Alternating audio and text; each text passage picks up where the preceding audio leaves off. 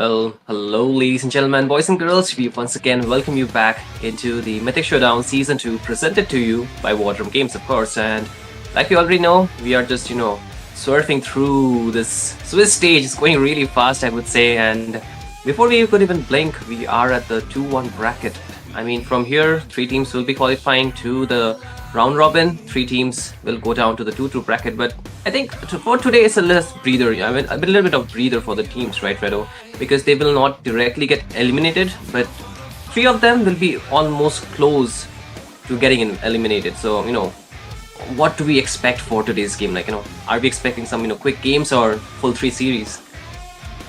Man, it could go to the full 3 series, I would say, because nobody wants to get to the point where you might be getting eliminated. Nobody wants to, touch that mark, right? Because of course, that mark, if you reach it, then you cannot afford to make any more mistakes. So definitely tonight, these teams are going to try their best to, secure that second win for themselves, so that they have to play just one more BO3 before they qualify. Because if not, then they have to take a longer route once again. And of course, there will be the next match. The one who loses this will definitely be playing an elimination match where they will be getting knocked out instantly. It doesn't matter. So yeah, definitely tonight they will give their best, and hopefully we'll get a exciting series. Even if it's a clean sweep, hopefully we'll see a neck-to-neck match, not a one-sided domination. You know what, Fredo? I know today's games might be a bit long, but I don't like the long face on you, man. I love your background. It looks so good. I would like to have some excitement with you as well. I don't like to be the only one smiling here, so you gotta smile with me, okay? Don't forget the quote of the day: smile more, right? So hey, I know it's a long, lot of things for us to even take in, but hey, we are here, we are excited, we're gonna take this match forward. But at the same time, these 2 teams, Noctura versus Elusivity. I think this matchup really is a very close one, because both the teams, if we talk about the lineups, they are very strong. But when it comes down to the synergy, it matters a lot more, because yes, both the sides have star studs. They are players that are individually so good on the micro, as well as I would say in playmaking. But when it comes down to the synergy, I think it will matter a lot, especially the draft. Now that we have evolved into a double fighter meta, compared to the previous one, which was the gold lane meta with the hyper carry onto the marksman. So are you expecting more of the gold lane double fighter, or maybe we are reverting back to the old meta? What are your thoughts for this one? Man, I'm not really sure where to start about this, because honestly, like you said already, there are very, very good players on both sides. Synergy is definitely going to be a big factor tonight, because both these sides, I mean, if you compare them individually, then they're of course the best in their own respective lanes, in their roles. But when you talk about synergy, the fact that EVT have been playing with this same lineup from a long time, instead of if you think about Noctura, where Kyle was actually absent for quite some time, and that's why Kyle is just making his return back. And hopefully this return is a good one for him. Many people actually struggle when they just come back to the pro scene, right? When you are trying to I would say adapt again. And we already know that Kyle is very good. He's of course one of the best goal laners, but right now it's not the meta that he actually played when he left the game. So it has changed now, it has evolved. So hopefully if he can also adapt to this meta and shine once again, then he definitely is going to be someone to look out for in the future, because this guy is just 16 years old, man. Yeah. I think Kyle is one of those gold laners, one of the most talked about gold laners in the Indian community, right? I think he has shown from time to time what he's capable of.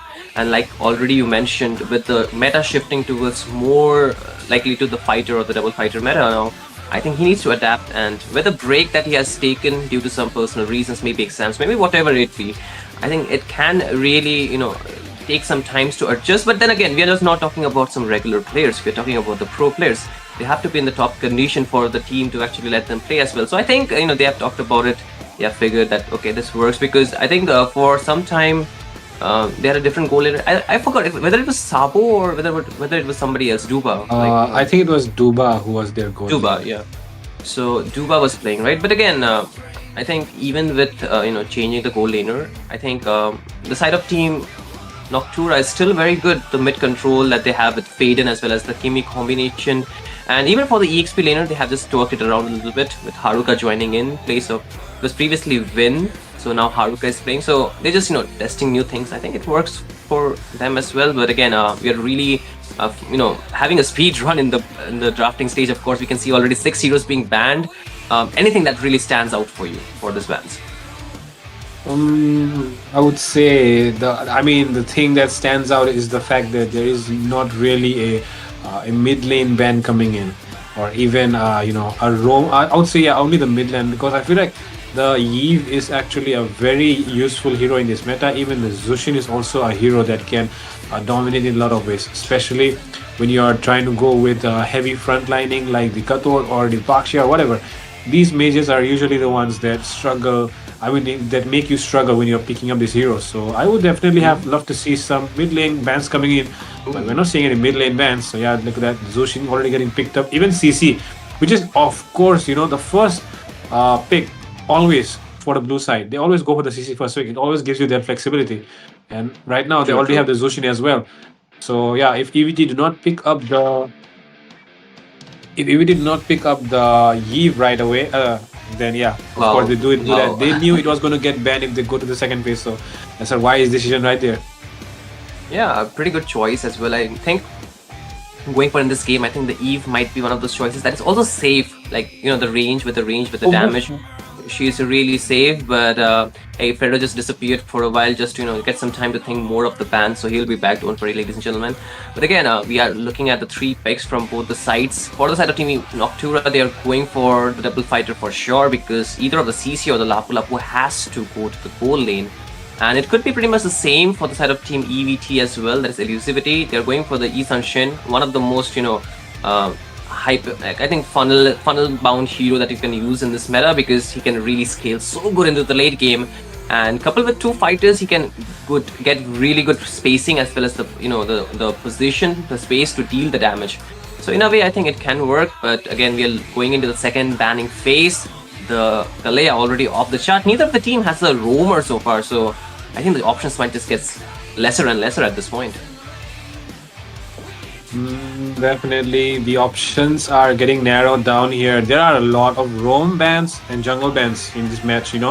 We're seeing so many heroes getting taken off here. So I'm not really sure about which heroes are still left to be, to get picked here. Esmeralda is also a ban. Oh my goodness, this is actually a drought in that roam and EXP. I would say if this Yuzong is not going for the goal lane, then right now EVT already have the EXP laner, but I feel like this Yuzong could be a goal lane as well, because if you think if you take a look at the other side, they have a CC and a Lapu, and doesn't matter which one of them is going to the goal lane. If the Yuzong is the one going to the goal lane, he can actually hold his own ground.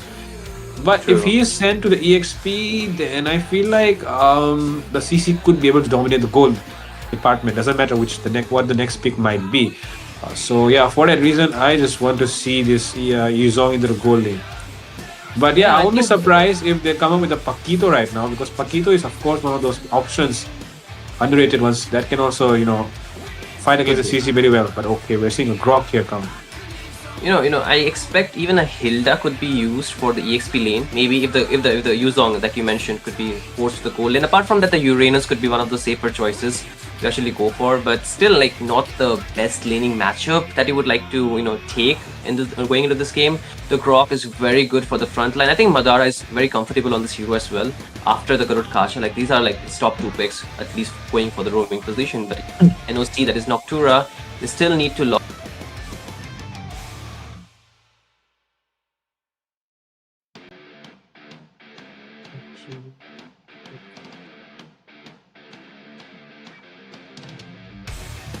Maybe Senior, it's once again the bad timing for you, I guess.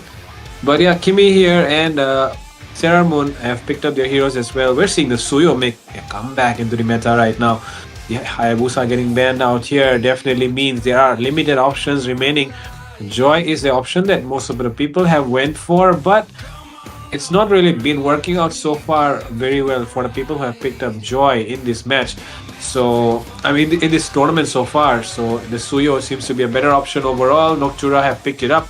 Kimi will try his best to counter the rotations or the invasions that could be coming in, of course, with this Khalid. But let's see if that will happen. Or like you were mentioning, Yoshin, you were seeing the Uranus come up here for the side of EVT, and this Uranus is probably going to be.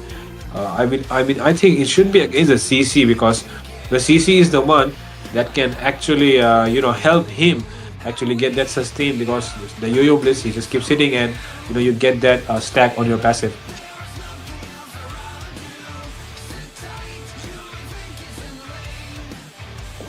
Hopefully it will be back.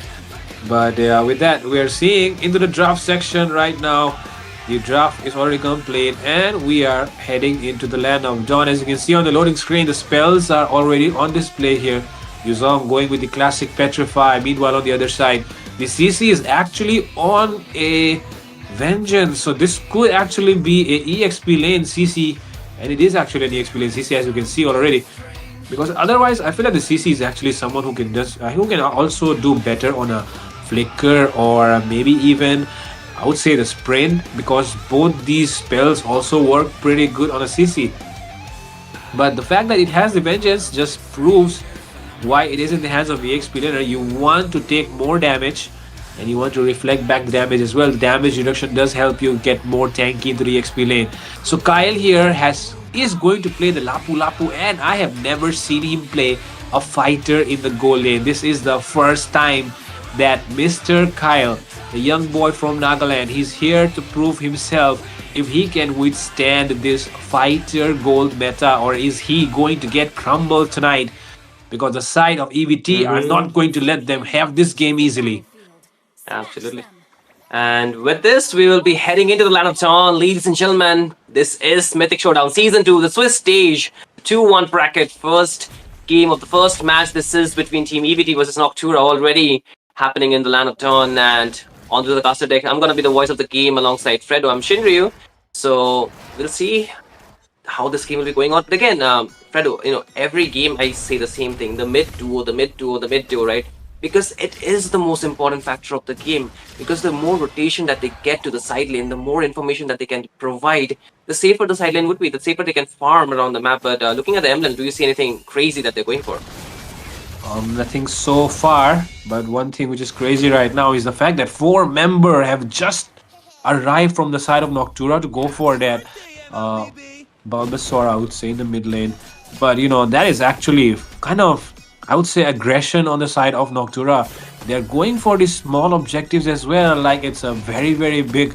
Oh my god, for now though, Fade into the mid lane is forced to use the flicker. The wall, oh my god, Shenzu goes in with the flicker and he gets the kill. Goodness, into the mid lane. Shenzu already asserting dominance here on Faden.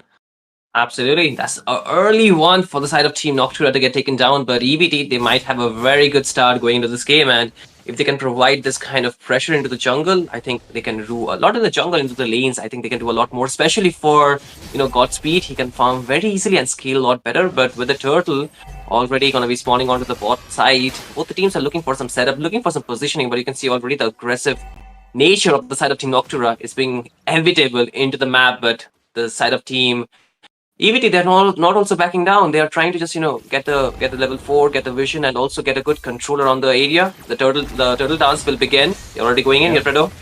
EVT do not really have the level 4 yet. Look at Corey QT. He's trying his best to zone away the members. And Armut can have an easy retribution here. And yes, he will get that. But there comes the RWM. Kimi and Faden seem to be stuck inside it. Faden might be the one falling next. He will go down twice in the first 2 minutes. And that is bad news. Into the goal though. Oh, sorry, into the jungle area. Godspeed. Oh my god. Kimi takes a solo kill onto the jungler of EVT. Godspeed will not be happy with that. Kyle arrives as well. He goes in with the bravest fighter. Takes on. And with that, Kimi will fall though. But now Crisis could be the one in trouble next. He's a Uranus. It should not be a big problem. But that was an aggression shown here by Noctura. EVT are getting disrespected in their own jungle.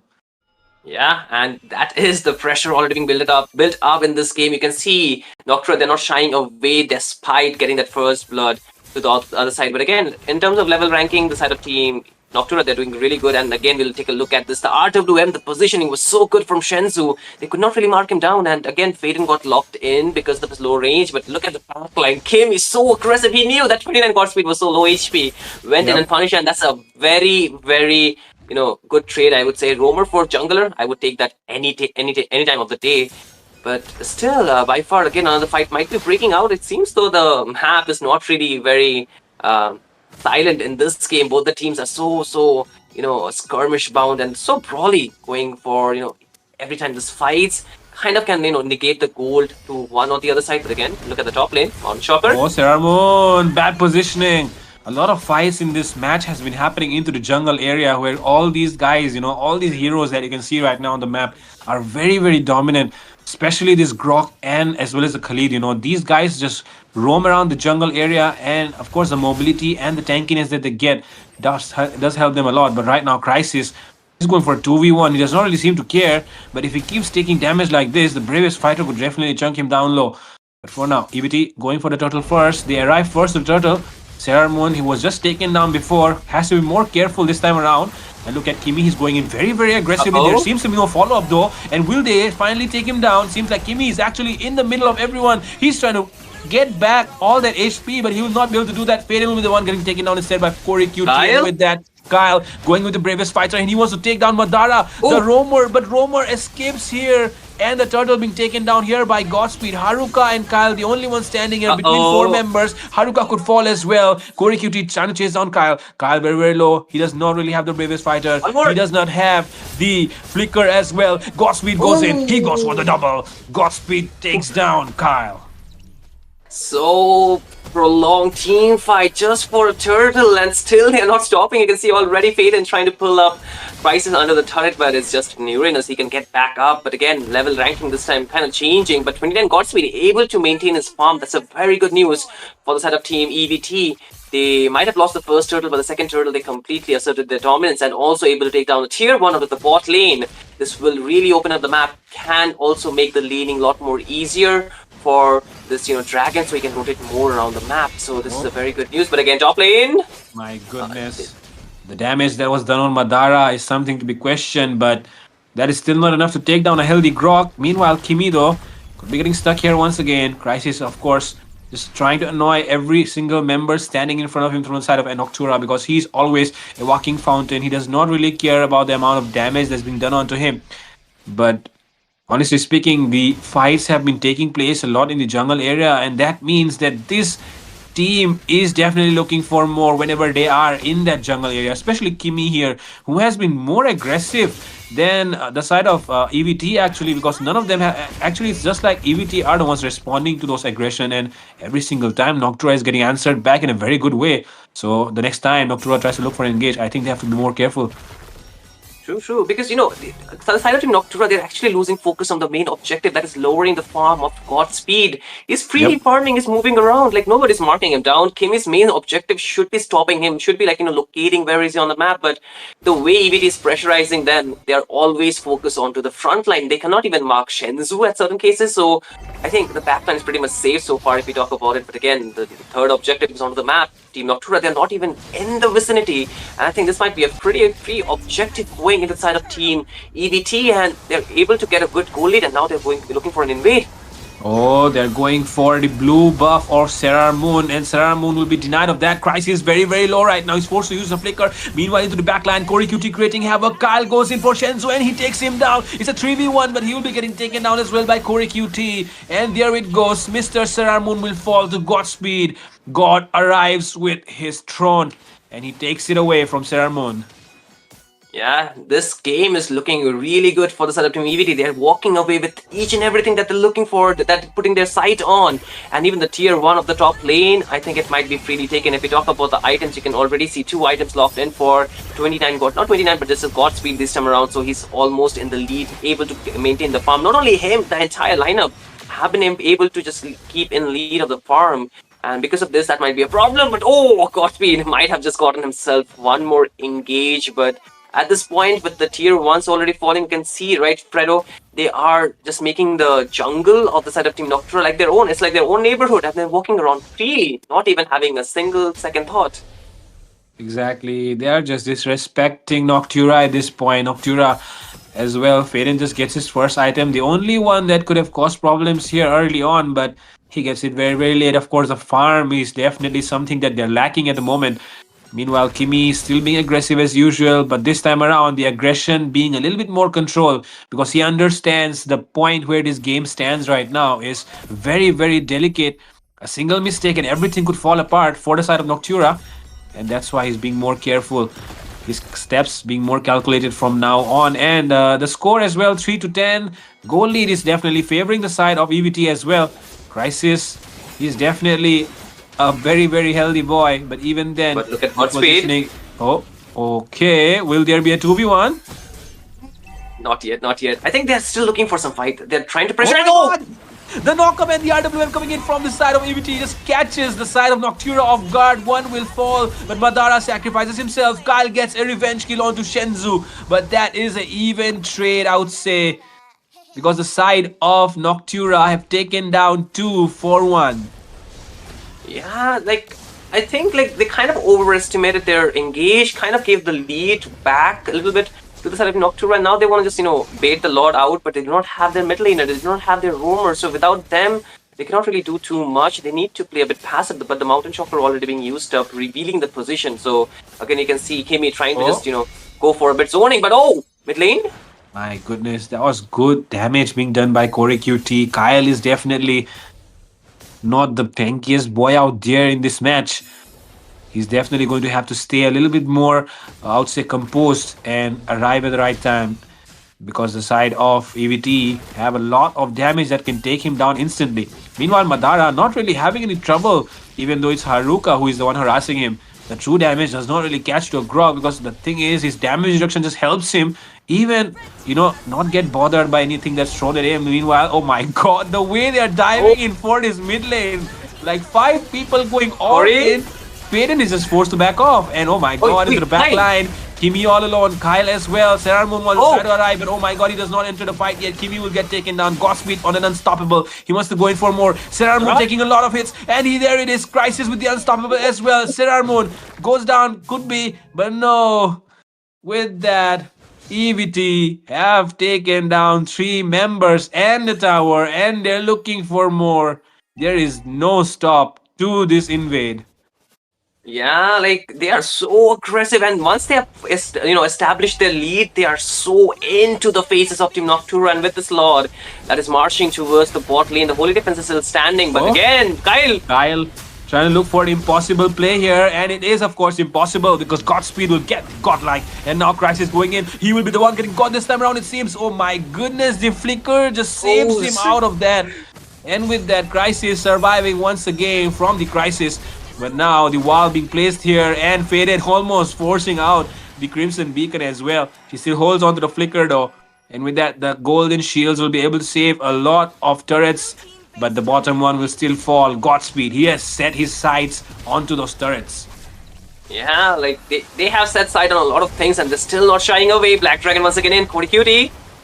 Oh, they're looking for another engage into the backside. They still have the Petrify, but Petrify being used up here. Oh my god, a lot of damage being done here. Mid lane will fall as well. They're looking for the end. EVT desperately trying everything that they can to try and end the game as soon as possible because they understand the comeback is definitely a thing here that Noctura always tries to go for. But with that, they do not really have enough minions into the mid lane. The bottom lane, just one cannon minion is all they have. Haruka could be falling here, but Kyle will be the one going in for the engage. They go in for a perfect shutdown onto Godspeed, and with that, Kimi could be falling here though. But 1 member sacrifice to try and defend the base is definitely something that Noctura have tried to pull off here.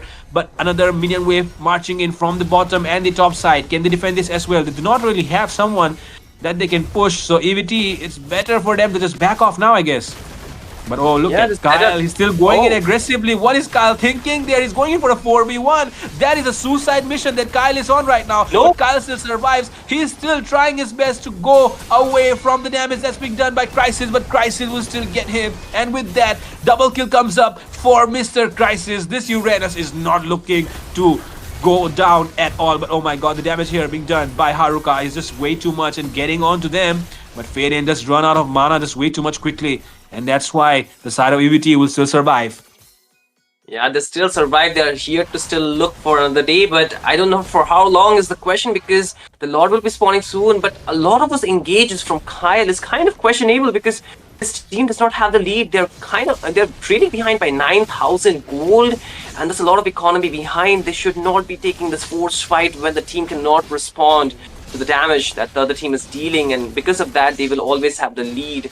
And this might be a problem here, because without any inhibitors, it's looking very slim chances for the side of team NOC to actually try and hold on to this game because just one more push and it can be a lot more. But hey, ladies and gentlemen, don't forget that we have a 5,000 dice giveaway at the 350 like mark. So be there to go do like the stream, do share it to your friends so we can reach that milestone. But again, before that, we need to see how will the side of team NOC respond to this push from the side of team EBT.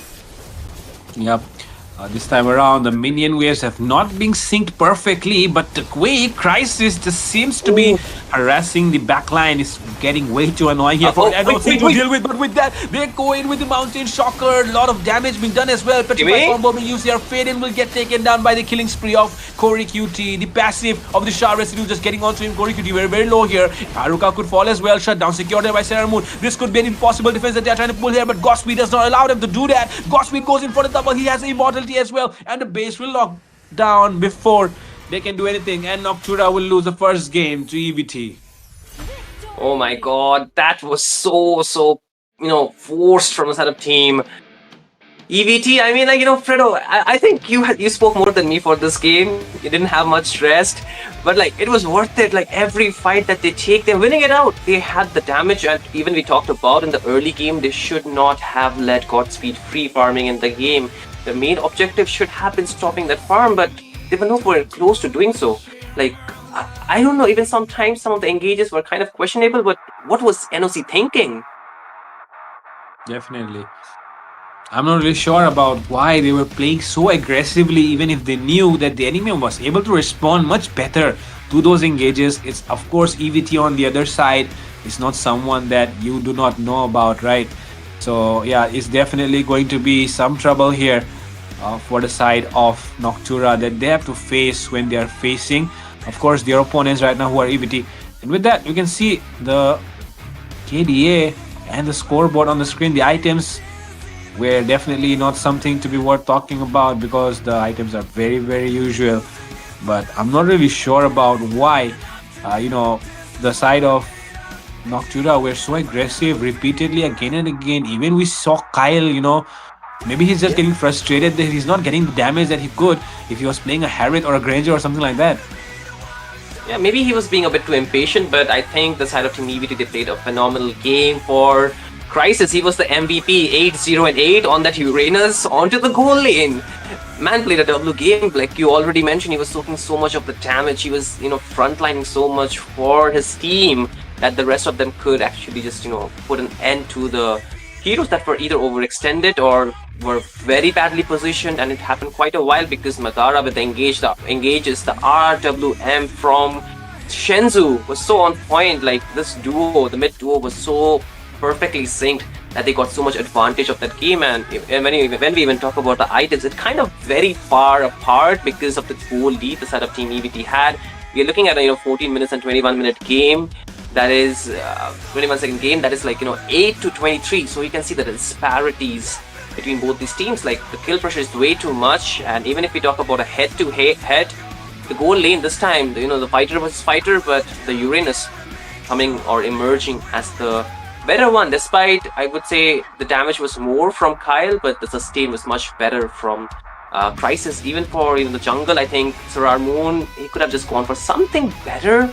Apart from the Suiyu, it didn't perfectly fit into that game because they needed somebody to actually punish Godspeed, but they could not reach him on time. He was already so fed. And even for the mid lane, I think the Zushin was trying really good, but it's a utility at the end of the day. It does not deal as much damage as the Eve can, and that kind of really slows down the game style as well. And I think for the early game, the aggression was good, but it was not onto the right person from Kimi. But what are your thoughts for this this matchup that we looked at?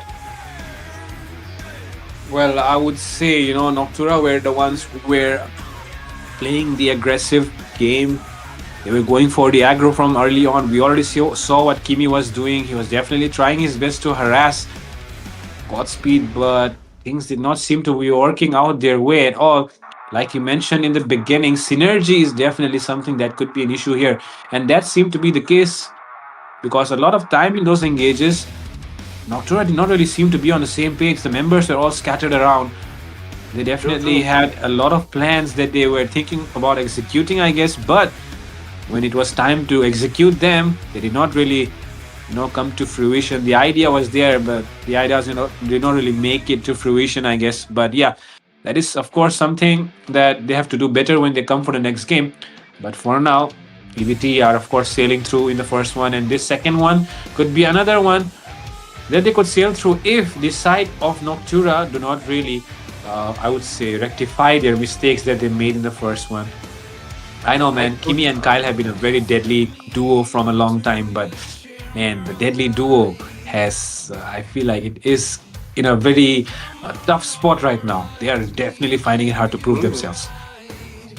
I think even yesterday we talked about this entire tournament, that is the Mythic Showdown. This is like, one of the highest platform currently that is, providing all these teams, not only the small teams, but even the bigger ones, right? And most of the teams, they have participated in so many tournaments throughout this year. They have really built that synergy. No matter like, even if the one or two players are changing, the synergy is still there with the other players as well. But in terms I'm talking about the mechanics, individual mechanics, it has really risen to a lot higher than it was previously.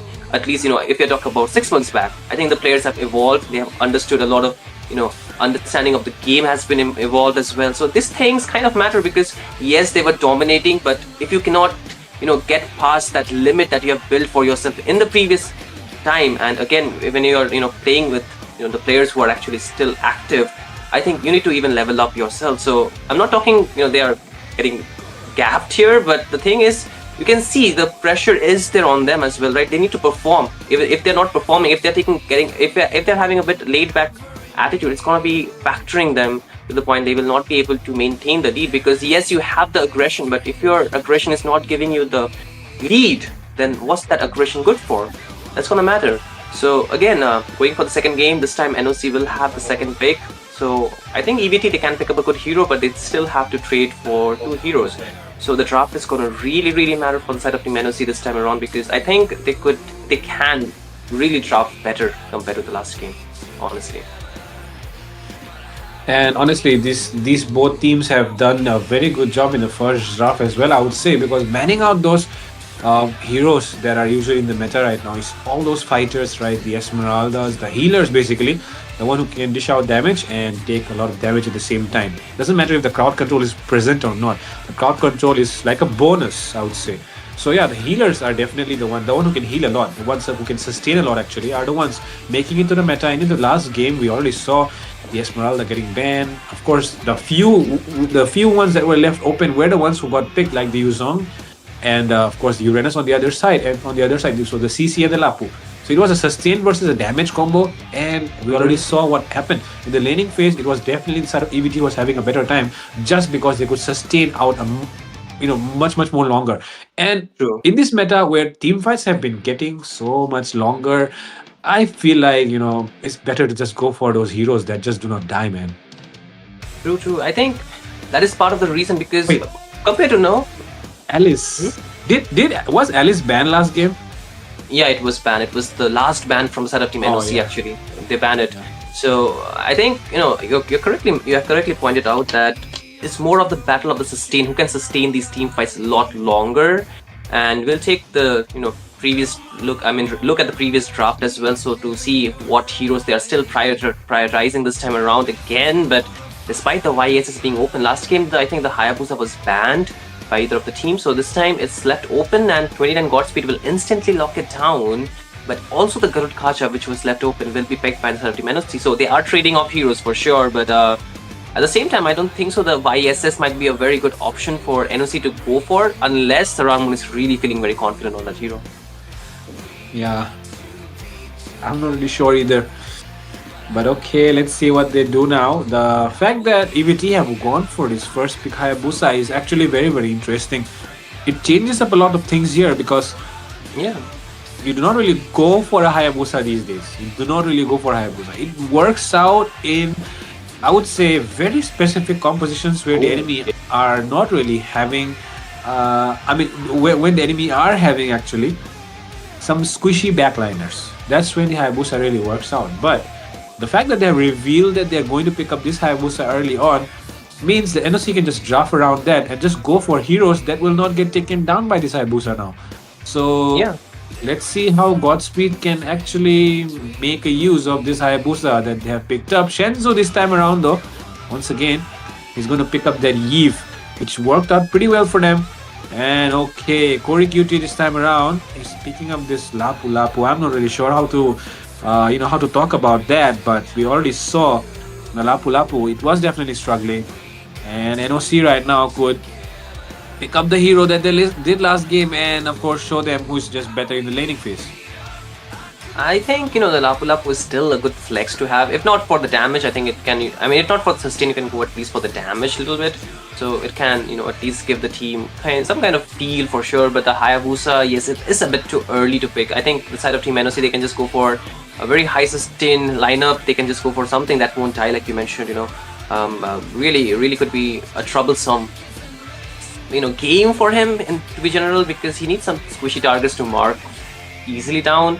And if he doesn't get that heroes, I think it's very difficult for him. But at the same time, I think the way Godspeed play the games are very important, because he's not really sighted in the map. He's like just free farming, pushing those objectives. And even if with the Hayabusa, he can actually, go for the macro gameplay much more than the kill pressure, I think it can still work.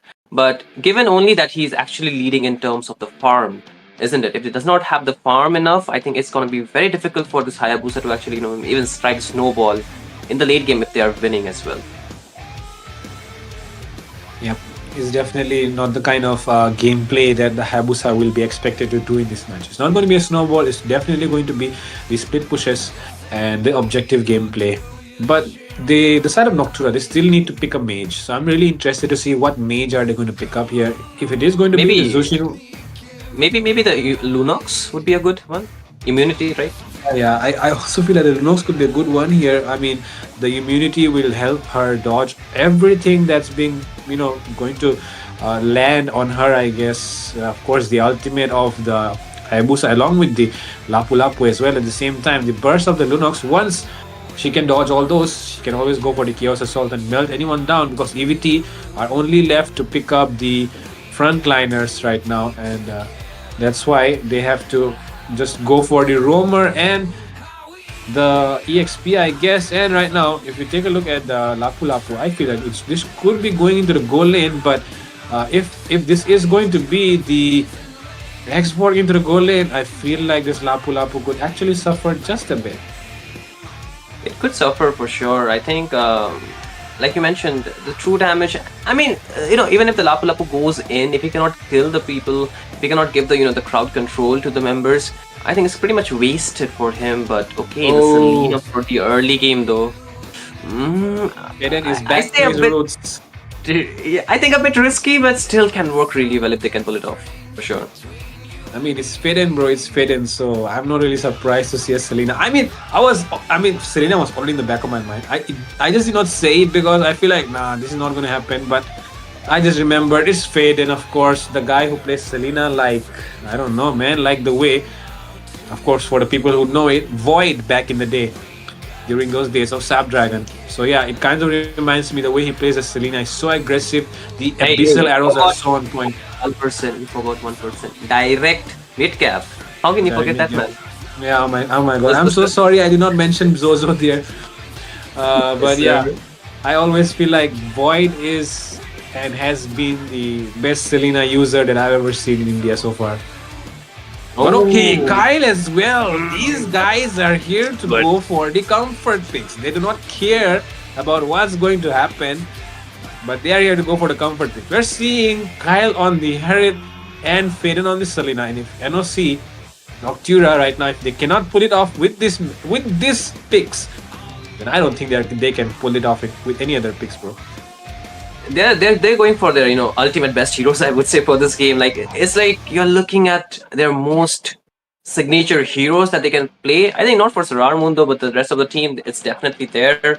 But oh my, this draft is looking so good from both the sides, and I'm really loving the fact how will they, actually execute this into the land of town, because you can see in terms of spell, Fredo, there is no difference. Like one revitalize from each, 3 flicker, 1 retribution, no difference. Like it's like Yeah.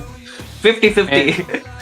Yeah, I mean the spells are identical on all the lanes, and it's the revitalizers are on both the roamers, right? So Yeah. a pretty, I would say, a very identical spell, being carried here by both sides. And the high loss to finish off the draft was a really interesting choice, because what they know is they need someone to just go forward and give them the vision. So yeah, just send the high loss. If he gets caught, he will come back with the glorious pathway, and if he dies, then of course we'll be safe. So yeah, Madara is definitely going to be the sacrificial lamb here for EVT. And of True, course, he's going to man. eat a lot of those abyssal arrows from Faden. He needs to, body block those abyssal arrows for sure. Because if he Yep. does not, then his team is gonna be on a problematic situation, because none of them has a purify in this game, surprisingly. But I think it's better, because if you take the purify, you're dead anyway. Because there's an Xborg, there's an Alice, there's a Garud Kacha. How do you even Yeah. escape them all, man? Exactly, man.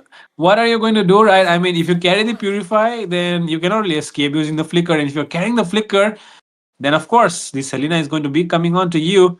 So yeah, flicker being the best spell here. Everyone is just on that.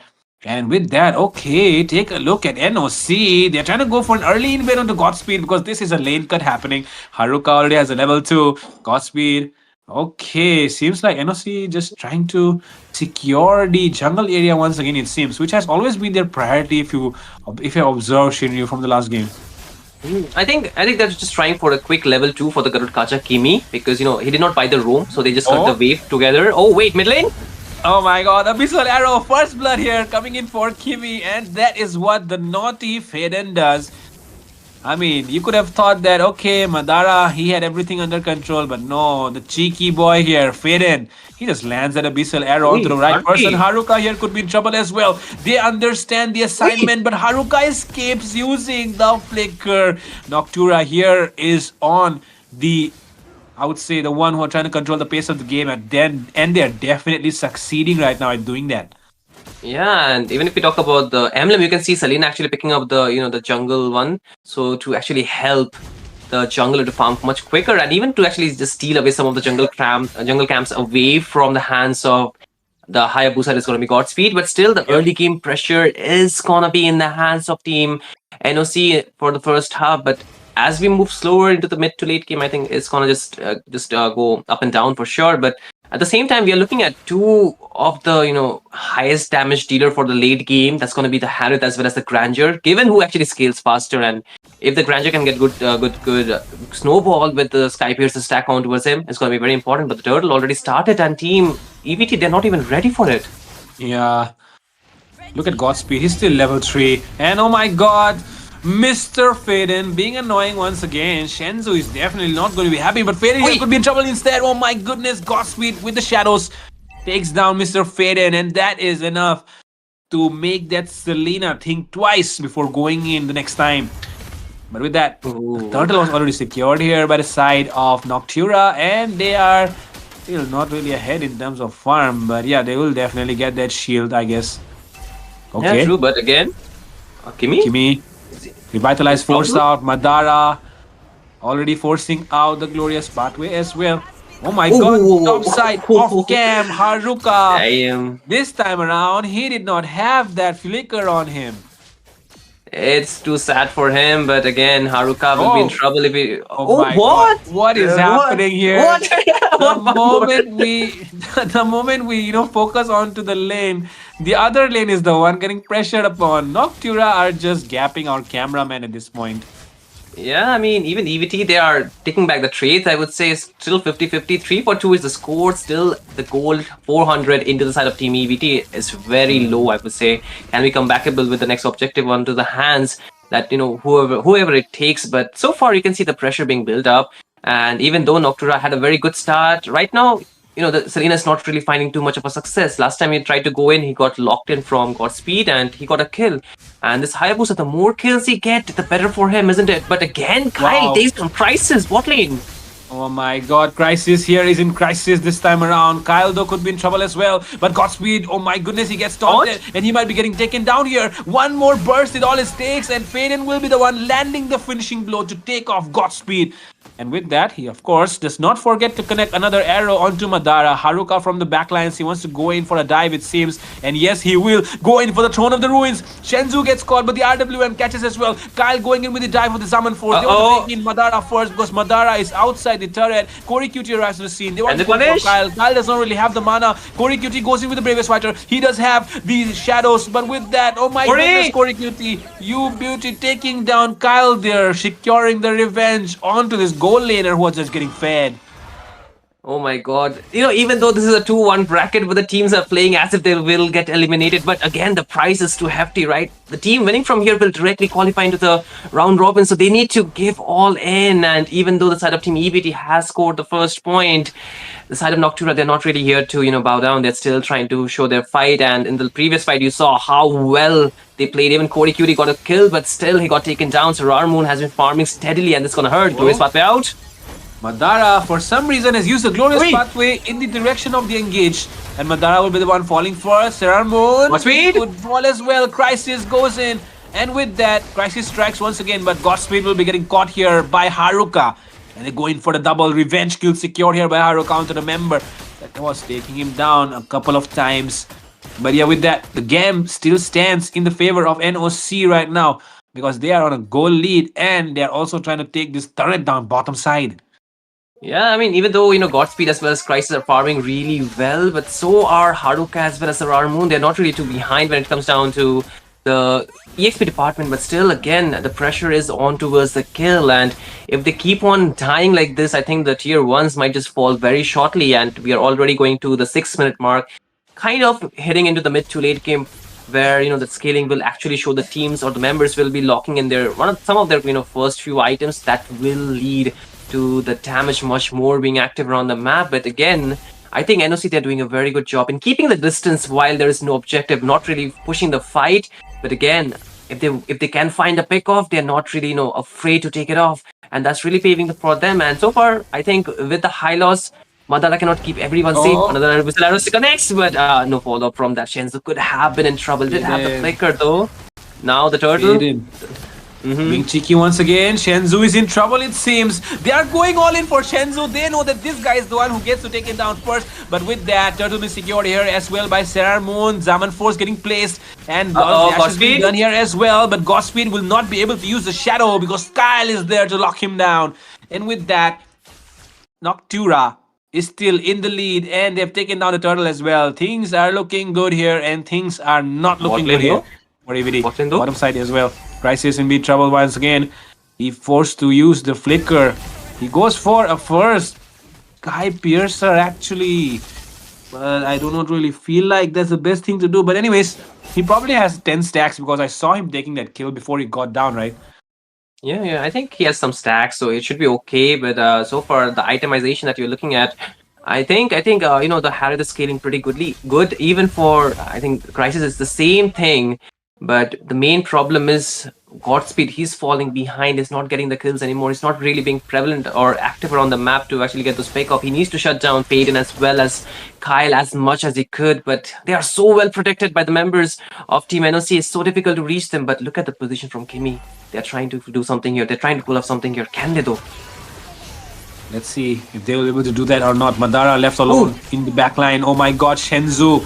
They are taking down Shenzu every single time, and that's the reason why they're winning out these team fights once again. Shenzu gets taken down, Godspeed gets stunned, and Haruka going in. Faden goes into finish off Godspeed. Kyle takes a killing spree on Corey QT, and Haruka does not want to stop. They want to go in for more. Crisis, the lone member standing, it's a 4v1 right now, and Crisis could be getting taken down under his own turret. Kyle goes in for the finishing blow. He gets a triple out of that, and everyone was down on the side of EVT except for Shenzu and Unofficial. But okay, finally it comes on the screen. Officially, a wipeout here by Noctura. Wait. Don't tell me he takes him down. No! Oh, this is so bad. This is so My bad for goodness. Shenzu. Like, he should have taken the Purify, it seems. The flicker is not really working, and if you take again in the team fight, look at Kyle just free hitting from the back. The frontliners are so good. Haruka with the Throne of Ruins getting that, peel, taking the sustain as well as Faden with those stuns, man. Just, I think, a monster so far. But again, Kyle is really leading up the damage department, and now this Lord will be going free with the side of Team NOC, and EVT, they're really trailing behind. This is the deja vu, but roles reverse this time. EVT are on the receiving end, and they cannot even defend their own turrets. That's the problem. If they lose a lot more turrets, they cannot really hold on to their inhibitors, which will in fact open up the nexus, and the game could be over because one push is what all they need. And NOC with the goal lead that they're making, I think it could be very much easier. And like I was telling you before, Shinjo, I mean, the side of Noctura, if they cannot win with this draft, then what are they going to win with? Because these guys right now, Faden and Kyle, they're on their comfort picks.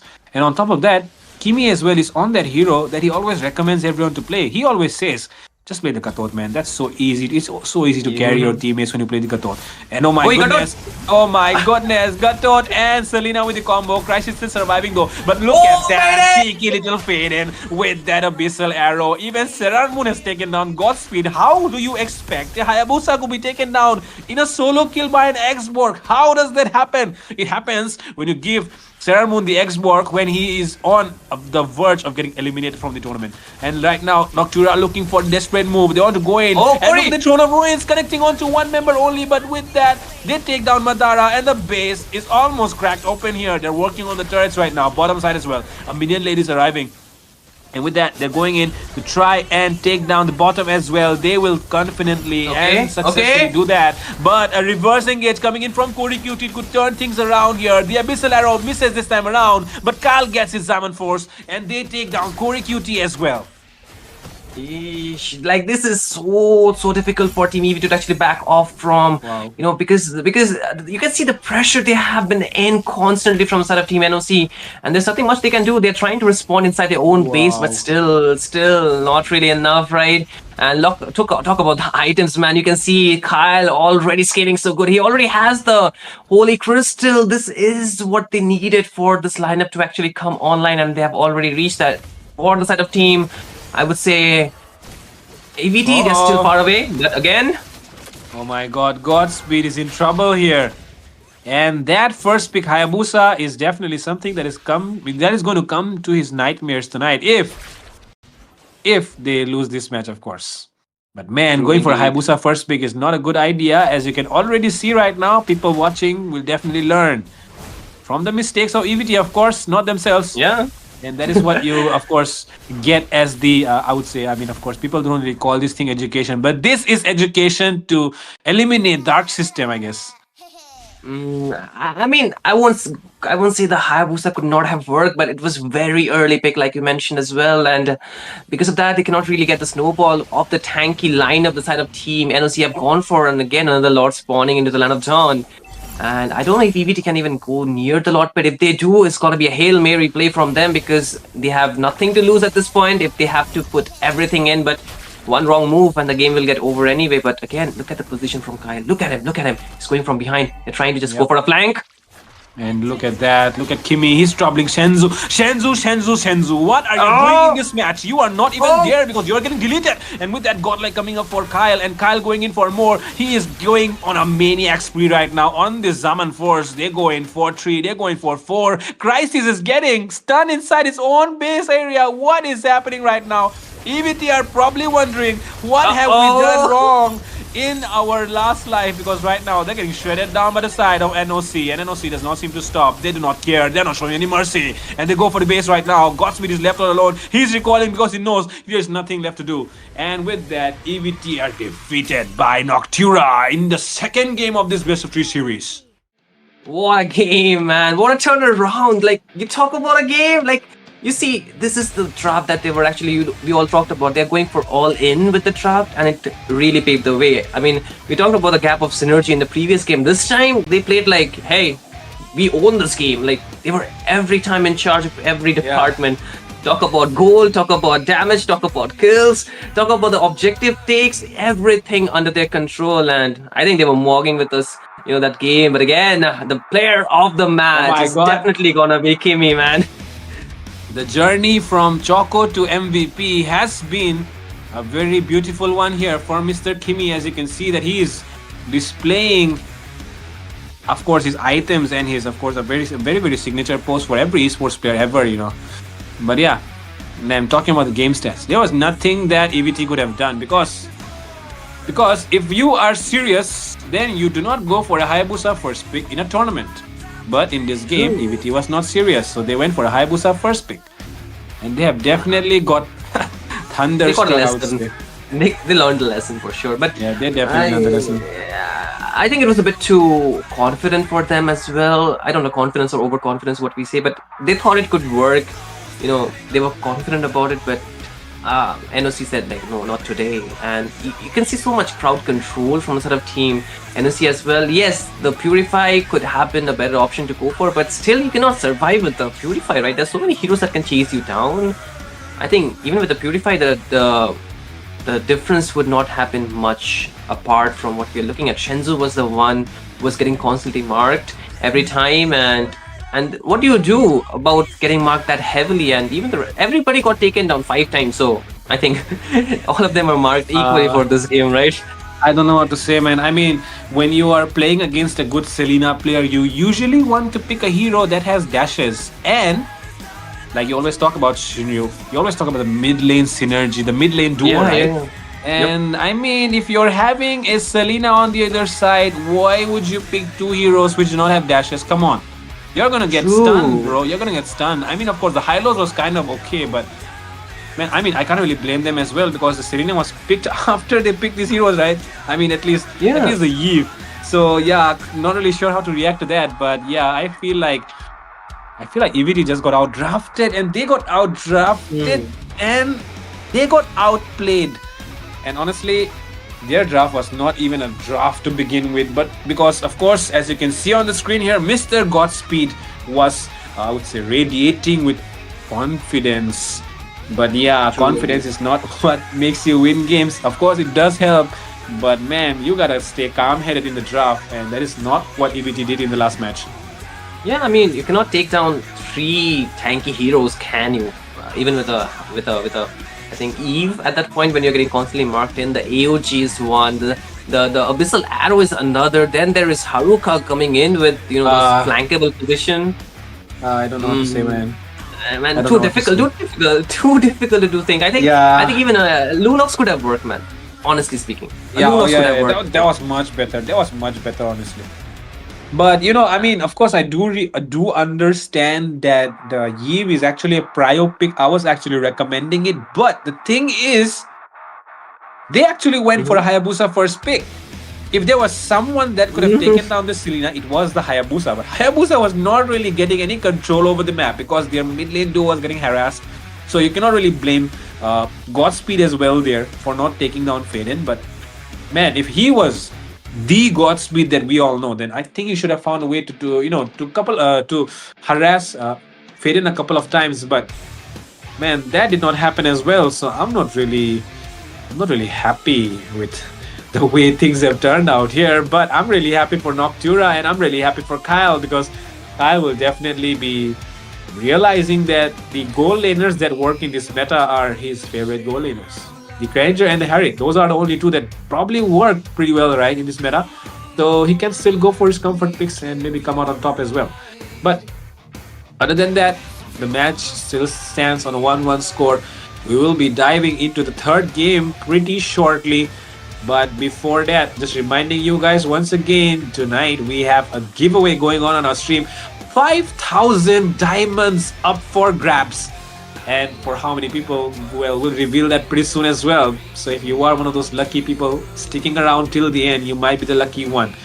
And of course, the giveaway will get unlocked when the stream reaches 350 likes. So yeah, make sure if you're watching without liking the stream, you are a criminal. Do not do that. Like the stream right away, and make sure that, of course, you support the biggest tournament in India of this year. At the same time, of course, help us get that confidence boost so that we keep hosting such events. But yeah, with that, talking about the match once again, back to the match, Shinryu. the third game is going to get more interesting because the side of Elusivity have probably understood as well that they cannot let things slide again. They cannot take it easy just because they won the first one. So yeah, what do you think Noctura can approach for here? Can't hear you. My bad, sir. I just had a small glitch out there. But again, I think it's still the fact that Noctura, they should go for the comfort. I think that's working best for them. They tried the double fighter meta, but it didn't go the way they wanted. Not the best result that they could. I mean, Kyle, he wants to play aggressive, but on a hero like Lapu Lapu, it's not suiting him, at least right now. I think maybe in the future he can just try better, different routes and everything, but for now it's not suiting him. I think the Harad is very good because he can punish. He can actually do a lot more. He can be a playmaker with that kind of hero as well. But again, I think for EVT, just pick some dash-based hero and pick some heroes that can actually self-protect themselves, I think. Like, as in, the tank does not constantly need to protect you, does not need to give you the peel. And please do not pick Hayabusa as the first hero. Yeah, please do not pick Hayabusa. This is literally, I mean, like, some people, I would say many people say that EVT is one of the best teams right now. And I would kind of agree on that. But when you do stuff like this, when you pull off stunts in a place where stunts are definitely something that are not encouraged, it's a tournament. It's the biggest tournament. And you do stunts. they're just one step away from qualifying into the round robin. Why do you want to make your journey harder, right? Just go for a very stable draft, because if you take high risk at this point, I think you either get the high rewards or you just lose very hard. And that's what we saw. Like, they just tried to take the high risk and it kind of did not pave the way for them. But again, I think Noctura, they're happy with the result, but can they replicate it? Gonna be the question, right? Because it's gonna be very important for them, because I saw the journey from you having a long phase to a very happy one to a very excited one right now. So I think for the side of Team NOC, they can do the same thing. But you know what, Fredo? They need some colors for this game. Like, they need to think very, very out of the box for this game. Both the teams, like, they cannot do the normal path, I think. But when I say out of the box, when I say something colorful, I do not mean still the Hayabusa first pick. Stop it. Yeah, honestly, man. I mean, of course, they might be looking at the theme of the Mythic Showdown, which is red and black, right? And probably there's a reason why they went for the Hayabusa or something, but come on. Well, that's not what we want to see here. Elusivity, they can do better than that. Even Noctura showed up so well in the second match. I mean, in the first match, Noctura, I won't say they were, I don't know how to say. I mean, they were not serious. I won't say Noctura were not serious. They were definitely serious. But the thing is, the picks were definitely not something that we've seen them being the most comfortable on. You have never seen Faden play from behind. He's always the one who plays aggressive. The entire team of Noctura right now, because Dubai has left and Kyle has come in, they are all aggressive. Kimi is aggressive, Kyle is aggressive, Faden is aggressive. What else do you need? You're having the three most aggressive guys in the entire Indian scene play on your team. And you are going to play from behind. That's exactly why it went wrong in the first game, I feel like. But in the second game, they just switched it up by taking all those heroes that can allow them to go aggressive, and that's why I feel like the results were shown. But now the thing is, Elusivity, because they have not met Noctura in a long time, how are they going to suddenly deal with it? I mean, an instant answer might be very difficult, but at least try for some damage control. Learn from the previous team, right? Like, I think that's the best course of action to go for, because yes, you cannot ban away every. maybe that could be one of the thing, right?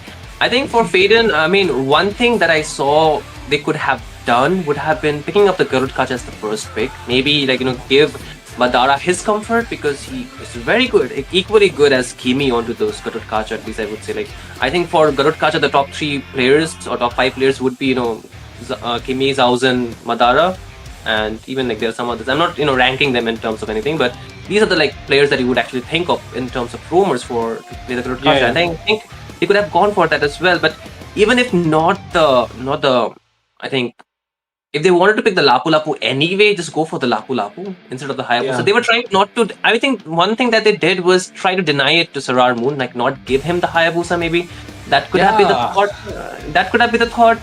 But was it really worth it to pick in the first pick? Because you gave away so much counters. Yeah, honestly, I mean, I don't really have a right word right now, but I mean, there's this word that my younger sister uses every time she sees something like this, which is not right. She says disgusting, and right now I just want to say that as well Sheesh. because man, this first pick Hayabusa was disgusting. And honestly, right now, coming into this match, I mean, Serarmon is definitely someone who can play the Hayabusa really well, but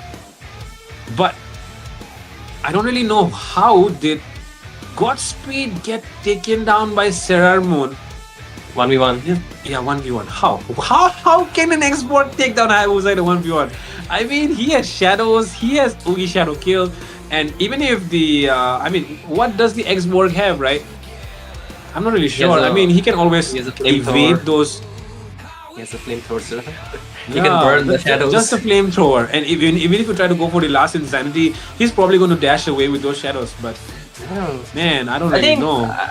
I think the only possibility could be that he had expended his shadows after which Sararmun went in with the burn. Yeah. Because it's time for the skill to be back up again. So that could be one of those very unfortunate situation for a Hayabusa to actually get caught Yeah, up. honestly. But So maybe that.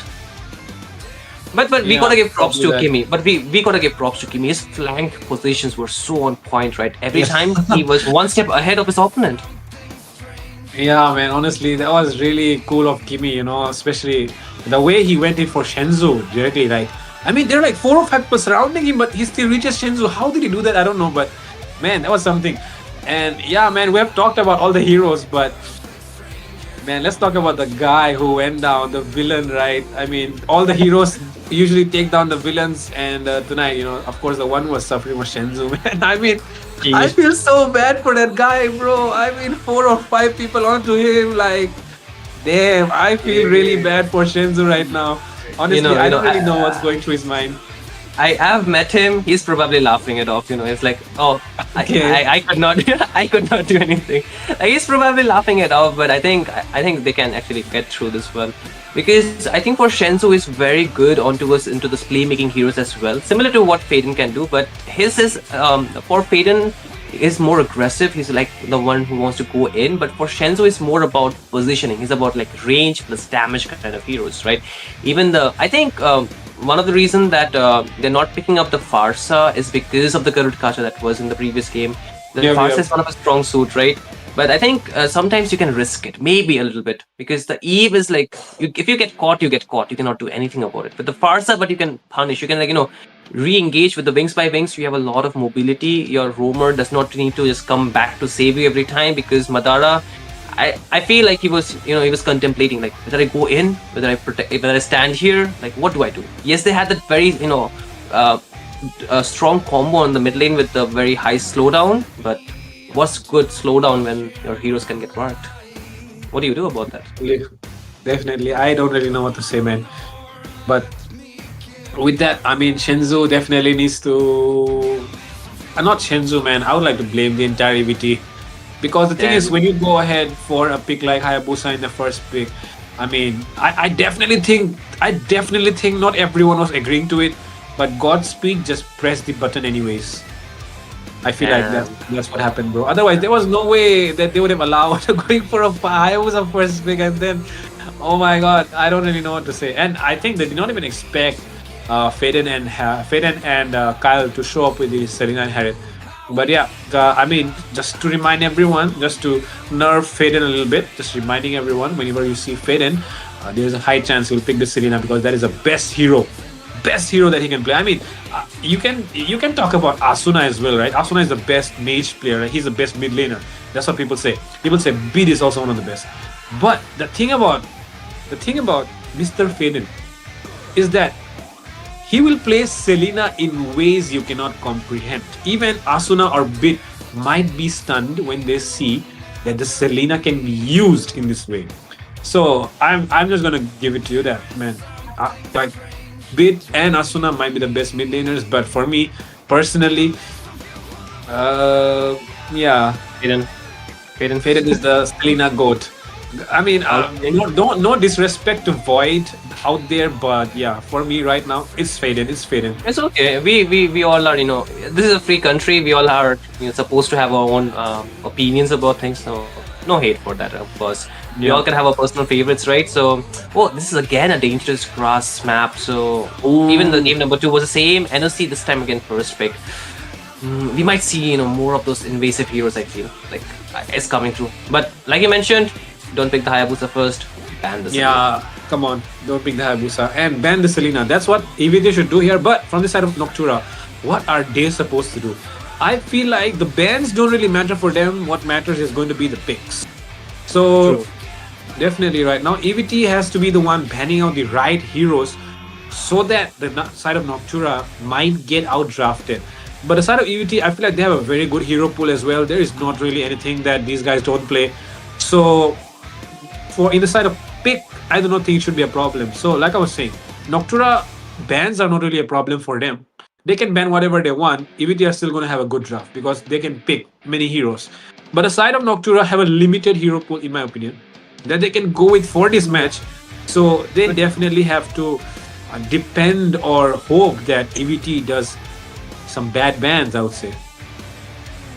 I mean, they can either depend on that or maybe just pick something very unexpected, like something that is like we have been talking about, something out of the box, something that can add color to the game. Because what they're doing is just replicating things, replicating what they have been doing for a very long time.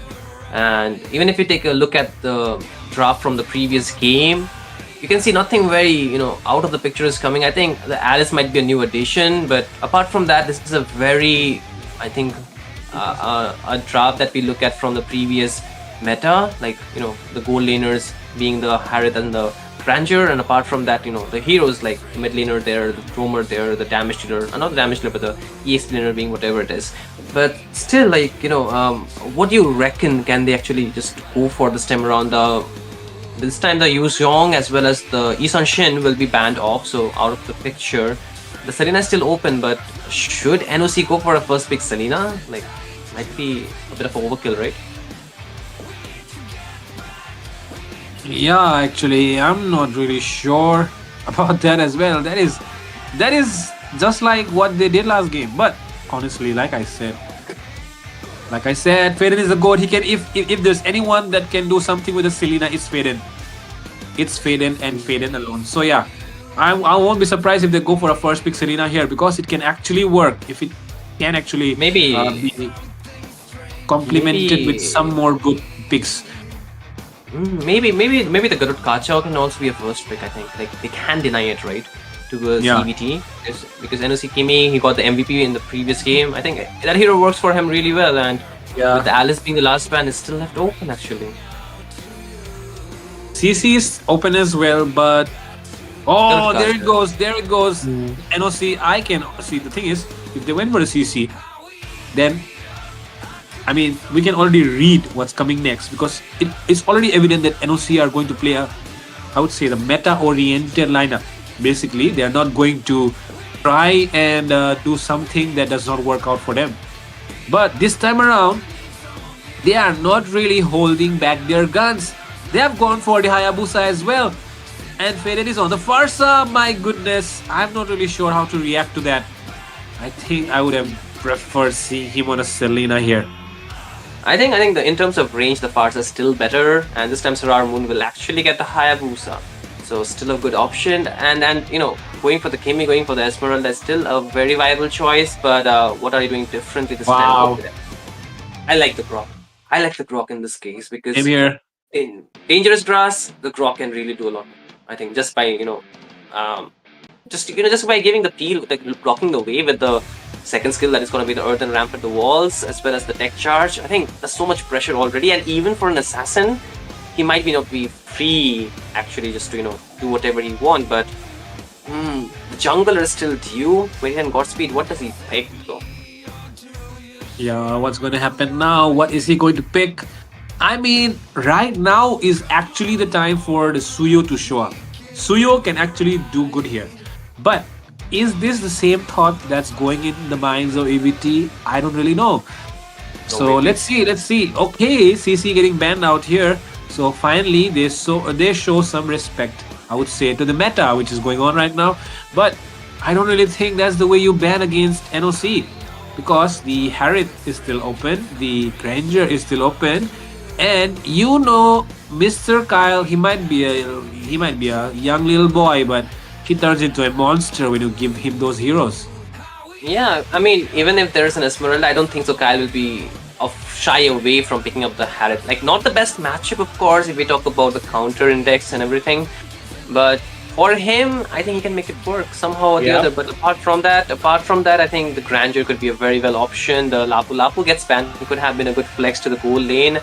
But apart from this, I think one more hero that they need to ban for the side of Team EVT would be the Uranus. I think that could be a bit of trouble for the side of Team EVT, and I think regardless of what they pick, I think they need to deny a very good hero. Like, as goal lane is still open, they can ban the goal lane as well. Maybe just choose one poison at the time, because they cannot ban everything, but ban something the most optimum that they can at this point. Oh, neat. I'm not really sure about how to react to that as well. My goodness, why are they going for the turn ban here? I mean, Maybe a EVT are trying to pick Granger. up the maybe EVT are trying to pick up the Harriet. So, but Hmm. too much magic though. Yeah, exactly. Like that's an overload of magic actually. And okay, they go for X-Borg on the other side. I mean, the X-Borg was definitely the hero that was able to work against the Hayabusa, but I still feel like in this matchup where there's a lot of mobility, there's a Farsa, there is actually a Hayabusa. I mean, Hayabusa does have a lot of mobility as well. So Suyo is definitely the pick to go for here for the side of EVT. I know it's not the meta where Suyo works, but for this match and for this lineup that we're seeing right now, I feel like Suyo has to be the go-to pick here for EVT. But I mean, we saw the Suyu in the first game, right? It didn't work so well. Yeah, but I mean- but that was against a what was it against a? Good question, actually. What did they pick? I think the Suyu was against. Wow, we have some very bad memory. Let me just refresh my memory. See if I Yeah, can actually figure it out. Suyo was Oh, against. it was against YSs actually. The YSs. Yeah, that's why it did not work. That's why it did not work. But now against the Hayabusa, I mean, if you remember in the last meta where it was Suyo Joy Hayabusa, it was just if it's a Hayabusa, go for Suyo. If it's a Suyo, go for Joy. If it's a Joy, go for Hayabusa. This trio, this thing. So right now the thing is we can bring that back, try to counter this lineup. But oh my goodness, Mr. Kyle, he's still living in the past. He's still living in the past. He's going for his comfort, man. He's definitely Yeah. going for his comfort. But But I now- think it could still work. EVT, do they actually put this Esmeralda into the jungle and just pick up a gold laner, or just pick a jungle now? Like Joy, okay, Oh it my works, God. but not against the Hayabusa, maybe Oh not my against God. the Oh my god. I kind of have mixed feeling about this Joy, but still, if we can pull it off, I think we're talking about Godspeed, of course. If we can pull it off, maybe a very good hero to go for. But regardless, could be a mean- risky pick, man. I mean, even a Fanny could be like, okay, bro, okay. I'm like, Maybe. Fanny's like, okay, right? Yeah, okay, you're good at Can that, come in hero, handy. and it does counter at least one of the major threats that the enemy has, which is the 1-1. So I would be like, yeah, okay, Godspeed, I understand what you're doing there, but Joy, are you going for suicide mission? Because there's a Gatot who can taunt you, the Farsa will probably fly away, 1-1 is not really going to get troubled by you, Hayabusa can shut you down, you can't kill Uranus. Godspeed, what are you thinking here, boy? I don't really understand what he's thinking here with his drop. But anyways, we will leave Yeah, EVT to decide what they're going to do with it. I mean, they're really trusting the process. They're really, going with the flow, it seems. But hey, this is the final deciding match, or deciding game actually, for this match between Team NOC versus EVT. Both of them have 1 point each. The winner, they move directly to the round robin stage of the Mythic Showdown Season 2. The loser will be forced down to the 2-2 bracket, where they have to play one more match. If they win, then they will qualify for the round robin. The loser will be directly eliminated from this tournament. It's a very brutal space we are in, and these teams, they are putting everything on the line. Talking about the spells, nothing too crazy. I think it's pretty normal that we are looking at everything, and that is as it is. The spell on the Esmeralda though is on And with that, ladies and gentlemen, we all welcome you to the Land of Dawn. This is Mythic Showdown Season 2, brought to you by War Drum Games.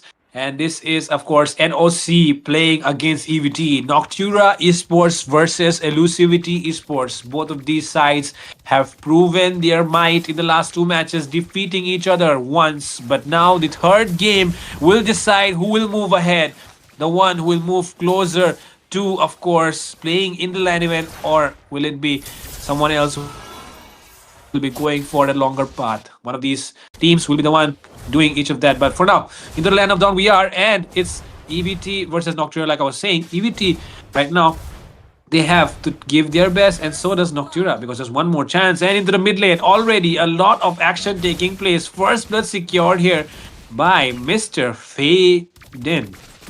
Yeah, already off to a explosive start from side of Team NOC. We are seeing the same thing happening from the previous game as well. I think every time Faden or Team NOC they get the first start of the game, they actually perform a lot well. In the first game, though, it was Faden who actually got taken down. From there, they lost the game. So this might be a good sign for them, but we'll see how it goes. Again, it's if we talk about the spells or the emblems out here, especially. Nothing, I think, out of the ordinary out here. Two tenacities from the side of Team NOC, one from the side of Team. Actually, it's onto the Kimi. That is just a different thing. So the Kimi actually went for a bit tanky onto the mid lane. Apart from that, it's very normal spells. Festival of Blood for two of the members of Team EVT as well, the side laners, and yeah, so on and so forth. But again, the thing is, a good start is what both these teams would require. But again, the taunt connects. Madara forced to figure out. Could have been a trouble for him, but now they will be forced to play passive. But again, the rotation is coming to the mid lane as well as the EXP. But again, mid lane though. Oh my god, lot of action, lot of damage. Ceramon is going for the turtle first. Oh my god, my god, what was that damage from QT? And Godspeed takes the turtle. They are going in for the engage. Faden is very, very low. He does not have the flicker. He has it, but he does not uses it. And Godspeed gets a kill on Faden. I don't really know why Faden still held on to that flicker. Yeah, I mean, that was a very good rotation from Crisis, but look at the team fight. It started off with Madara being forced out to flicker, but then they kind of tried to force the mid lane as well to get to level 4 for the Farsa, but it instantly got shut down when the side of Team EVT kind of forced that engage. First, the Farsa did not get level 4, so she was really in a vulnerable position, but look at Hayabusa getting marked so quickly. He just disappeared in few seconds, and then came the engage. Not having that level 4 was really a hefty price.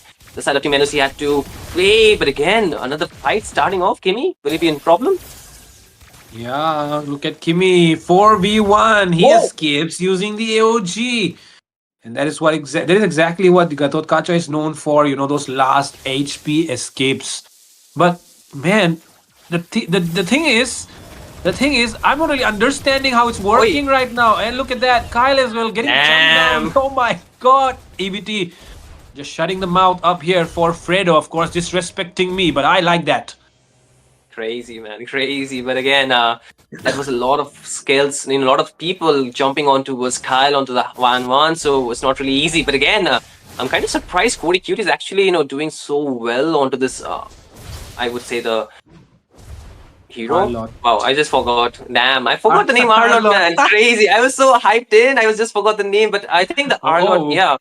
Mid but lane? again, it's okay, it's okay. I think they should just calm down. Let me just speak, man. I just forgot the name of the hero, Arlott. I feel bad already as it is, but again, Haruka might be in trouble, but no, he's just backing off. But the Arlott is actually doing really, really well with the final slash, with the stuns from the first skill too. But again, Kimi is the man. They're really marking down. He's not getting any breathing space. But again, the second objective was already up, and the teams are looking for a setup here, Fredo. Yeah. Can they find this turtle again?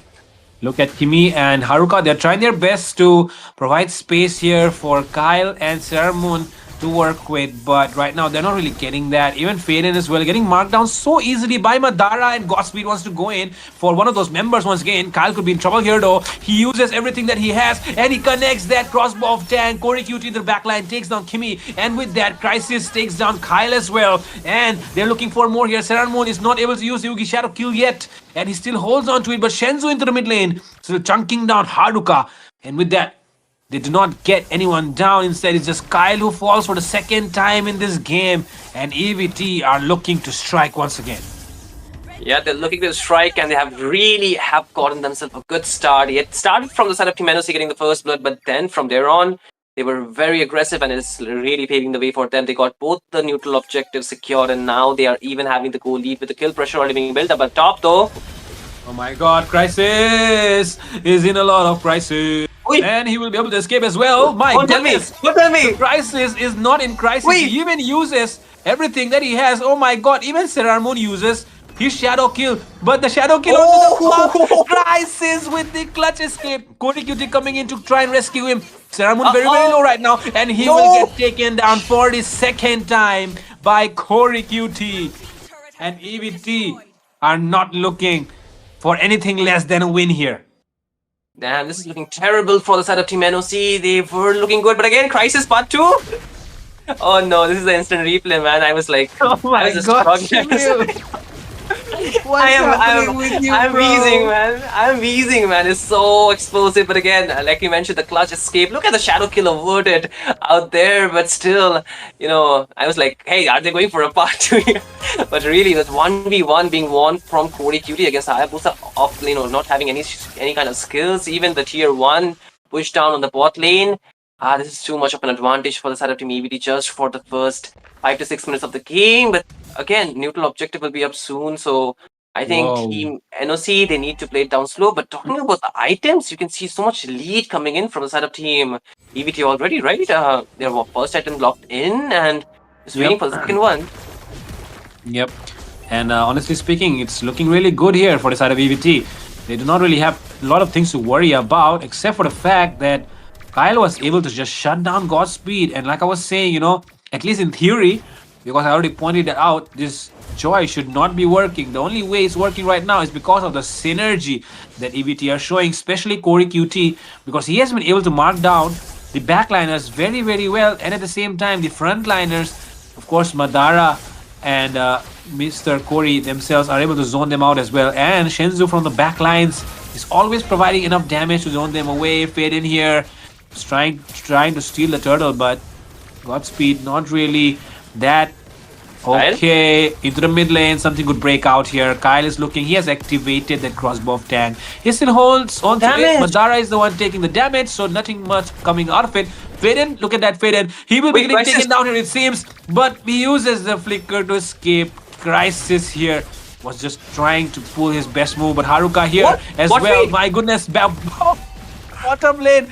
My god, Faden was recalling and Godspeed caught up to him. Lot of synergy being shown here by EVT. The communication is on point.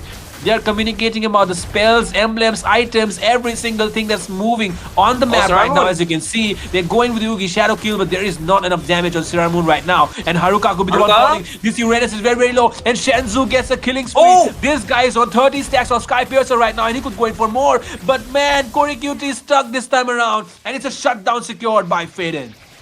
Damn, that's a very overextended team fight. However, the way the side of Team EVT had been sandwiching the players of NOC, it was looking really good up to the point that they kind of lost the advantage. But again, no, the mid lane tier 1 will be falling, unfortunately. And there's nothing much the side of Team NOC can do. But up top, though, Kyle trying to do the same, trying to take down the tier 1, needs to back off before he gets punished.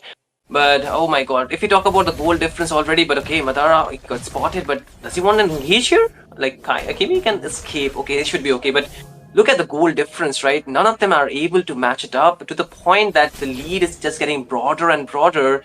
And I feel with this kind of lead, the damage scaling will be much quicker for the side of Team EVT. And NOC, they have to let go of the turrets, the objectives a lot more like this, and if they keep on doing that, they will in fact lose the game. Godspeed takes down a Uranus. Yeah, imagine a Joy is taking down a Uranus. Imagine how fed this Joy is right now. And with that, okay, Madara here could be in trouble. He's getting chunked down very, very low. He's taking a lot of hits. The crossbow of tank connects. But what can you do with a 1-1 when you're up against the 10Ks hero of the meta right now? Mega kill coming in for Shenzu as well. He can go for a double. He's on Sky Piercer stack. He's high on those stacks. He's going in for the retribution. But with that, Godspeed goes in for the killing spree. And EVT are going for the Lord. Oh my goodness, this is looking a very, very difficult place for the side of Team NOC to do anything from.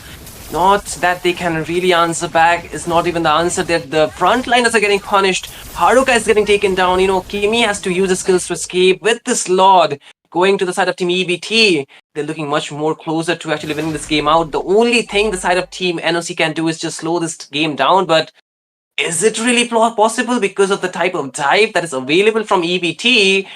I think NOC they're really in the mercy or at the mercy of Team EBT at a lot of this point until and unless they make a mistake, they commit a mistake.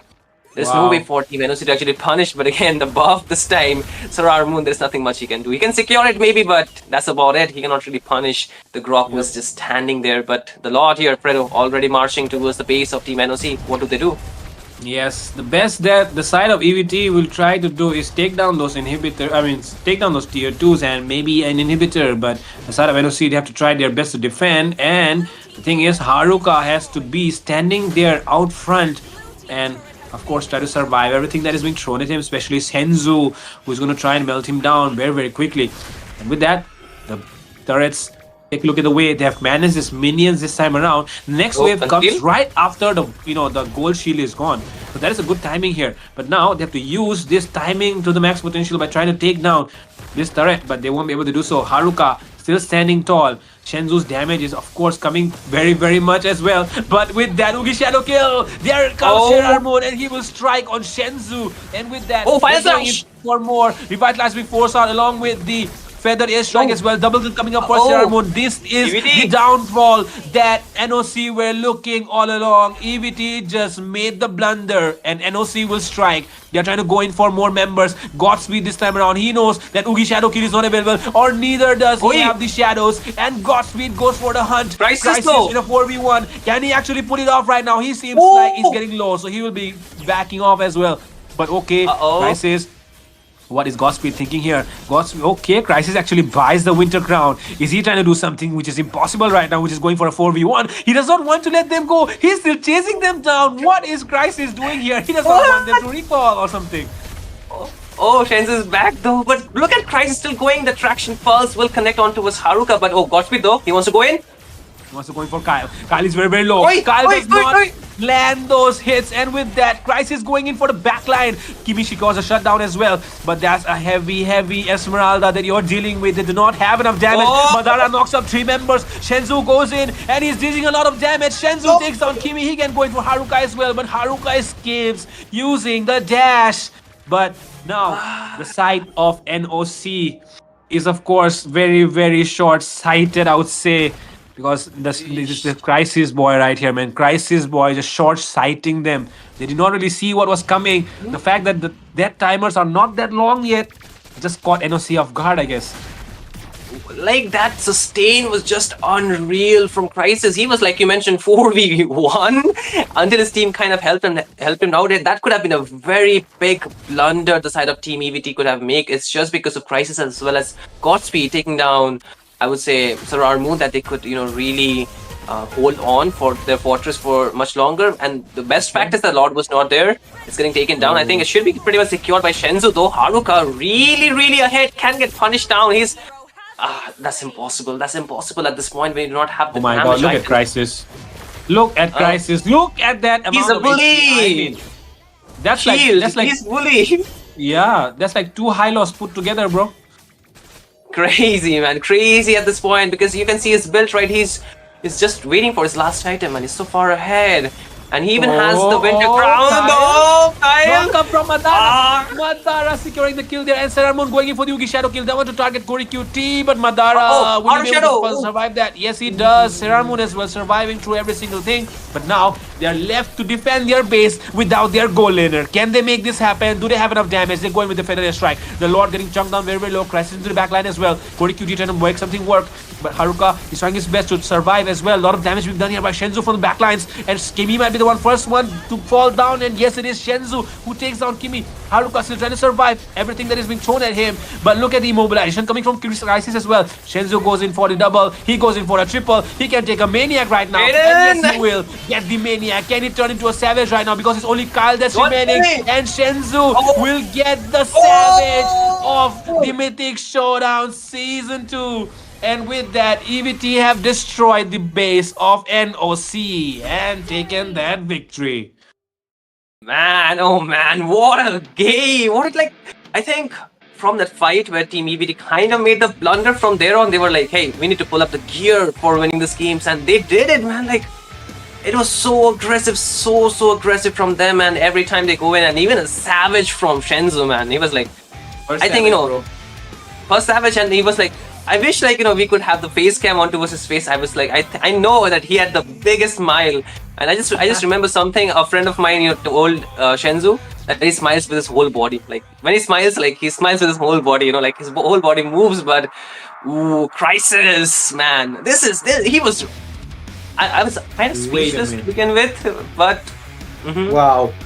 Crisis got 2 MVPs in a BO3. What is Damn. Crisis on right now? What is Crisis whatever on? He's whatever there. they're feeding him, feed him more of that, man.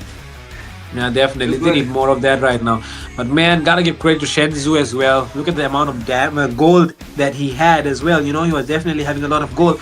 Very soon we'll see as well as to how much damage he dealt. And I do feel like that, Kimi was definitely dishing out one of the most damage. Of course, the thing is Esmeralda is going to sustain as well as dish out damage. But the thing is with a Kimi, you have to maintain the positioning as well. And I feel like he almost had a few pretty good stacks. I guess at least 50 definitely was there on his Sky Maybe Piercer.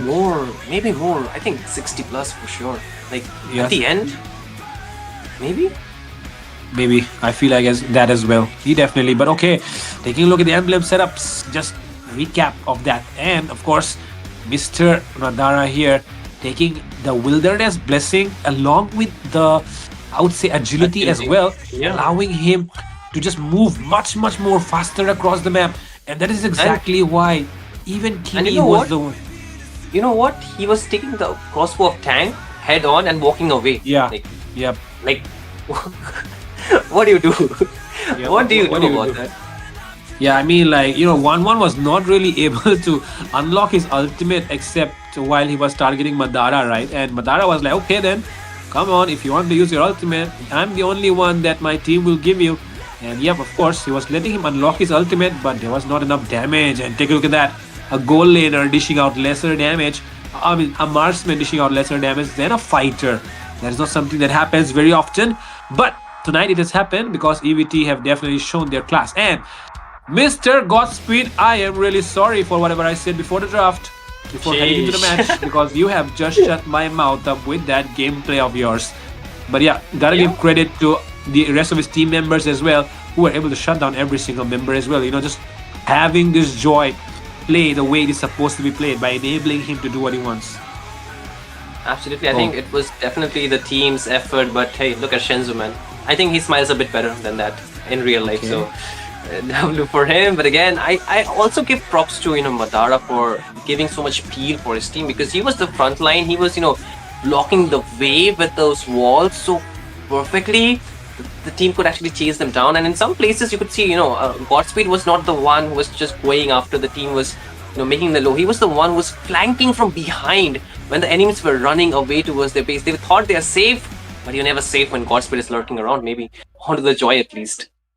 Yeah, and not gonna lie, man, I mean, Uranus, of course, taking a lot of damage, but the last match solo kill highlight was the X-Borg on the Hayabusa. In this match, the highlight is the Joy on the Uranus. I mean, imagine taking down a Uranus with a Joy. Like, that means the Joy was very fed.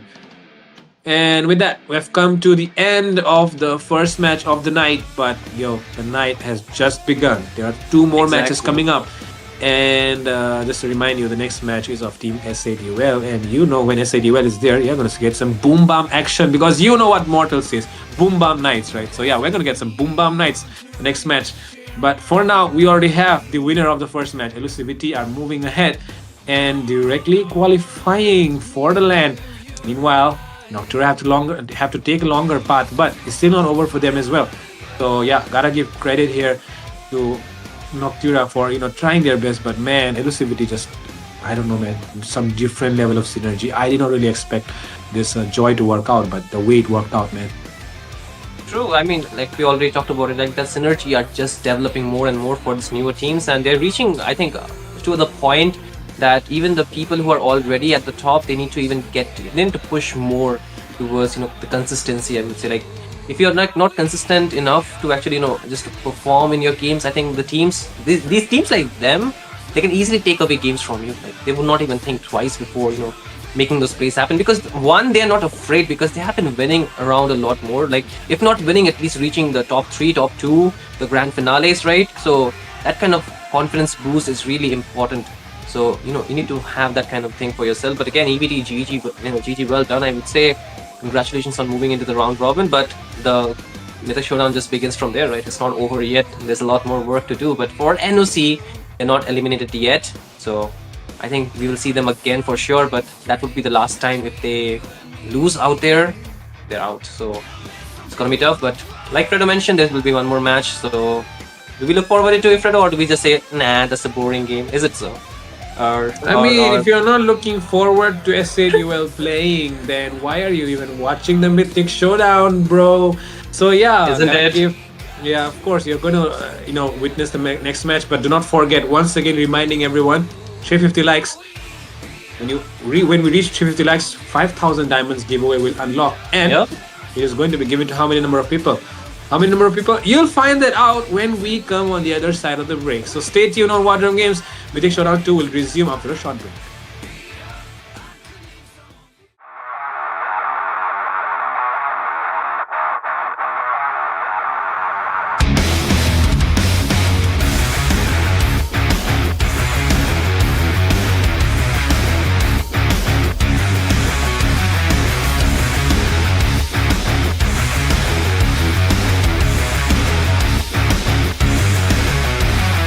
Do you think I'm crazy? I've done all this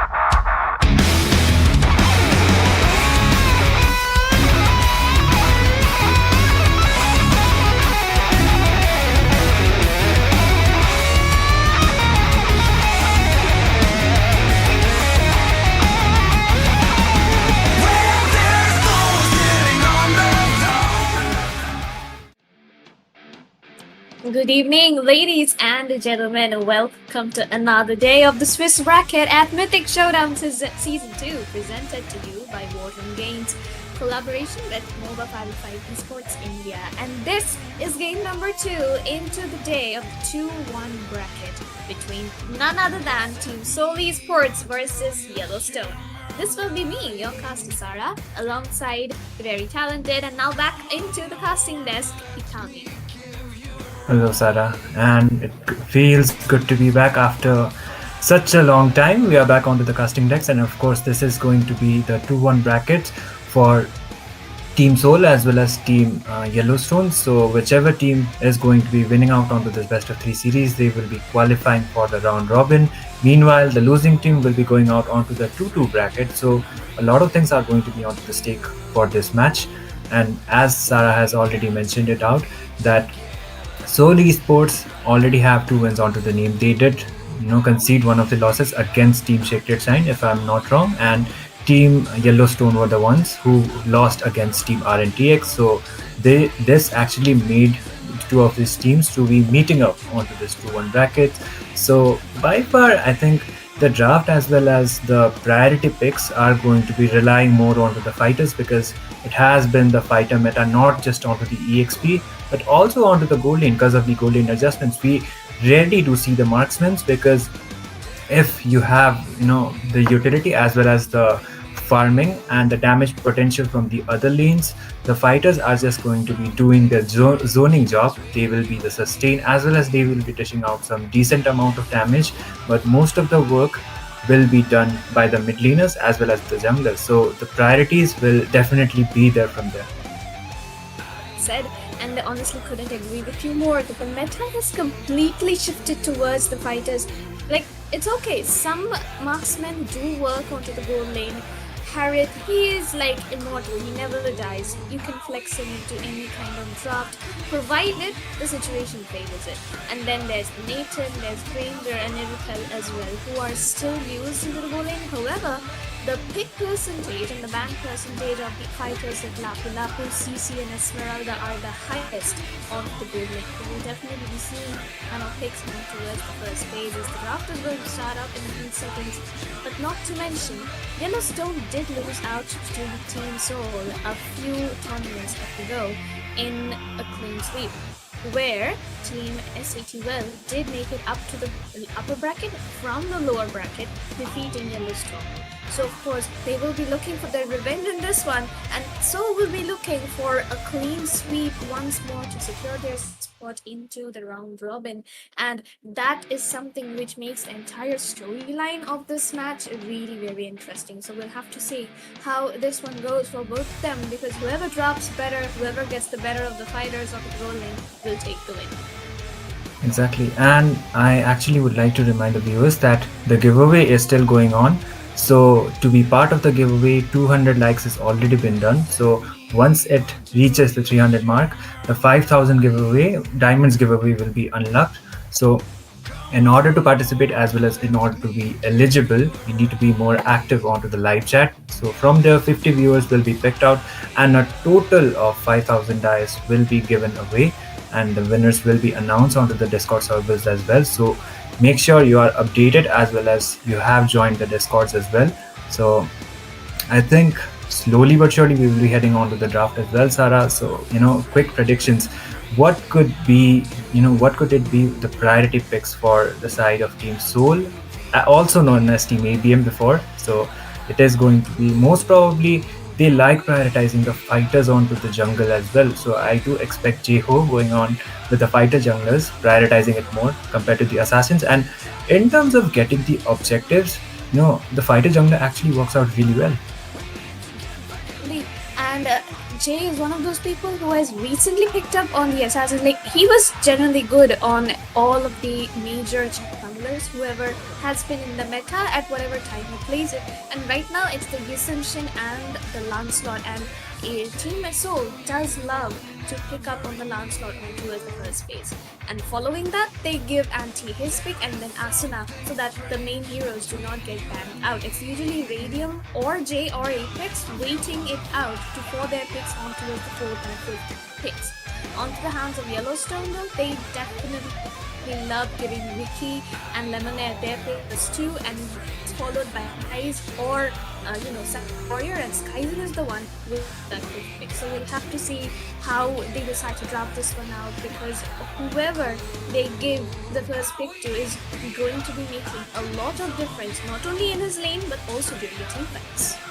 Yeah, exactly. And for Kai's, he likes prioritizing the Lancelot more, so it could be one of the priorities as well. And I think Vices as well as the Lancelot, even if they have been quite nerfed out, they have still been onto the priority list. You can go, if you have a Vices or maybe a Lancelot onto your side, it is easier for you to go out with the fighter go lane as well, because the Vices also does the marksman kind of a job, and it actually becomes a cherry on top if you have a mid laner as the Kimmy as well. So these could be the priority picks for either of the sides, and the bans are also going to be mattering quite much, because whichever team who will be having the first pick advantage, I think they will be trying to prioritize most probably a fighter or maybe the hero that could do the job if the fighter gold lane is picked out, and if there is no one to dish out the damage and do the push priority that the team is going to be needing it out.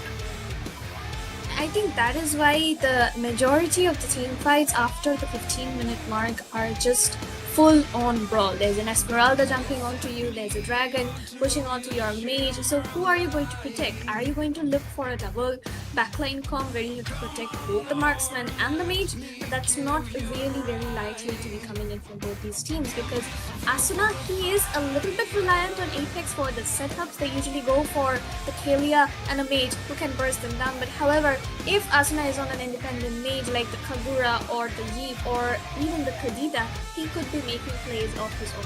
Same goes for the side of Yellowstone as well. Savage Warrior loves to play the Kimi, the Farsa, and all he needs to do is just position well behind Ricky and Lemonade, and they would be doing an amazing job for themselves. And while we're at it, Itami, I'd like to give a huge shout out to our amazing moderators in the chat as well as the audience watching us live right now. So make sure to like, share, and subscribe, because the higher views you get, the better the chances are for the land to be at Guwahati. That's just an insider tips and tricks. So make sure you spread the word, because we all want the location to be something we like and something you like. For that to happen, we would love your support. And while we are waiting for the teams to just show up, I believe that Yellowstone is a slightly bit delayed, but they'll be back soon. Yeah, as soon as we get the update, we will directly move on onto the draft as well. And as Sarah has already mentioned, the land location, it is still going to be confirmed, so we will be waiting for the official announcement. But if we do want it happen to Guwahati, and if we do want that majority of the viewers will be able to actually come up and able to attend the LAN physically, then most probably Guwahati would have been a better let's say Guwahati would have been a comfortable spot. But let's just not talk about it, because this is still the online phase, and we will be focusing on to the fact that which 4 teams will be qualifying for the LAN event, which is going to be held on to December. It is going to be onto the 3rd as well as onto the 4th week of December. So a lot of things are going to be onto the stake, and I actually would like to say the fact that India has been developing really a lot compared to last year onto the esports scene, especially onto MOBA 5v5, because compared to the previous tournaments, this is one of the biggest that is going on, and it has the biggest prize pool. So most of the teams, they will be trying to make a name for themselves as well as for their side. And who knows, like India, onto the near future, they will be getting the international opportunity that they actually been anticipating for all these years. So I would like to remind our viewers as well that you need to be sharing the stream as much as possible. Make aware of the fact that you actually love the game and you are here to make the community grow as well. So finally, we are here onto the drafting phase. Sarah, this time it looks like it will be Team Soul who will be having the first pick priority. So in your predictions, what could be the bans? I mean, they would definitely be banning out on something like Jukshin. The Crux, since it's a flying cloud map, could work out well. Maybe ban out the Yuzhong unless Anti wants to play it out himself. They could ban out the Kimi possibly as well, but we'll have to see. Right now, we can't really predict whatever is going to be happening because it's just the first few seconds and they seem to be taking their time, thinking this through, and it would work out for both the teams. At least in the first phase, no matter what they ban out. They just have to strategize it and time the bans in the correct order. And yeah, the first one is going to be a better project. Yeah, Gatot followed by CC. So CC being a flex and Gatot mostly going on onto the roam. These are the bans that has been prioritized from either of the sides. I think Apex as well, he doesn't want to actually prioritize or maybe forced out the pick to Gatot. So he is going for the safer side and just banning out the Gatot pitcher for their side would be a better option so that they are quite versatile with the picks as well. And the Alice, it's mostly the fighters as well as the roamers who have been getting mostly onto the priority list. Junglers, it is kind of rare unless that person is actually spamming the jungle as well as making a huge difference with the role. That is one of the reasons why jungle could have been quite much of a priority, but we have already discussed it out. It is a fighter meta, so it is mostly the sustains that are getting mostly onto the priority onto the ban list as well as onto the picks. Well said. And here Yellowstone, they have banned out on the Lancelot, like we were mentioning. Jay just kind of flexing his Lancelot onto the majority of the game so far. And so on the other hand, they've taken out the Karukacha as well as the Alice, possibly the Joshin or the Kimi next. Oh, it's going to be Lapu Lapu, my bad. They're just going to ban out on the EXP laners, not wanting to give Ricky his signature Lapu. There's still the Esmeralda though, and he could definitely go for it, but in that situation, Anti would go in for something like the Arlot or the Uranus like he has been playing in some of the games. Yellowstone though, they kind of need to ban out on the Hayabusa or the Kimi or the Kadita or the Kalia. They've got 4 options, or maybe even the Grok. Like those 4 to 5 heroes are something which Seoul likes to play consistently, and they do it consistently well. So we'll have to see how that one goes.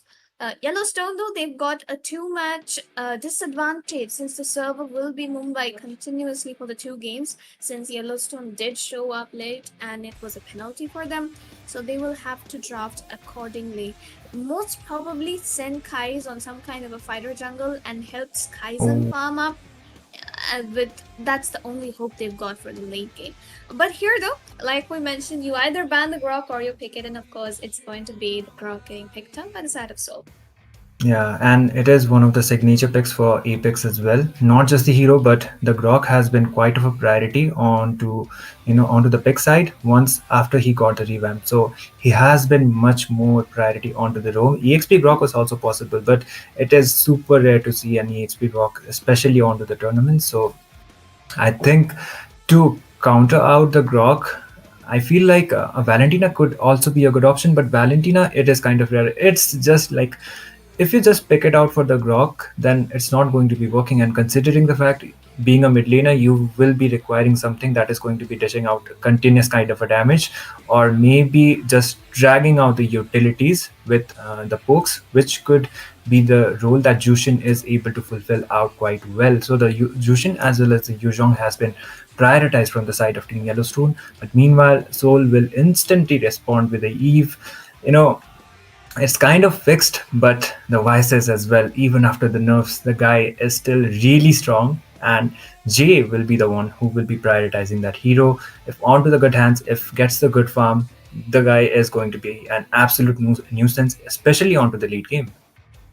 True. And he has got the front lining from the Grok, he's got the zone up from the Eve, plus he's got a ping advantage as compared to Kais. Kais would like to pick up the Hayabusa for himself. It does work out pretty well in this comp. Can mark down the Ascension, can mark down the Eve, and whatever gold lane Radium goes for, unless he of course goes into the Esmeralda.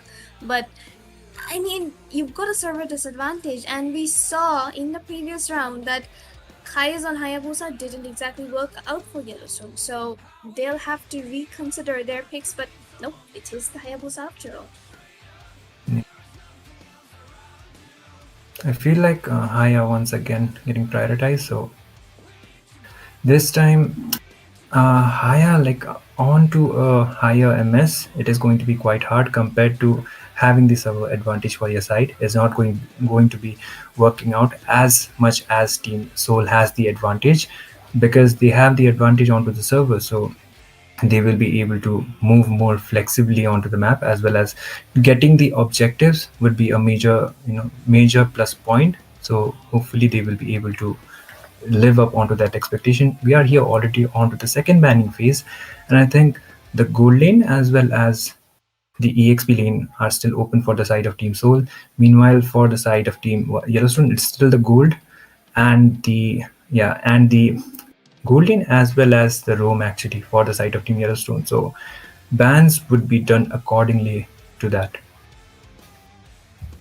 Yellowstone here, they can still lock in onto the Ruby for the, what was it? The gold lane. Yeah, the Ruby onto the gold lane. They've also got, they've got this Kaizen's Granger for the gold lane. So those are the two options he has right now and what he has been playing so far. While Lemonair, his Kalia is online, his chip is online, the Choddo has been taken out, the Khalid taken out as well. So, and the Kalia, of course, it gets taken down. So what exactly can Lemonair be playing here? He needs to frontline. It's a Hayabusa onto the jungle. You need another frontline along with the Black Dragon. So he definitely needs to lock in onto a pure tank. No supports are going to be working out. While onto the hands of Soul, they still need an EXP laner. Could lock in on the Alor. Oh, the Alor is going to work wonders against the Yuzhong. Definitely anti if he can play that out. Radium, meanwhile, could just experiment and go for a Uranus jungle once more. And if he's in the mood for something simple, he could just lock in one of his signature marksmen. That just works out for them. Yeah, Arlet actually against the Yuzhong, especially onto the early game, when once Yuzhong doesn't have the spells, not the spells actually, the build, if he doesn't have the defense, then it actually can work out really well against the Yuzhong. So it could be a matter of time that Radium as well can just go out for his signature marksman. Maybe even a Ranger could work, but this is not a dangerous class, but still a Hilda has been prioritized. So it is going to be quite skeptical onto that. But okay, a Ruby is coming up from Radium apparently, and Anti is still taking his time. Okay, Yeah. interesting enough. Is it a Uranus gold lane? It actually could be. I mean, they could swap it out, but then again, I think that after the loss to Sacred Shrine, they probably just kind of decided not to go for the Uranus on the gold lane. And Yeah. Anti will be playing it on the XP. But decent pick coming in from Skyzen there. The Xborg definitely works out against the Ruby and Uranus both. But the only issue would be the late game when Asuna has the Wishing Lantern and the Firaga armor gets bursted down in a few seconds. And that at that point of time, Kaizen will really have to manipulate through every single nook and cranny of the map to find his way into a team fight, because otherwise Soul is just gonna be bursting him down every single time and he's gonna be forced to recall, not being able to join the team fights, and Yellowstone might just lose out there. Yeah, and I think draft-wise, Soul does have the server advantage, but Yellowstone as well, they did out pretty well, and it will be coming up onto the execution, as well as how much objective will the Hayabusa be able to get once it comes to the turtles, as well as onto the lot fight. It is going to be mattering the most.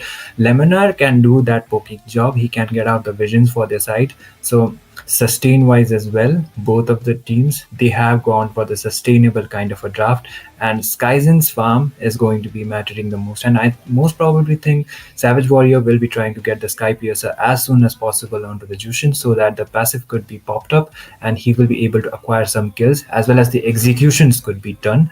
So draft wise, it does looks out pretty balanced, and execution wise, we will be finding out really soon onto the game number 1. For the match number 2, it is going to be a 2-1 bracket match between Team Soul and Yellowstone once again. So I actually would like to remind the viewers once again that the giveaway is still going around for the 5,000 diamonds, and here we are finally onto the land of dawn.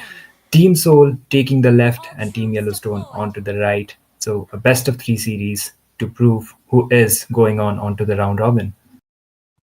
This is just the beginning of the excitement that we all have been waiting for, ladies and gentlemen. Soul on to the blue side, while Yellowstone would be on to the red. Both junglers going to be starting off on their blue buffs, the tanks opening up the space for their mid laners and the gold lanes, as well as the EXP for the first time, just gonna be rolling it out into this new meta. No more marksmen to be seen here and there, and it's just the marksman onto the mid and the jungle instead. So interesting picks and bans and a bit of a skirmish from Kai's onto Asuna there. He's gonna be backing off with the shadows. Yeah, and they're just focusing on to getting the level 4 mark as soon as possible before the turtle. So I think both of the teams, they will not be trying to over engage onto any team fights. And look at the priority emblems there. So YSS is definitely going out for the assassin emblem. He will try to be the hyper carry for the side of his team. And look at Skyzen as well. He got the tank emblem actually with the Festival of Blood. So the sustain will definitely be there. Lemonade onto a bad position, but still he will be able to just escape it out. And it looks like, a major team fight won't be coming up before the turtle. The fact that the Ruby as well as the Xbox are fighting it out so that Ruby can take down Xbox armor, Xbox trying to take down Ruby's HP, while onto the EXP, both of the junglers are looking for a possible engage. Jay though just trying to secure the small creeps a bit to get that EXP advantage. Though, however, Mountain Shocker here gonna be coming in on the Ricky, and he just gets bursted out by 4 people, and the Mountain Shocker on to go Kai's this time. That disadvantage giving SHUL that amazing lead on the early game. Lemon as well forced to flicker out right under his tier 1 under the 3-minute mark though. That is definitely convincing for the side of SHUL. Yeah, 2 for none as well as the turtle. So, a big opening right before the turtle had to be contested for the side of Team Yellowstone. So, it is giving Team Soul the advantage that they need already. A good head start already for the side of Team Soul, and I think they will be trying to gank up onto Skyzen by far, but still he is aware of the fact that the backup is coming around for Radium onto the side, and God guys, he will be trying to focus more onto the farm. Team Yellowstone should be finding out the openings as soon as possible, or else the lead is just going to be extending it out. Look at the EXP battle just going around, Anti versus Ricky, and there would have been the petrify, then maybe the kill would have been done, but off cam Radium gets a kill onto Lemonade. Very good work coming in from Radium there. And the backup, of course, the backup from Apex and Asuna did matter a lot. So, it was just a, what was it called? A planned gank onto the goal lane. And now that's going to be into the EXP. Ricky is a bit of a pinch here. He needs to back off as much as possible. Lemonade trying to mark down Asuna, but he's smart enough to back off with the movement buff from his first kill. He's gonna poke them and come back. That's Asuna for you. While Yellowstone, they need to figure out a way to reach down Asuna as well as Jay if they want to take any team fights for themselves. But here we go. Another Mountain Shower comes in. Easy early kills for Yes and Shen here. Things would not look good for the side of Yellowstone, giving away a 2.5k goal lead under the 5-minute mark. That is something huge. Exactly, and it's only 4 minutes onto the mark, so the goal lead is more extending for the side of Team SATUL, and looks like the turtle will also be prioritized from Jay as soon as possible. He might be trying to go out for another kill onto Lemonade. He uses the flicker just to escape. Oh, come on. Almost thought that. Oh God. These EXP laners. Flicker for flicker. Oh, it's the Petrify. Petrify for flicker. But Anti though. Pochado kill. And the shurikens. Enough for Kai to finally secure a kill. But another mounted chopper on the top side. Firaga armor gets bursted out. Lasting Insanity comes in at the right moment. But is he gonna make it out alive? Tectonic charge as well as the armor set from Ruby. Radiant trying to look for some damage. He doesn't have the damage right now, but Apex would be enough to secure the kill. The Radiant gonna. Oh my goodness! The spell vamp from the Ruby. Insane. While Asuna secures a kill onto Hayabusa onto the bottom lane. Mage jump. Mage killing his jungler. Amazing work. That's Asuna, ladies and gentlemen. Yep. And for onto the top, the skirmish was still there, but it will be a 3-for-1 trade for the side of team. Once again, team SATUL having the advantage. And look at the itemization, they already prioritize the dominance ice for the side of team SATUL, so it is understandable because it is the Yuzhong as well as the Xborg. So sustain wise, it will be helping them out a lot. And onto the fact that the Ruby will be requiring the Fury Hammer as well in order to dish out some decent amount of damage to take down Skies, and uses the last insanity just to go back. And that will be him just recalling it out, maybe to just go back onto the base. But okay, the team fight might be coming up. Yep, Tectonic Charge plus Mount of Chakra combo comes in into clutch. Lemonade caught out a bit into that range. Real world manipulation going to be enough to knock him Lemonade. down, but he runs away alive. Finally, the Hilda surviving. Skyzen meanwhile trying to defend his tier 1 onto the top side, while Team Soul just locking down the mid tier 1, the most important turret of the game. Gonna be giving them a lot of map advantage now. Yeah, and they might be trying to look a fight. Oh, the Crimson Beacon was used out by Savage Warrior in order to just escape out the walls of the Grok. Yuzhong uses a Black Dragon Claw. Maybe a team fight might be coming up, but engaging for the side of Team Yellowstone might be quite impossible for the fact they don't have the lead and they don't have the itemization for their side. Team Soul might be trying to prioritize onto the objective. Jay gets the solo kill onto Kai's. Lemonade, Flicker, ultimate. Oh my goodness, Lemonade. He wanted that revenge for Kai so bad. He's gonna sacrifice his own life to 4 other people trying to take down Jay. And I guess, fair in a way, you can give away a tank. Oh no. Oh no. Oh my goodness, Asuna so smart with the real manipulation, and the Tectonic Charge on the mid side will definitely find a kill onto Ricky. Savage Warrior also getting knocked up every single second. Like, he just can't use the Lantern Flare for more than 2 seconds at a stretch. That goes to say how much of crowd control is coming in from the side of SATUL. Again, the arm upset bursts down the Faraga armor. Just complete domination right now.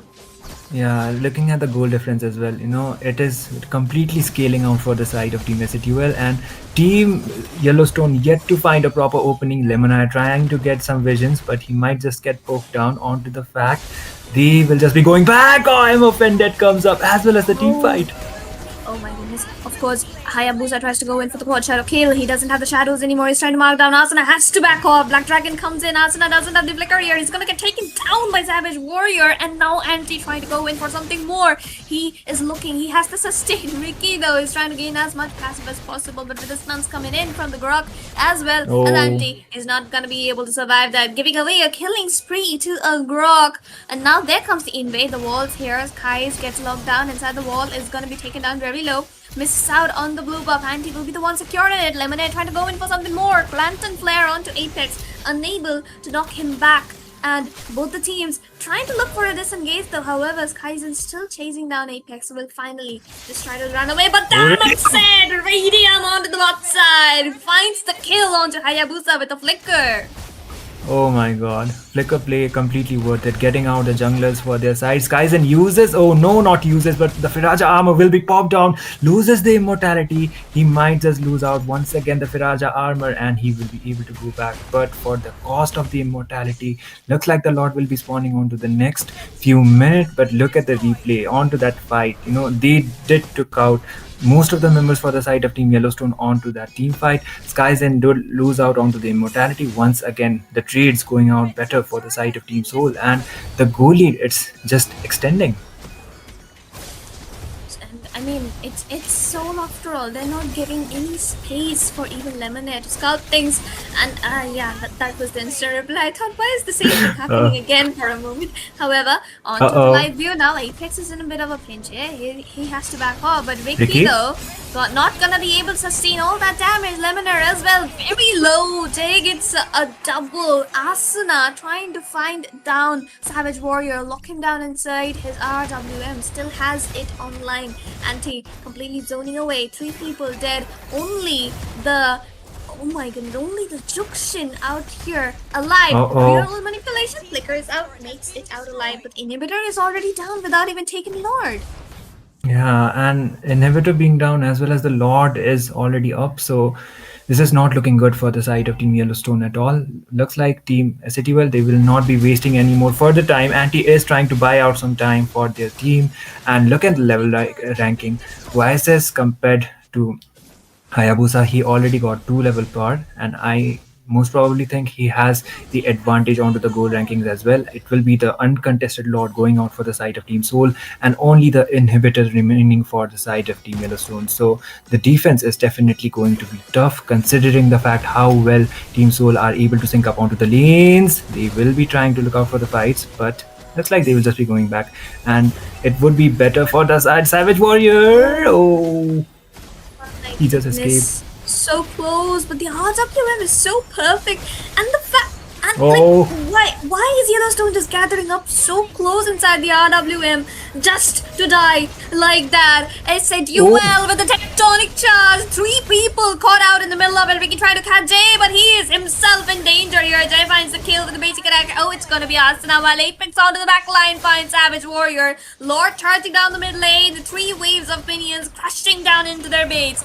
4 men down. SATUL are gonna take the win here. The base is theirs. The victory is theirs. That's a 1-0 coming in from the hands of SATUL Esports into the first game of the best of 3. Absolutely dominating performance, and it will be Team Soul getting the first game, and they are just, they just didn't just win out the game, they just made out the statement as well that even if they are onto the 2-1 brackets, they are still a strong contender. And to the fact that Team Yellowstone as well, they were onto the 2 consecutive wins, and they conceded a loss against RNTX. So here they are onto the brackets, but Soul with an absolutely dominating performance. It is giving out the deja vu of the previous tournament that happened, and the MVP is going to be none other than Apex onto his signature grog. So it was kind of expected, considering the fact he only did fell down once, and the tectonic charge as well as the walls were up to the point, making sure none of the enemies as well as for the side of Team Yellowstone would have been able to escape.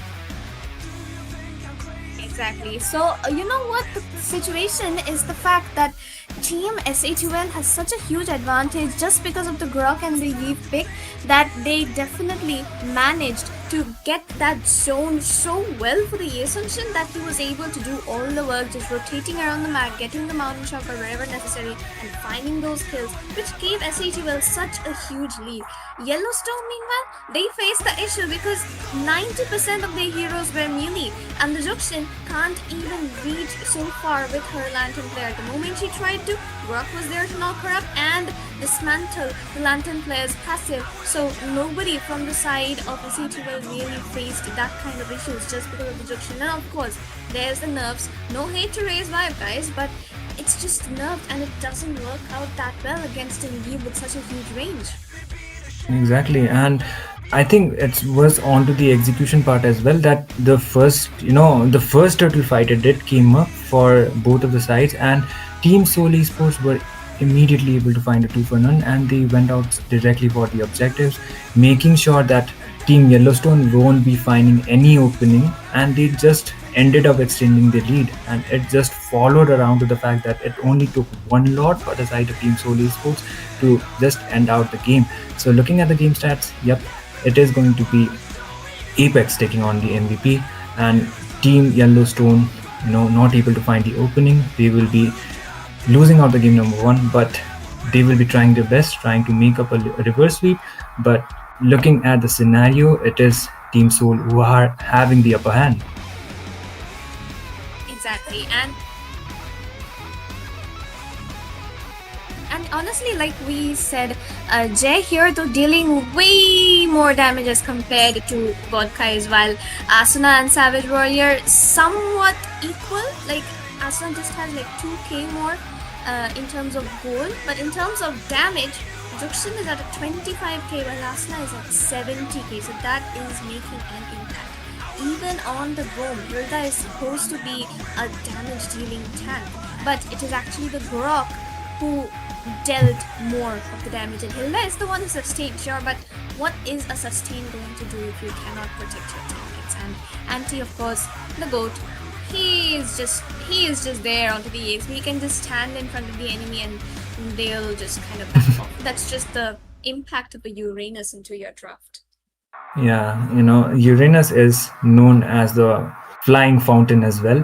So he is known for the healings as well as the sustain he does onto the team fights. So anti being anti, he will be the most sustained person sustaining. But the sandbag is going to be Lemonade onto this game. The carry is going to be Asuna onto the Eve, and of course Jay had a lot of farm advantage because of the kills, early game kills, as well as the farm he was able to match up with.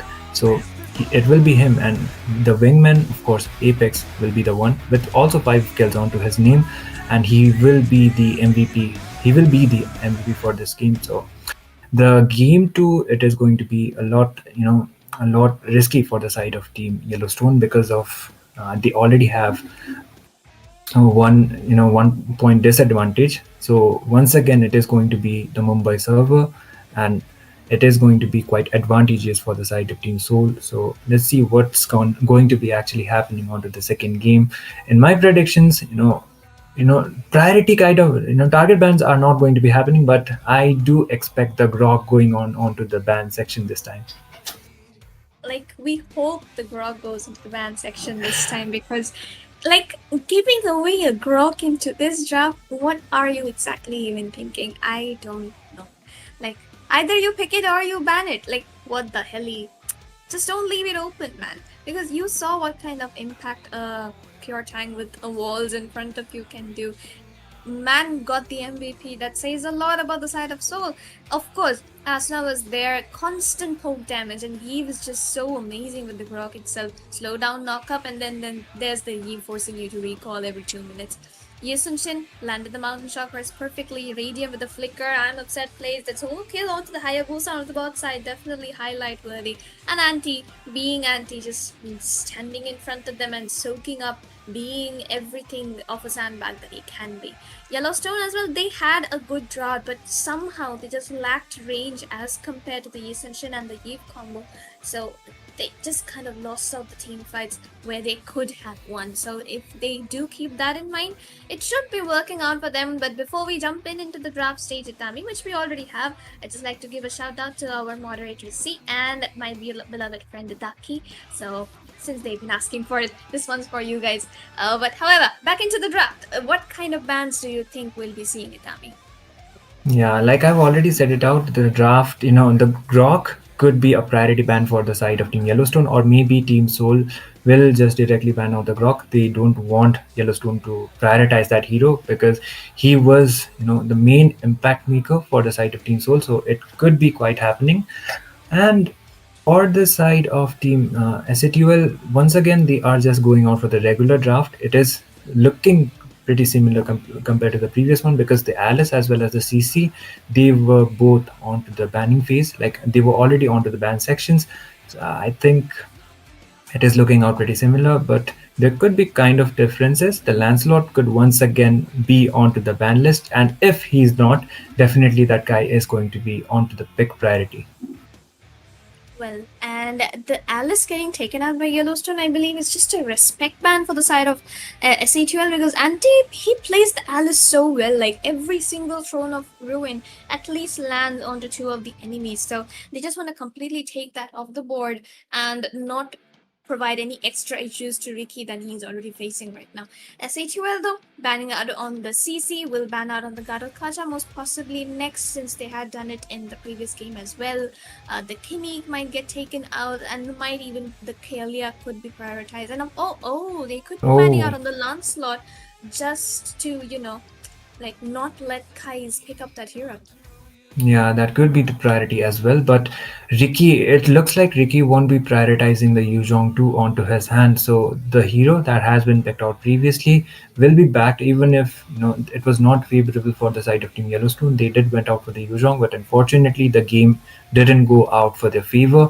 So it looks like the Yuzhong as well as the Lapo could also be mostly onto the ban priority list, and if he's not, then they will be trying to prioritize him onto the gold or maybe onto the EXP lane because he is a flex pick. We are seeing the Lapu gold as well, and mostly it is team Sacred Sign who are prioritizing the Lapu onto the gold. It could be quite possible, but yeah, I was expecting the Grok to get banned, and this game we won't be seeing the guy making those walls and making those difference plays, but instead it is going to be something else for Apex onto his hands.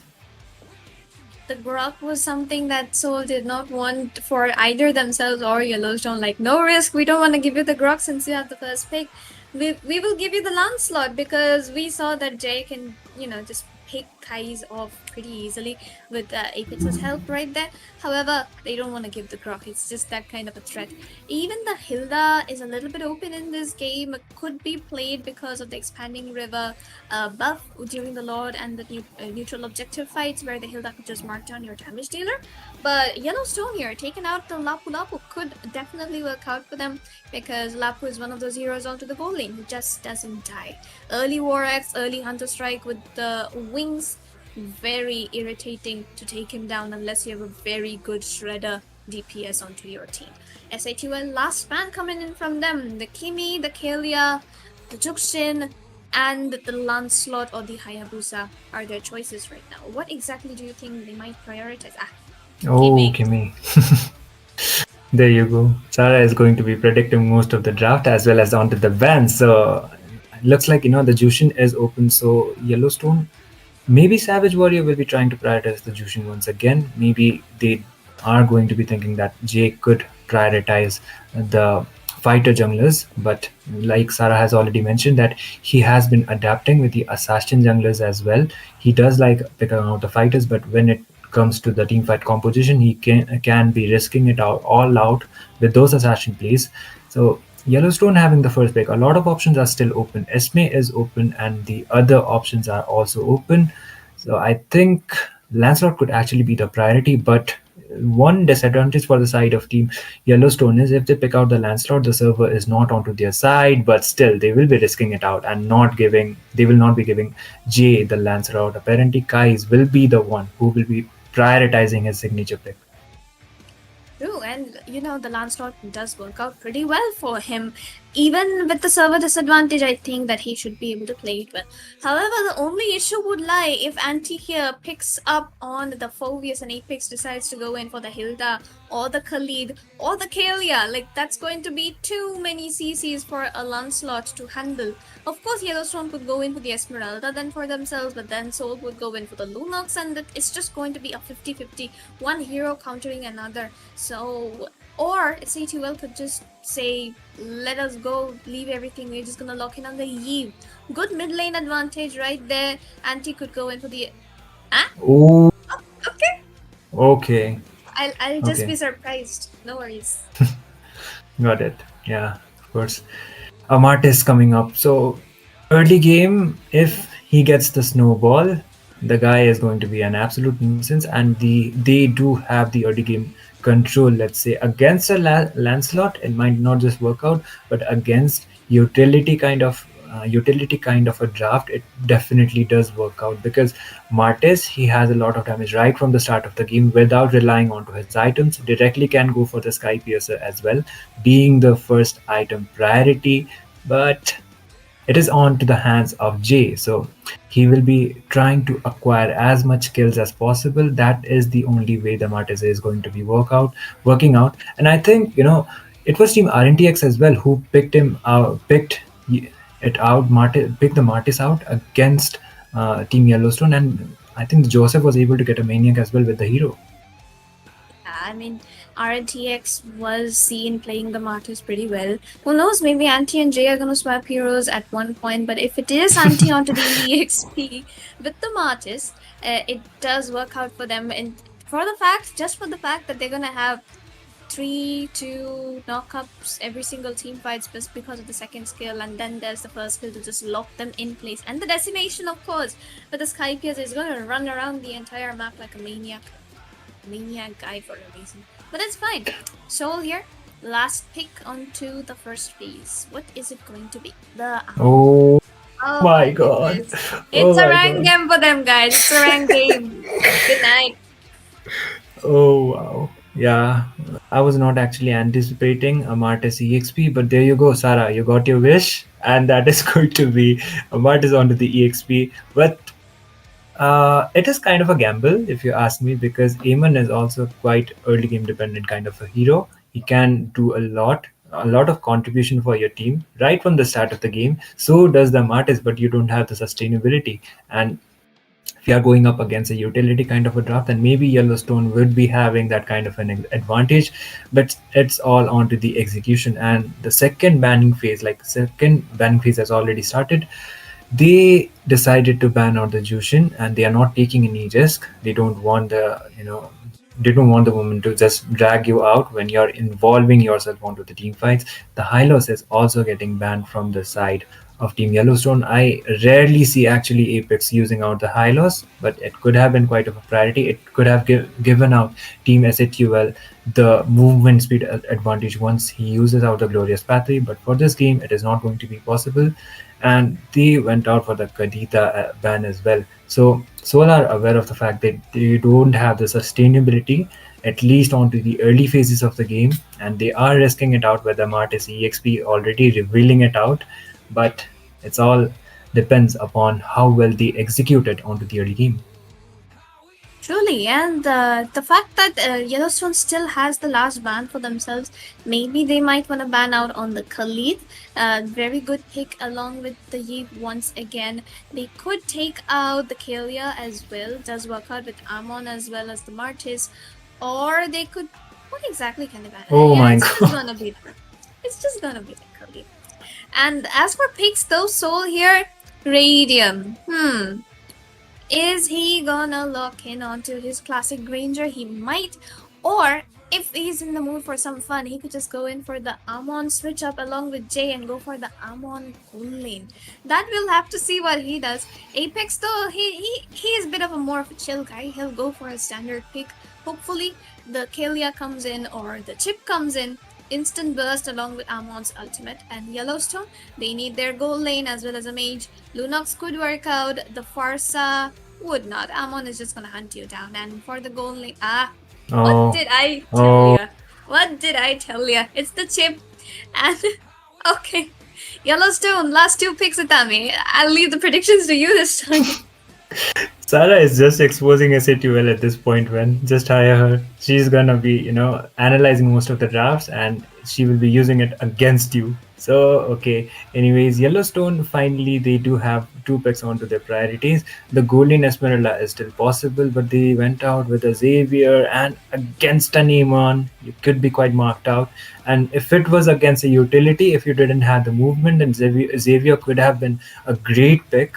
But against an Neiman, there is a high possibility you just get marked out, and you need to time out the flicker perfectly on time in order to move out from the ultimate. So it is going to be quite dicey, but looks like it is an Esmeralda gold lane, not the gold lane. Actually, it could be onto the EXP lane, but Kaizen will be locking on the Ruby, and SAT will be having the final pick. But the question is, will Radium go out with a marksman, or will he try to prioritize a fighter onto the goal lane? That is going to be the main question here. But SATUL, with an orthodox kind of a draft, finally went out with an Xbox. Okay, it's not going to be a marksman, but let's just say I think it is an EXP Martis. So yeah, we'll see Yeah. onto this match. Yeah, we'll see. Like, like the moment the Ruby was picked up, I was just looking at the screen Yeah. and thinking, Radium, Xbox Gold, And the moment you picked it up, I was like,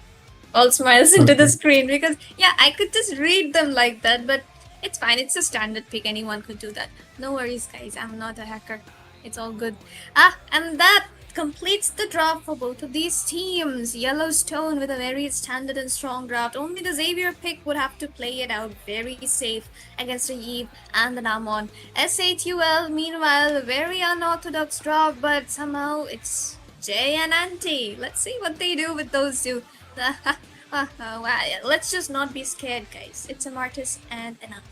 It's fine. Yeah, and Martis will not be having that much of a sustain onto the EXP lane compared to the other heroes that could have been the priority. Something we don't see quite often. The Martis is getting prioritized onto the EXP lane, so the sustain is definitely not there. But it kind of evened out with the Xbox pick, and against a Ruby, it works out really wonders. Savage Warrior has the Xavier for his side, but Xavier, it is high kind of a chance that he could be marked out by the Amon quite often. So positioning is going to be mattering quite much for the side of Team Yellowstone onto this game. This is going to be a do or die for them. But meanwhile, Team Soul, they are on already onto a match point. So if they are able to win this one, they will be making their way onto the round robin. And if Yellowstone just concedes the loss, then they will be moving on to the 2-2 brackets. It will still not be over for them, but they would actually try to at least get 1 or 2 games onto the series going up against the likes of Team Soul. But here we are already onto the loading screen. I actually would not ask Sarah to which draft do you like it better. It is all going to be depending upon how well they utilize onto the early game, as well as Apex, how well he uses those teleportation plays. Yeah, and like, the fact that you decided to skip asking me about the draft is actually good, because from a very standard, unbiased, completely like very traditional point of view, Yellowstone wins the draft 100%. Yeah. Only the mid lane disadvantage of it because of the range, but other than that, Yellowstone wins it out hard. But SHUL, being known for the the hero picks that they have right now, I think those people are just gonna be, just getting the kills everywhere. Like, there's nothing you can say about them, no matter how good the enemy draft is. And while we discuss that, ladies and gentlemen, welcome to the Land of Dawn once more.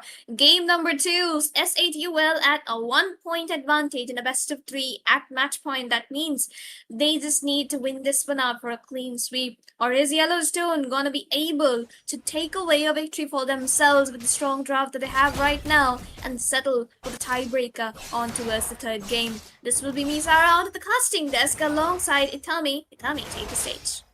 Yep, and for now it's just the basic rotations, as well as Lemonar is already quite low onto the HP. Apex is already trying to invade it out. Was trying to get out the blue, but he will be able to get enough vision that will be making him go onto the level 4 mark as soon as possible. And looking at the priority emblems, of course, interesting enough, he has the marksman. Apex has the weakness finder. What was it called? It is the weakness finder, right? It is still the tank emblem, but the weakness finder will be prioritized from the chip. Something I don't see quite often. It is kind of experimental, but it is Apex after all. So he wouldn't have mistaken it out, and looks like the priorities will be done, and it could just be a plan as well. Asuna, look at the pokings he's doing, even after the round. So aggressive, so confident. Truly, and the fact that Apex has the weakness finder makes it so very useful into the team fights, because after landing his first kill, whoever is in the range, whether it be 1 or 5 of the members of Yellowstone, they are going to get stunned as well as slowed down because of the weakness finder. It counts every single basic attack. So that's a smart move right there, and it would be working out for them pretty well if they get the setup in that way. But God Kites though, good position here. Both anti-Asuna are coming in from the same way. Apex doesn't spot Kais, but Kais has to flicker out. No Thundros for him, neither the puncture. He needs to back off. Should be a free and easy lord, but the Dawning Light comes in and we're gonna be taking them low. Oh, there we go. So Revo comes in from Amon, but Anti with the decimation onto Lemonade, finding the kill instantly. Looking for one more. Kais goes down. Asuna to the back line, a bit of a danger here. Needs to back off, but no, Ricky gets the first blood onto Asuna right there with his basic attack. But Anti with the triple, looking for the fourth. But Sky is in, and Savage Warrior are gonna go back to the safety of the tier 1 onto the mid lane. 1 for 3, it was a triple for the Martes as well as the turtle for the side of Team Soul. So it is kind of giving the, deja vu from the previous match. It was a 2 for none, but Team Soul once again having the advantage, and Martes, like he was supposed to do, have the early game advantage. Oh, there's a teleportation out to Ricky. He goes down. It will be a mega decimation being used out. Lemonade getting chased out, but he will be able to escape it out somehow. Once again, the trade for the side of Team SHUL. Very aggressive and very demure gameplay coming in from the side of SHUL, as they like to say, Gen Z. But however, but Yellowstone here, they are losing momentum so early. It's almost surprising. Like, they have been doing so well, but somehow now they're just so out of form, unfortunately. Or is it just SHUL who's better? We never know. call them better and they tell you names. However, Yellowstone really needs to find a way to take either Amon down or take Radium down if they want to burst down the Firagam and win any team fight. But it's like no matter who you take down, there's other four coming in for the backup and they can still win the team fight with one man down. Yeah, exactly. And Radium is getting quite poked down, uses the Dawning Light from the hands of Savage Warrior, but he will be able to just escape it out. Loses the Firaja armor, but still he won't be losing out his life. Apex is there trying to provide out some visions. He might be using the teleportation as well. Real manipulation comes into play too. Lemonade gonna dodge the ultimate at the 1 bit of HP he has, but Kai's in here. Very low. Oh my goodness, the Phantom Execution comes in, but Kai's is not gonna find everyone. He doesn't have the skills onto him this time. And Ricky being the one caught out once more into 5 people, and team misses out on the first kill because of Immobilize coming in from the Xavier. And SHUL, it just been perfect reflexes coming in from Asuna with the flicker. Otherwise, he would have been caught in that starfall pretty easily. Yeah, and they were able to do the zoning as well as able to get the second turtle for the fact. So the early game, like expected, is going well for the side of Team Soul, and Yellowstone yet to find out a proper opening. They are trying to play out the poking games. Lemonade once again low. Oh! They're trying to look for more. Those guys and finds Jay in the middle of it with arm upset. Phantom Execution, but no, guys will get taken down by the real world manipulation. Radium in a bit of danger here as well, still trying to look for the Spellvamp. And of course, it's Anti with the decimation, finds the kill, finds the double onto Ricky. He has the amazing ability to just go where he wants with the teleport and just get a kill and come back to where he was. Yeah, and looking at the instant replay, they, Lemonade did try to invade out, not actually was trying to save out the buff for Kai's, but the skirmish that went out for the side of Team Yellowstone as well, but it favored out for the side of Team Soul, and the teleportation most importantly, it was perfectly on time, making sure that the Martes is just going to be extending onto his skills, and he was able to get the double as well as just go back onto his lanes. So the opening as well as the trade better still for the side of Team SHUL. I'm offended being used out, but Radium will be able to sustain it out. Still loses the Firaja armor, but it will be popped down onto a matter of minutes.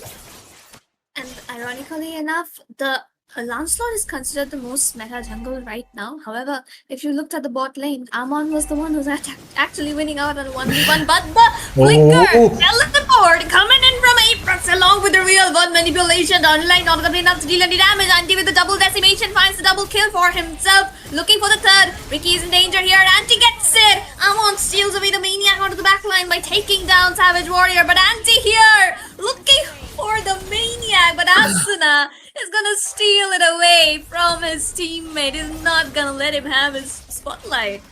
Yeah, and it will be a complete wipeout. Just losing out Apex for the initiation, but getting a complete wipe for the side of Team Yellowstone. Still a good trade for the side of Team SHUL, and they will be trying to prioritize more onto the objectives.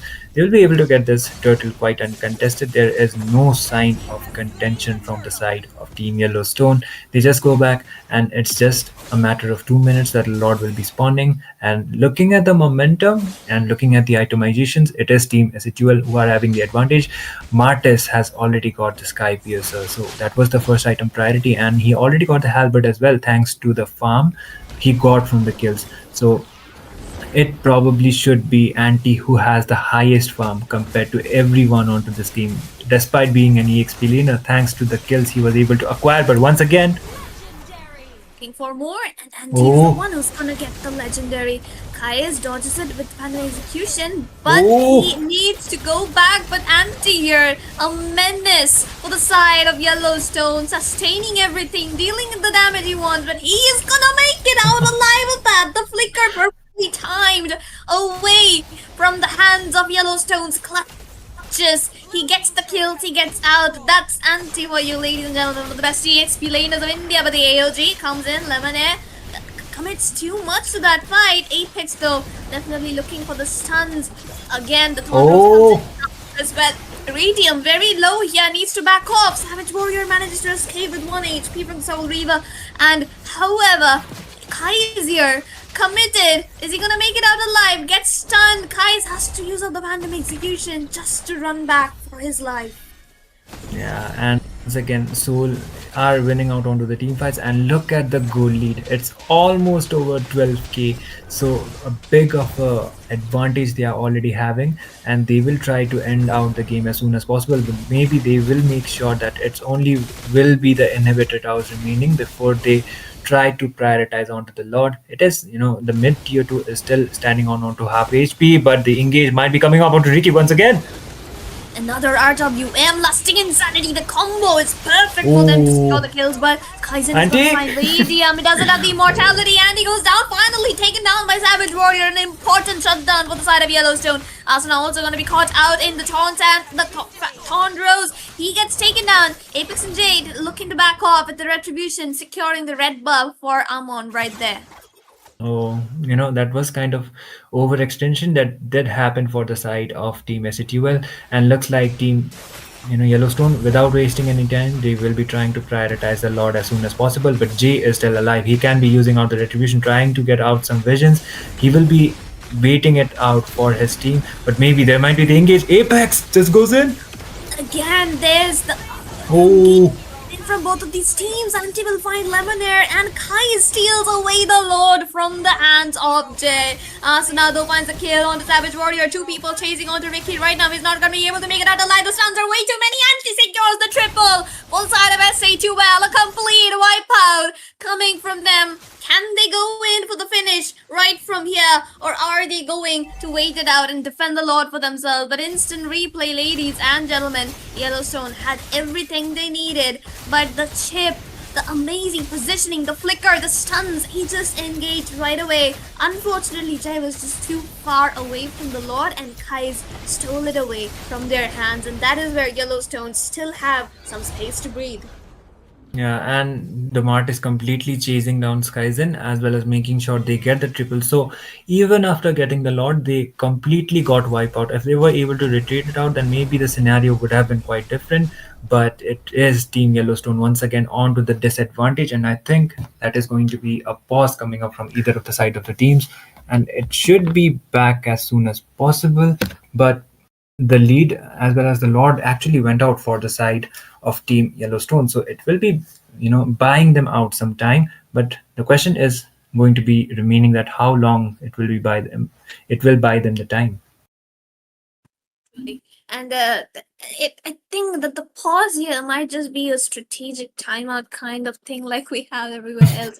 Like, what are we gonna do? Do we really lose it like this, or do we fight with the Lord? Try and defend as long as possible till the Xavier has the lantern, has the lightning, has the divine blade, whatever items he needs to try and deal some damage to whatever abomination that SATUL is right now. However, soul being soul, they'll just try to end it with brute force. They're gonna get the chip in, and he's gonna come in with his decimation, just getting the kills left and right. And once Eve has the real manipulation into play, the lasting insanity is just gonna burst them all off. So it's a very dire situation for the side of Yellowstone right now, and unless a miracle happens, I don't think anyone's saving them today.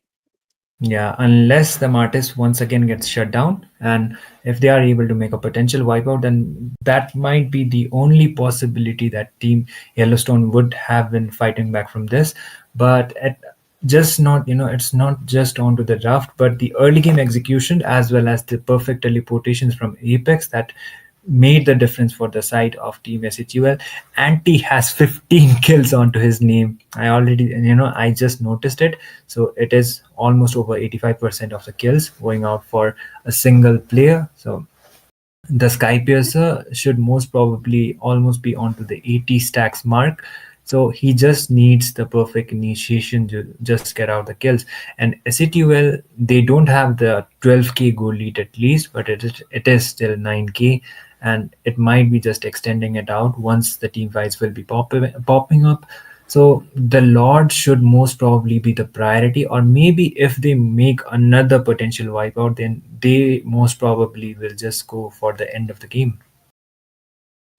Yep, and Yellowstone really here does not have the space they need. Like, they've got Gatot, but the moment Gatot tries to land his AOG, SAGO are just gonna back off. They've got such mobile heroes, and there we go. We're back into the game. The Lord gonna be spawning up in another 9 seconds from the base of Yellowstone. So SAGO technically still has enough time to try and defend it. But Radium though gets an early lasting insanity, and nobody from the side of Yellowstone gonna commit to him. Yeah, and I think SG2L as well, they will not be overextending onto any team fights this time because they did lose out two of their members onto the bot. That did make sure that Yellowstone would be contesting for the first Lord. And, because of that, they did lose out onto the Lord scene. So avoiding onto any team fights would have been a better option. Leminar is trying to get out some visions onto there, but Apex will just not use his ultimate yet. Maybe he will bait himself out and use the teleportation play onto that.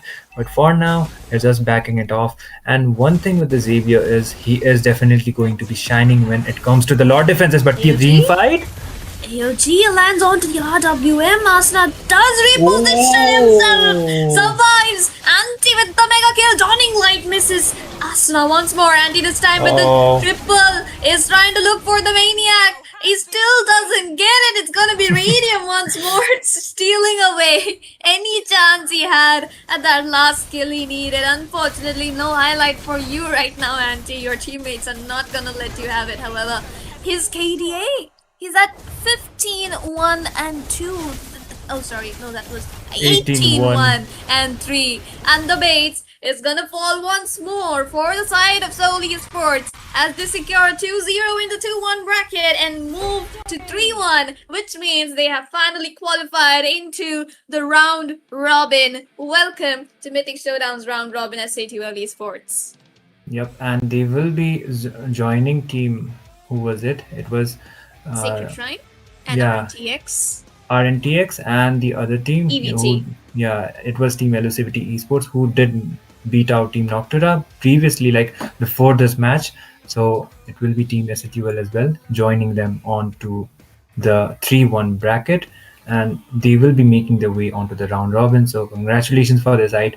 But meanwhile, Team Yellowstone, they will be falling off onto the 2-2 brackets, which means it is still not over for their side, but they will be joining the other teams. And the road to round robin is going to be quite tougher than usual, but of course the MVP is going to be Anti with the Martis, almost getting the Maniac, but still it is going to be him with 18 kills onto his name. Most probably this should be one of the highest kills onto the Mythic Showdown with a single player, not being a jungler or a gold laner.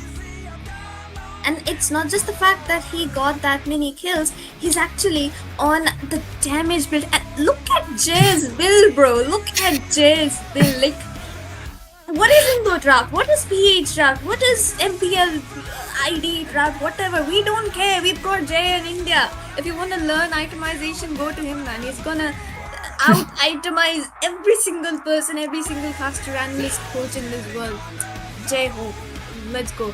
However, jokes aside, huge props to Seoul Esports for actually pulling them out, but somehow it feels that Yellowstone's performance just fell off so badly somehow. But they had been doing so well until just the previous tournament, and then things haven't been looking so good for them.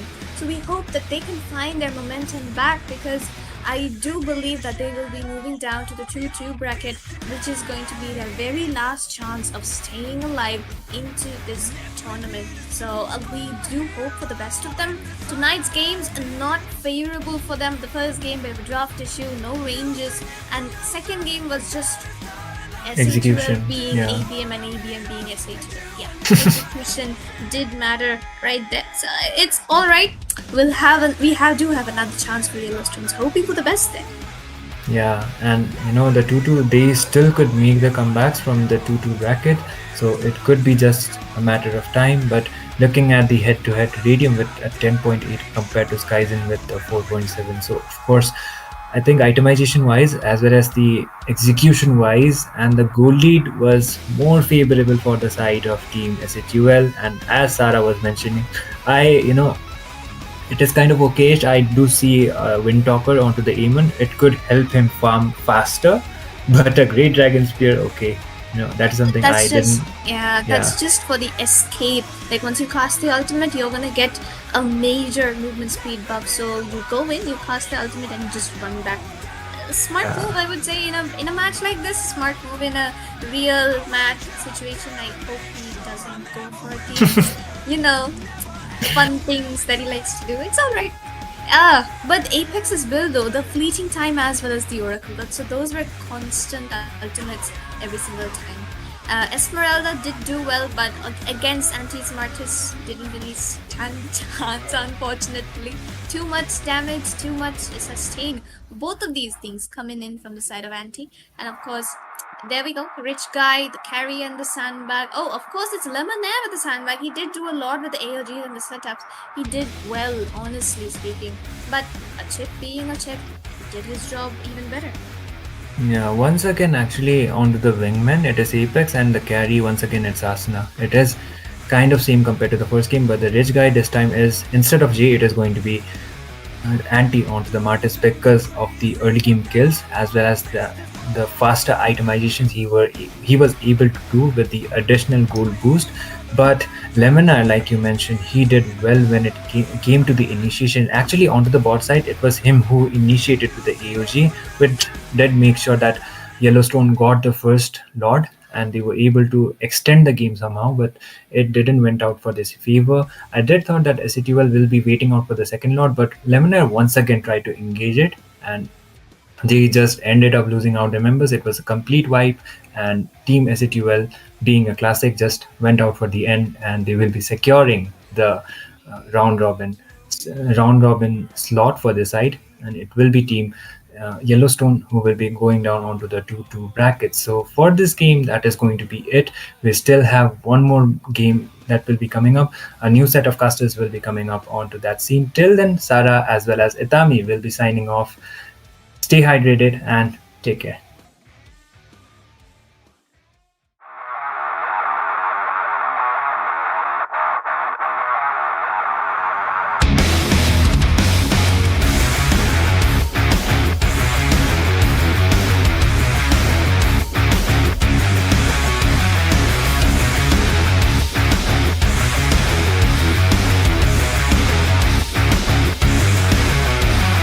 Do you think I'm crazy? I've got no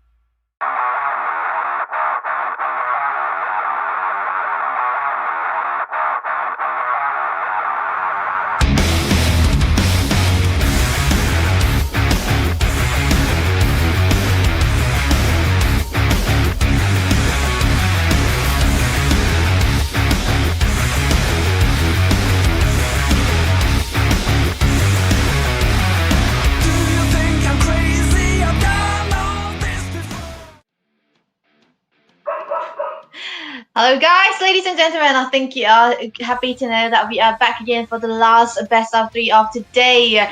This is CRQ, who will be going against Armageddon into this another best of three series under the costume deck. It's gonna be me, Debbie, alongside me. It's gonna be, yeah, Wyans and AKA Blade Armor, by the way. But hey, this is gonna be one of an interesting events so far because this is gonna be saying who's gonna be coming into the round robin. They are gonna be the third for today teams that will be able to enter into the round robin where Sacred Shrine and RNTX are there waiting. So yeah, let's see how they'll be able to perform because Armageddon and CRQ, they are still out there for a long while. So I also know that Wands will know something about Armageddon. So what do you wanna say about them?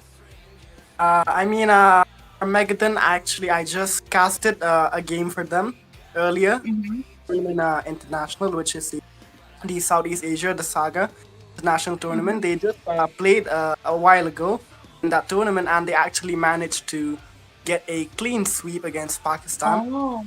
So they've already been playing. Now they're gonna face off against Crux Requiem. So this is going to be a bit of a challenge for Armageddon as well, because they are quite exhausted. But at the same time, it's going to be so thrilling for them to be playing against such a strong team. And yeah, Crux Requiem, as we know, and they are no joke. They are such a strong team. Yeah, Armageddon, they're pretty solid, and yeah, they will definitely put out their best against them and give it their all. Honestly speaking, Armageddon has been around for a long while, and they have only one change-up into the lineup, and that has to be the mid laner Rio to out Swain in, and that's the only change-up that they have been doing. So CRQ is a fairly new lineup that we are talking about, 27th, still out there here. But hey, the others are actually changing quite a lot. But they have a young players onto the sides, mainly onto the jungle and the gold laner, and then we also have the mid laner, their new addition too, and of course one of the veterans, it's gonna be Doom as well. So that is definitely gonna be something that we want to focus on, because I feel like Armageddon might be eventually able to have that perfect synergy going on for them because of the connections that they already have with each other. But CRQ, man, they are getting stronger and stronger, because since the start of the Swiss stage, we have seen them going up and down into their performance. But then again, they suddenly rose up to the top, always practicing, always screaming for good teams, and then utilizing their potential too. So we are going to be expecting a very good showdown here, given the fact that this is Mythic Showdown, by the way. Indeed, quite the irony there. But yeah, talking about Crux, man, Crux is a very strong team, and it is it does put Armageddon in a tight spot as well, because there is gonna be a little bit of an intent between them among the players as well. So they really have to keep their cool and play with a lot of disciplines and be poised throughout the game. But nonetheless, though, Debbie, it seems like we are ready to head into the first game. I feel like this is a best of three series, isn't it? Yep, it is a best of three series. You are very right, and this is gonna be deciding who's gonna be going into the round robin. So, like I already mentioned before, this is gonna be Bengal server, Flying Cloud, CRQ onto the first pick, Armageddon into the second pick. Look at the bands so far coming through from the side of CRQ. We have the boss and the Kalea taken away. I'm pretty sure Femi doesn't really love playing the Kalea that much in comparison to the Basha, so the Basha is definitely gonna be a room ban, by the way, for Armageddon, because CRQ, they did their job. But then again, there's one fact about CRQ that I want to mention, is that Lomsanga, their jungler, loves playing the Assassin's rather than the utility. So what is better option to ban than to ban out the Assassin, and what is the best Assassin to ban away? It's Lancelot. Yep. Indeed. Talking about Armageddon, right? They really love the Assassin. Whenever I see their ban, they are always banning out assassins such as the Slot and the Hayabusa. And if they don't have the first pick, they always ban the CC. But if they have the first pick, they always go for the priority pick, which is the CC. And Paulina, he loves playing the CC. He's so comfortable with that hero. He's comfortable with a lot of heroes as well. But and looking at the ban of Crux Requiem, we can see that the ban is being followed up by the Gatot ban. So that is a solid ban as well, because Gatot, one of those meta tanks in the current meta. performing quite well, and Yeah. exceptionally one of the most high-picked tanks as well.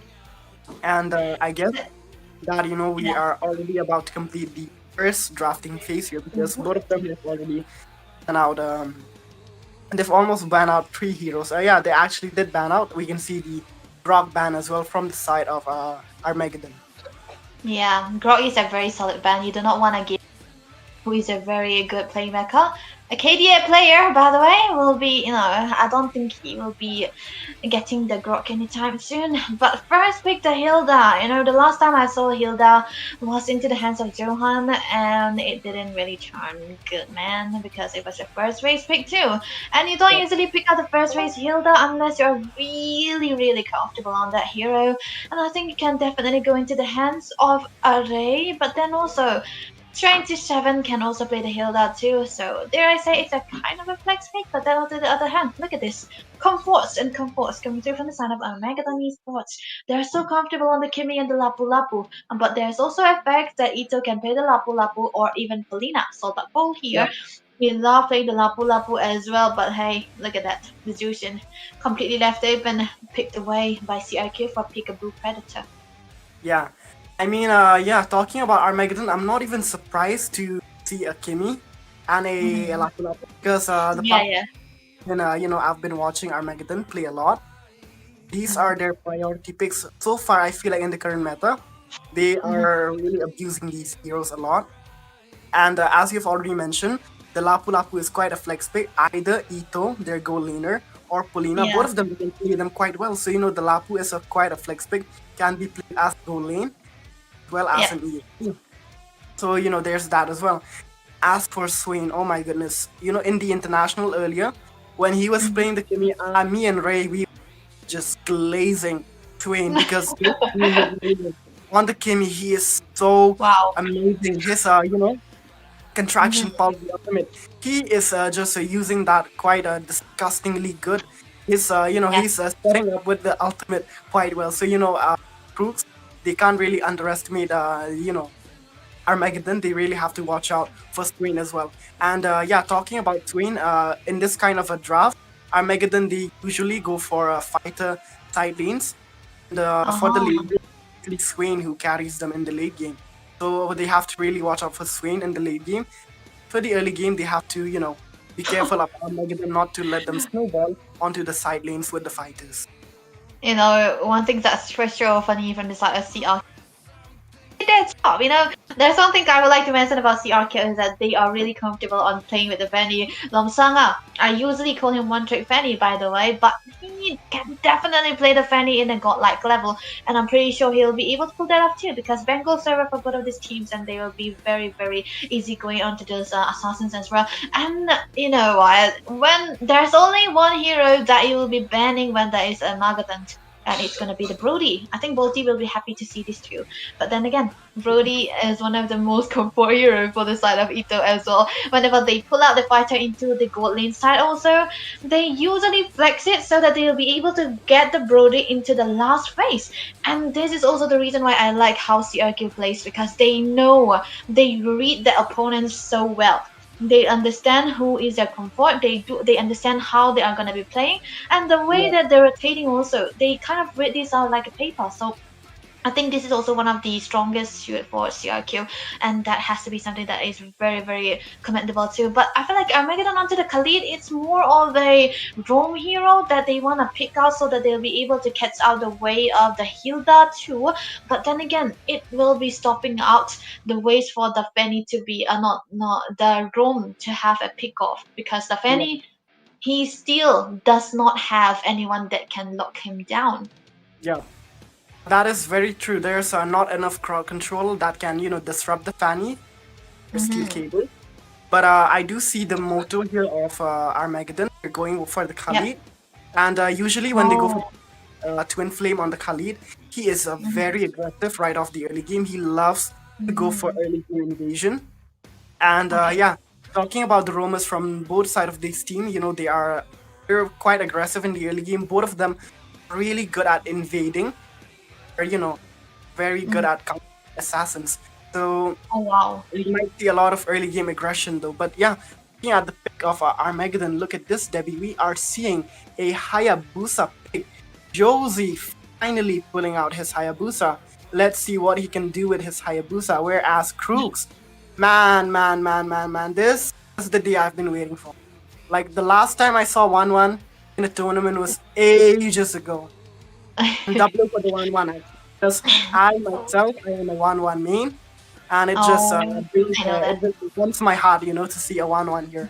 So yeah, I feel Oh like yes. the 1-1 as well is a pretty solid pick here. Not I'm not saying it because 1-1 Glazer, but just because he is quite a mobile marksman. He can be very slippery in scenarios as well.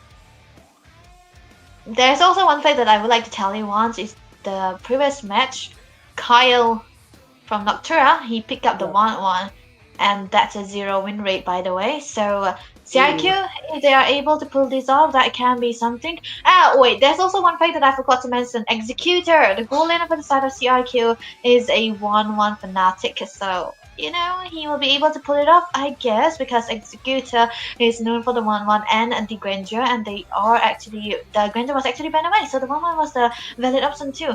And the kill pressure coming through from the side of CRQ is too much, because we already see the edits onto the hands of 27, Mr. Hoon, and then the Fanny as well. That is going to be the early game that we are talking about as onto the Jushin too. But no marksman for the side of Armageddon into the side. It is going to be the Lapu Lapu into the hands of Mr. Ito. I don't think if he is really comfortable on that, because he's more of the damage dealer kind of player. So the early phases will be all into the hands of this Twin Flame and Mr. Josie. By the way, if they aren't able to pull this off, Lomsanga will be able to have the good early game. Yep, indeed, that is very true. Eddie. But yeah, right off the game, here we go, and we are seeing a very early game pause. But I feel like that was possibly a misclick. But nonetheless, though, welcome, ladies and gentlemen. This is Mythic Showdown. This is gonna be Crux Requiem versus Armageddon. This is the first game. We are heading straight into the Land of Dawn.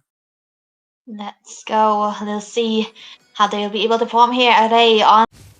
Will try to get a little bit of clearance so that they will be able to go against the jungle and get the priority onto the bushes here, which is what you want to really do onto the Hilda. Into the mid side, there might be a little bit of a poke in this vein. Onto the Kimi, able to join away array, but there will not be too much though. He is trying to make his leeway towards the red buff for Josie here, but look at the emblems though once. The emblems are quite good, I would say, but yeah, it's nothing out of the ordinary. These are, the kind of emblems that you usually go for on these kind of heroes. But yeah, talking about, the picks, I feel like the Lapu Lapu can be. Oh my goodness, Debbie, look at the aggressive Flame and Wayne. They're just so aggressive, dealing so much burst damage right there. They almost took down Diffusion, but yeah, she's, with a Tang emblem though, so she's going to be quite tanky. We were talking about the kill pressure coming through from the side of CRQ, right? We have 3 Swift. It's definitely gonna be a lot of damages coming through from 27. I always wanted to say that. Lomsanga and then Executor, by the way, onto the top lane side, though 27 might be able to give out the reason on where Josie is gonna be here. Twin Flames trying to rotate together with Strain, which is what you wanna do when you are together with a Kimi, so they'll be able to have a greater time onto the damage dealing part. Indeed. And yeah, look at Array, on the Hilda. It seems like for now he can't really do much because he has not hit that level 4. But look at Twin Flame. Oh my god, with the tornado slash he's doing it. Here comes the jungler from the side of Crux though. But then again, no purple buff, so he won't be able to swing those people quite yet. But it seems like Armageddon already going for early game player 2. Here comes That's gonna be a flicker coming through. Zozy with the retribution, Pangoli on point onto the thread of the first idol taken down. Array steal onto the run. There's gonna be Polina trying to go in with the jump coming through. Jones! First kill on the 27, able to take it down, but it's gonna be a trade coming down. Twin Flame will be the trade that they want right now. Array taken down very low. Eater onto the mid side with the burst fighter, trying to do something out here, but he will not be going in. There was a slow start. 1 kills across the board for both of the teams, but the turtle into the side of Armageddon. Yeah, into the hands of Armageddon. Indeed, I feel like that was a good trade. Aroma for EXP laner. because the roamer does not really matter much in the early game. But look at the twin flame. He's so aggressive. Oh my god! He gets Hey! put down by the Oh, Fanny. Longsaga! Oh my Executioner, goodness. man. That's the Fanny we wanted, right? The Fanny that we wanted to do. And we were talking about the lack of lockdown coming through for the side of Armageddon. Yeah, that's gonna be a leeway, a free flying Fanny. Oh, look at the phobias though, trying to go a little ham, but yeah, he's just gonna be backing off for now. But yeah, onto the bot lane, it seems like the 1-1 is having a little hard time against Ito. Yeah. So yeah, Ito definitely gonna burst her down in the early phases of the game. So Executor, he really has to play safe for now. Yeah, look at this. Oh my goodness, a sandwich coming right in. It's gonna be landing. It's gonna be Julie trying to go over the standard kill spree, trying to go in for more, but Twin Flame able to grab that kill, but onto the hand, Julie might be in trouble. Array will be able to grab that kill. Twin Flame getting Array down as well. Double kill for the rumor. Mr. Khalid there. Peekaboo trying to go in for more, but that is going to be a decent kill coming through to the top side as well. 27 with the Primal Rex trying to get a solo kill onto Paulina right there, but he will be able to walk away. That was a cute aggressive coming through from the top lane side. Indeed, that was quite the aggression, and man, that was really bad for Josie. He did die off in the early game, but yeah, Debbie, look at this. Though onto the river here around the turtle. Array. Here comes aggression. Array forced out the flicker. That is one resource exhausted from the side of Crux, and now it seems like they're going in for the turtle again. But it seems like their jungler is still on the way back to the red buff there, Debbie. Oh. Okay, there's gonna be a stun and knockout coming through. Lomsaga with it. To get that turtle Twin Flame, getting a kill on the 27. Ito trying to flicker away, but getting down. Lomsaga able to execution him down onto the backside. There might be a little bit of a trouble happening for Executor right now with the crossbow tank trying to get a kill onto Paulina. He's so tanky. There's gonna be the jam. Another one Twin Flame grabbing a kill, but Paulina will be taken down as well. Twin Flame might be in trouble. This might be a shutdown coming through. The flicker is in. Peekaboo will not be able to have all the damage that's required to take Twin Flame down. Oh my god, Debbie, there's so much early game aggression. This is, what I was talking about. They have such aggressive early game heroes. They have the Hilda, they have the Fanny, they have Hayabusa, and they have the Kali. These are really aggressive early game heroes, and with these heroes on board, you're definitely going to see a lot of fights through and fro, and there's just going to be a lot of skirmishes. But yeah, onto the bot lane, we can see the 1-1 once again being ganked. Oh my goodness, look at the 1-1. Like, the dive. Oh, Twin Flame is taken down very low. That's gonna be a as well. One more hit. Ito will be taking down the crossbow of 10 coming through as well. That's gonna be the Traction Pulse. Not gonna kill anyone right now. Swain not trying to go in for more. That is gonna be 1-2 taken down for the side of Armageddon and the top lane. Secured by Lomsaga onto this Fanny. That is quite a good macro. They traded out the kill. They actually got the kill and they traded out the third as well, so really good for them. But look at Paulina, he's trying to go ham with his Inferno Pursuit. 1-1, he goes in. He does, Trying to fight for more. Inferno Pursuit. One more hit away, but still jumping in. 27 able to grab that kill, but onto the other hand, we're going to be taking down Ito. Grabbing that kill, Array still onto the run, but he'll be able to survive. There's going to be the Racing Sandstorm just for survivability. Josie does not really have the shadow kill, but onto the top side. That might be Lomsaga trying to take it down, but Peekaboo getting choked down quite a lot. The shadows will not be landing. One hit, basic attack, no! It's gonna be the Crimson Beacon that's helping Peekaboo to survive. The turtle is already up. Executor into the midst of it all, trying to get a little bit of something. Does have the crossbow thing, will not be using onto Twin Flame right there, but he will be taken down, shut down. For Array, they're trying to go for more Ito, trying to get a stun on the Executor right now, trying to go for the chase. He's taken down very low. The HP is unstable, but Paulina trying to get with the Joan. The turtle is already up. Array still onto the chase, trying to get a little bit of HP back onto the bushes right there. Swain, he will be able to spot them all, but there we go. There might be a little bit of a decent gaze coming through, but right now Lomsaga trying to go in, will not be able to find any triumph and go 27 cards to the base of it all, but Lomsaga with the red base unable to take the turtle down, but Paulina still onto the jump mega kill. He will be taken down. Lomsaga will be able to get that one. Peekaboo in trouble right now, taking down very low, but the one swift hit away. Swain will be able to take one down, but Josie will fall as well. Lomsaga trying to find for more. The flicker coming through. Swain trying to survive, will be able to walk away finally with the end of the team fight. Oh my god, Debbie, these fights are just prolonging way too much. There is no end to these fights. It seems like, these teams are just not willing to back down. They're just going full ham, and they're just going to be so aggressive throughout the game. But yeah, talking about Executor, on the 1-1, he's doing quite exceptionally well.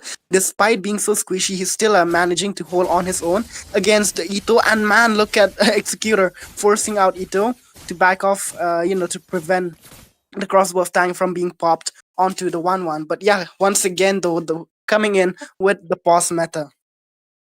Pause with that's definitely fun.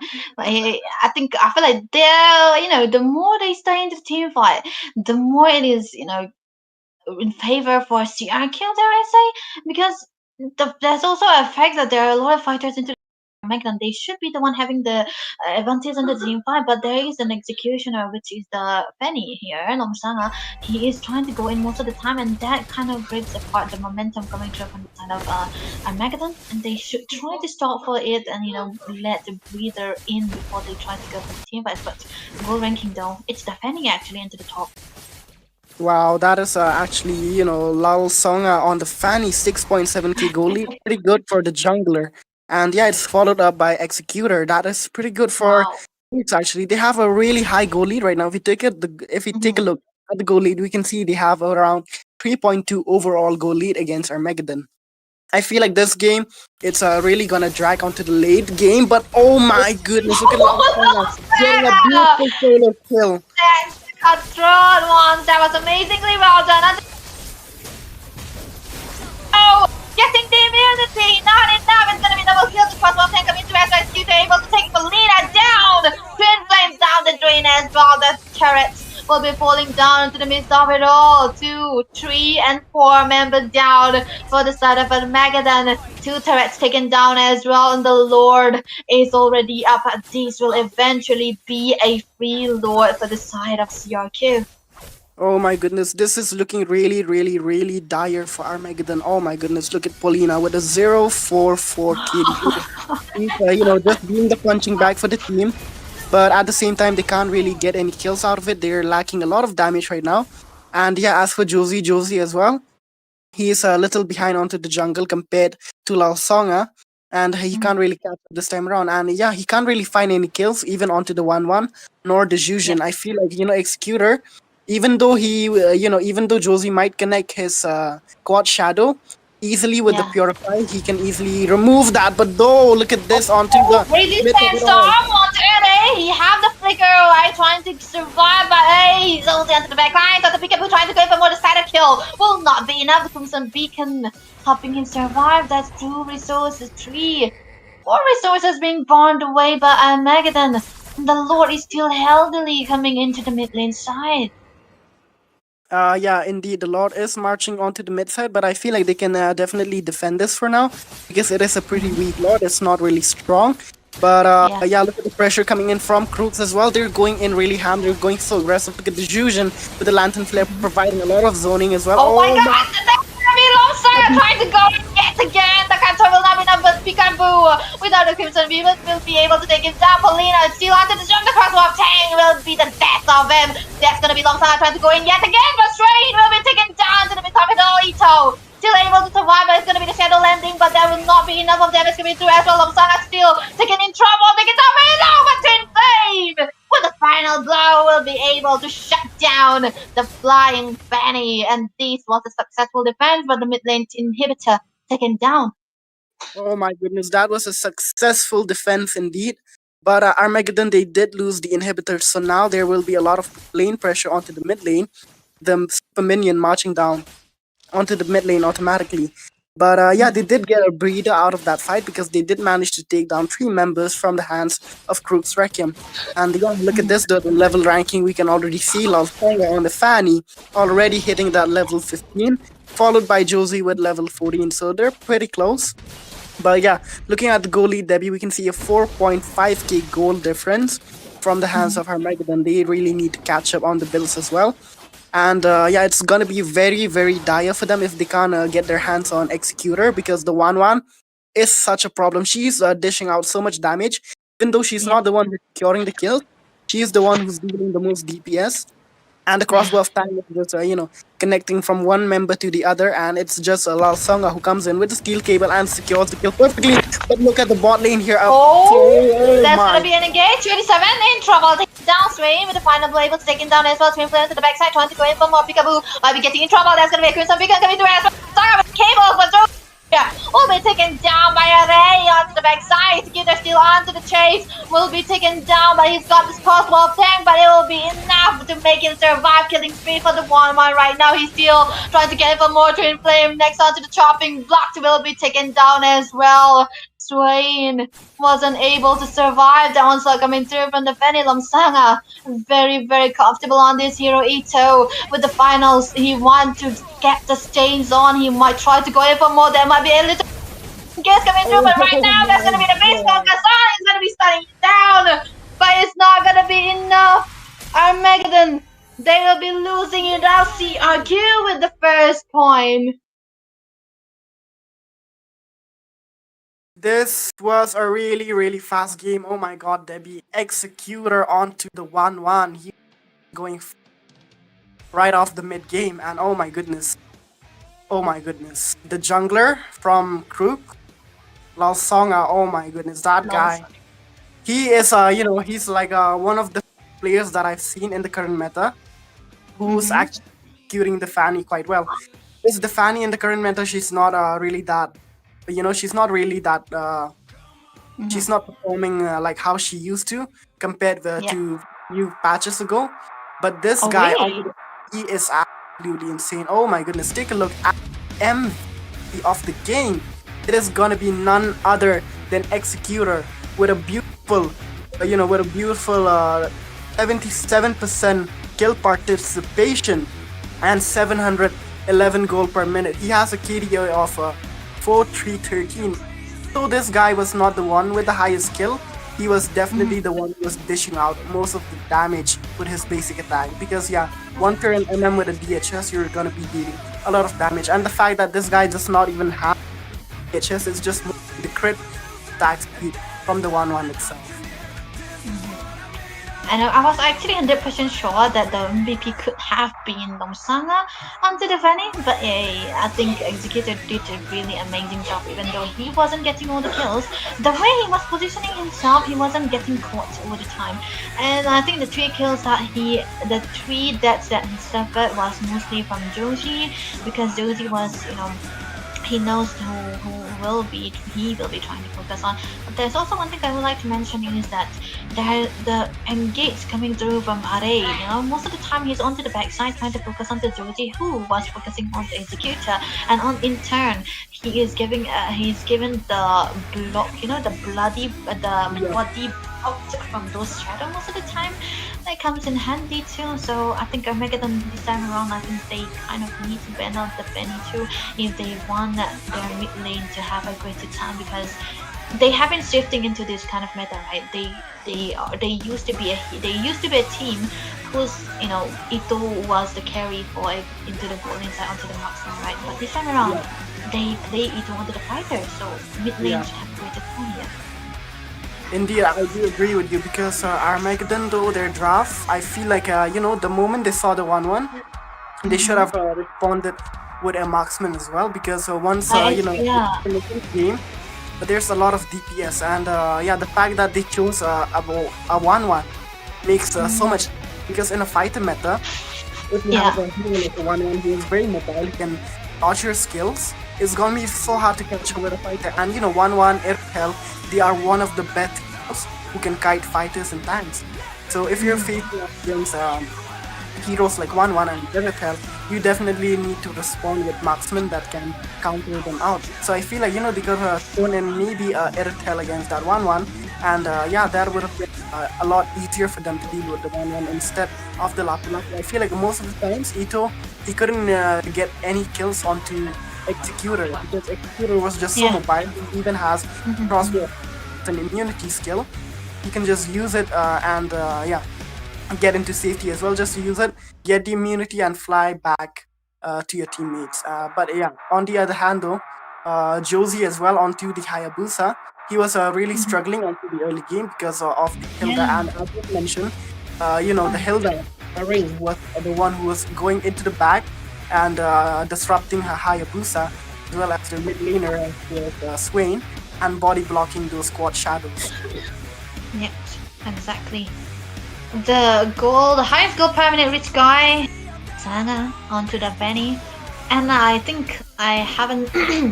I mean, most of the time the retribution still, the retribution onto the turtle was definitely into the hands of Lomsanga. And I mean, Josie is not the best retribution user in this tournament. Lomsanga has been finding sneakily go in and get all those retribution perfectly on time, and that kind of helped the side laners quite a lot, because even when you are onto the goal inside, when you are behind onto the goal, you want your team to secure all of those neutral objectives so that you'll be able to share out the goal and reach the point where your items are very, very maximum and you're going to have the damage as well. And I think Lomsanga did that quite well. He was able to find the perfect retribution again and again, and that made the goal lead immaculate for the side of CRQ, and that helped them quite a lot. And that's also, one of the most important factor of being a jungle, right? It's not all about the kills; it's also about securing out the objective as well. And I think Lomsanga deserves that. I think it's a too much place for the dude, but he's performing so well into the Fanny, so you cannot not on him.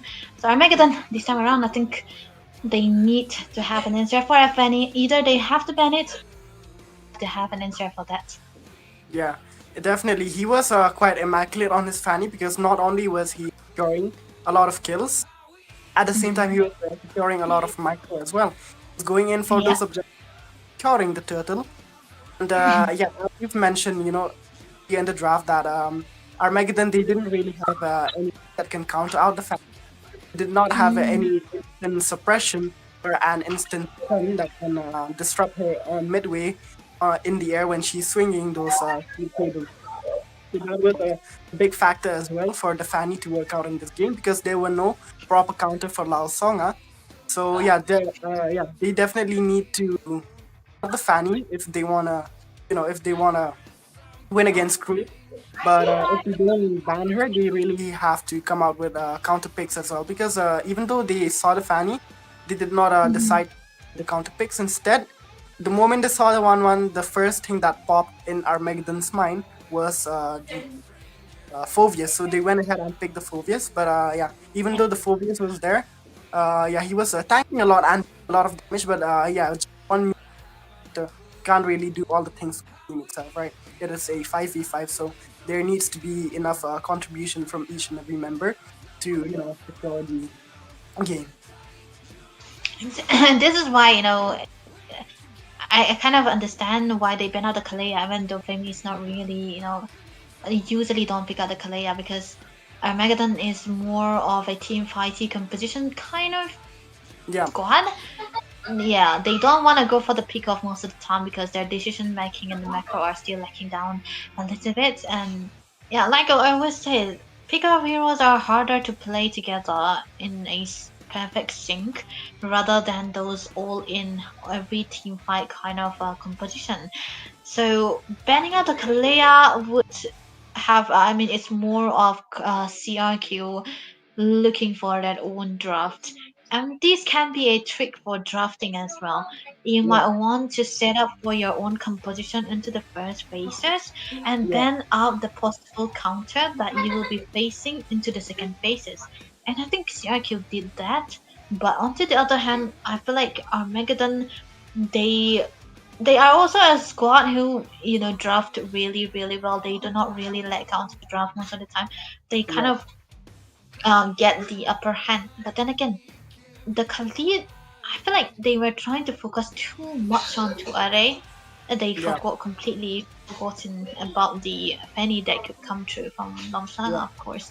So let's see how they will be able to change it down to the draft, because second time around, Armageddon to the first pick, CRQ to the second side. Look at that assassin bands. I always used to joke, right? When you go against CRQ, you might want to ban out any kind of assassin heroes and force Lomsanga to pick up a hero that he's really not comfortable on. But when that also happened, he picked out the Guinevere, and it still have 100% win rate, so there's no saying. Yeah, indeed. And yeah, just look at this though. Already with the draft done, we can see the bans from the hands of Armageddon, which is namely the Hayabusa, the Fanny, and the Lancelot. And for now, they're targeting Songa. But as for Crux, they're going in with the usual ban. They're going for the Kalia, the Gatot, and the Baksha. So yeah, this Dang. leaves for the CC, and now the CC is being picked onto the hand of Armageddon, and this CC is gonna be a very very flex pick as well because either Ito can play it or even Paulina he can play it. So this is Wow. something which they have to look out for. But look at this though, you can see that from the hands of Crux, they have decided to go ahead and pick the Grok. This is a really good pick. I would say the Grok, one of the best initiator, can go in with the tectonic charge and the flicker combo, and voila, that is just a surprise combo. And voila, indeed. Oh, look at that. It's gonna be the Fred Lane onto the hands of Joji. I don't know.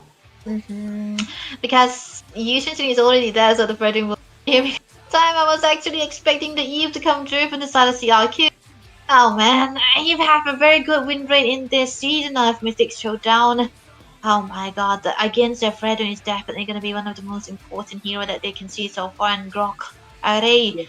He's a very annoying roamer, I would have to tell you. He's a very annoying roamer because whatever he picks it for bullying out the opponent jungle most of the time. And they are kind of forcing it Josie to go for this Fredrin so that they will be able to pick up the Eve as well. So the Hilda here this time around, I think Baby is really comfortable onto this Hilda too.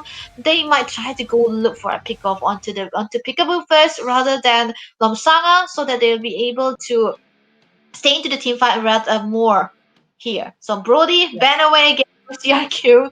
They're going for the same old ban. Yeah, indeed. And yeah, talking about the draft, right? I really love Yeez and Shin paired up with the Yeeve here because the Yeeve, she can just basically run out, the very very big AoE, and yeah, she can basically burst them down as well. I really love the in the current meta Debbie because she is not your usual typical Yeeve who go for utility build, which is TDR, flow, and burn. Instead, in the current meta, you go for a full burst Yeeve, which really, really hurts. And man, the Void Blast, I do have to say, is such an annoying skill. Even though you have the most minimum amount of cooldown reduction, the first skill on Yeeve, it has a cooldown reduction of about 1.7 seconds. So that is like less than 2 seconds. It is very, very spammable even without the Enchanted Talisman and any cooldown reduction item. So there's that and Yeeve. But yeah, talking about the Yi Shindo, one of the best junglers in the game as well. Even though after the recent nerf, he is performing quite well and has been one of the top picks as well. But yeah, talking about the game here, since they've picked up him, there is a slight chance that they might go for a goal lane Xborg. So that is something which they have to look out for as well. But yeah, since they already picked the Granger, there's a Xbox jungle there. That's actually funny, man. Sorry about that. But first that was what I was expecting when there was not expected to come through really. But I think Swain's favorite hero has been banned away by CRQ. Very good adaptation. I feel like the Forza is kind of a forced pick here. It is good against the Yiv, it is good against the Yishin, of course. Yishin is weak against any kind of magic damage dealer. But then again, there's always a way for cancellation from the walls coming through from the Grok. That is always going to be becoming a factor here. Oh, Fourier still available for the side of CRQ. They can go for the Fourier here because that is a CC gold lane. No scaling here for the side of Armageddon. They have a Arlot as a last pick that will possibly be into the hands of Sotaku. Oh my goodness, that is okay. That is a hero. The first time we saw down was into the hands of Johan Dusty Mizo, by the way. They were losing onto that too. Yeah. This is a very great combination once. Look at this. There is a hitbox, there's a penalty zone, and the follow-up. Yeah, indeed. I mean, the penalty zone, is one of those surprise elements as well, because you can easily up with a flicker, and that can be that can be a very good surprise of element. And yeah, also the fact that Crux, they have so much crowd control. It is gonna be so hard for the Fredrin to work here because the Fredrin, he's a utility jungle and he's very weak to heavy crowd control. Not only that, there's also so much burst onto the hands of Crux. So I'm not really sure how Armageddon are gonna execute this game because they don't even have any support which can complement the Fredrin here. Exactly, but talking about compliment, we have complimentary gift for you guys.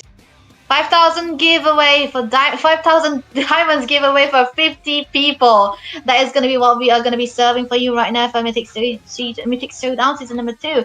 If you are a viewer and a fan of this, please join the Discord server to know who is gonna be the winner. Because the more you stay active, the more there is a chance for you to win it out. So guys, without further ado, just join out the server so that you'll be able to know what and who is gonna be winning out. Because of course, that is a lot of diamonds. I think it's gonna be 250, right? But hey, the Discord server will be pinned into the comments onto that comment section, so make sure to check it out too. That is the complimentary gift from me and one. No, I'm joking. It's gonna be from Mythic Showdown. But anyway, we don't have diamonds to give you guys, so yeah, that is gonna be Mythic Showdown's complimentary gift. Anyway, back to the point here. Armageddon, CRQ. This is gonna be the second game that we are talking about. The lineups are set in. Both of the teams are completely ready, and I feel like CRQ. They have 3 scaling heroes. Even the newbie is a scaling heroes, and once. I don't think Armageddon have any scaling heroes, rather, except for the Fire Star, which is a bit of a damage dealer. Yeah, I feel like this is gonna be a really, really tough game for Armageddon. I feel like they can really work this out if they throw the Arlot on the goal lane, because Arlot can really overwhelm the Granger in the early phases of the game because he has so much sustain, so much burst, and so much mobility. Nonetheless, though, welcome back to the game. This is the Land of Dawn, ladies and gentlemen. Match number 2, a best of 3 against Armageddon and Crux. This is gonna be the game which will decide is it gonna be the last game or a tiebreaker between these two. Exactly, that's what we are looking for. Side is gonna be fight. Starting wings popped by Swain, just trying to get out the last hit into the minions as well. But the top lane though is Executors another hero into his comfort once, and I feel like there might be a little bit of engage onto Array. Twin Flame trying to go in with the bongs. With the access that he has so far, the lethal might be contested upon the retribution. Of course, Josie will be losing out to the retribution. Nothing new. Indeed. We all know how well the Josie is with the retribution, so that's not a surprise. But yeah, looking at the game though, we can already see the Yi being such a menace, using the Void Blast again and again in just the first minute of the game, and she's already chunked down so much HP from the far side and that Hilda. This is the power of the Eve in the current meta. She is just so strong, even though she's not the only Eve with the 7x7 all ultimate with the RWM. It's still pretty solid. But yeah, onto the bot lane, we can see that the Arlot is being ganked by the Trezor and the Grog there. Quite the aggression, I would say, onto the Arlot alone. I think I've never seen this kind of combination because the Terizla and the Arlot doesn't really go together into the lane. But I feel like the Terizla with the spell time, I think he might be able to have a chase. And nevertheless, that's gonna be penalty. Don't come to first of all, Lamsaga able to grab that down. Twin Flame trying to go onto the chase, trying to go onto the run, brother. But the turtle is already up. Both the teams are actually. That was a good skirmish just coming through from the side of CRQ. This will be definitely a free lord onto a hero like the Yi Sin, by the way. Yeah, this is the problem, with a Fredrin, because if you have a Fredrin, you really need something which can pull you out. Or heat you up, and this is exactly what Armageddon they're lacking. But look at this though, we can see Array just putting up the vision for his team to get that extra 30 sweet goal for himself as well. And yeah, this is the adjustment I really love for the Roamers, for exposing for exposing opponents. You get 30 goal every time you expose them, so that can really help with the farming as well. But look at this Debbie, oh my goodness, the Arlot there almost got caught down. Oh my god, Twin Flame are we getting caught? That's gonna be a tech shot Executor with the first stack onto the Sky Pacer. Right after he took the Sky Pacer, he was able to get that kill down. But you know what, once I was talking about how much of an annoying where Array is. Look at him. Look at this dude. Yeah, Shamelessly indeed, walking he is into the just so jungle. annoying. Oh my god, get him out of your jungle! Doing because that is something you don't really want to see, man. That's a Yeah. utility jungler we are talking about in 27 also. Just trying to get in and out, but Paulina without the flicker, I don't think that might be a engage that Armageddon will be taking.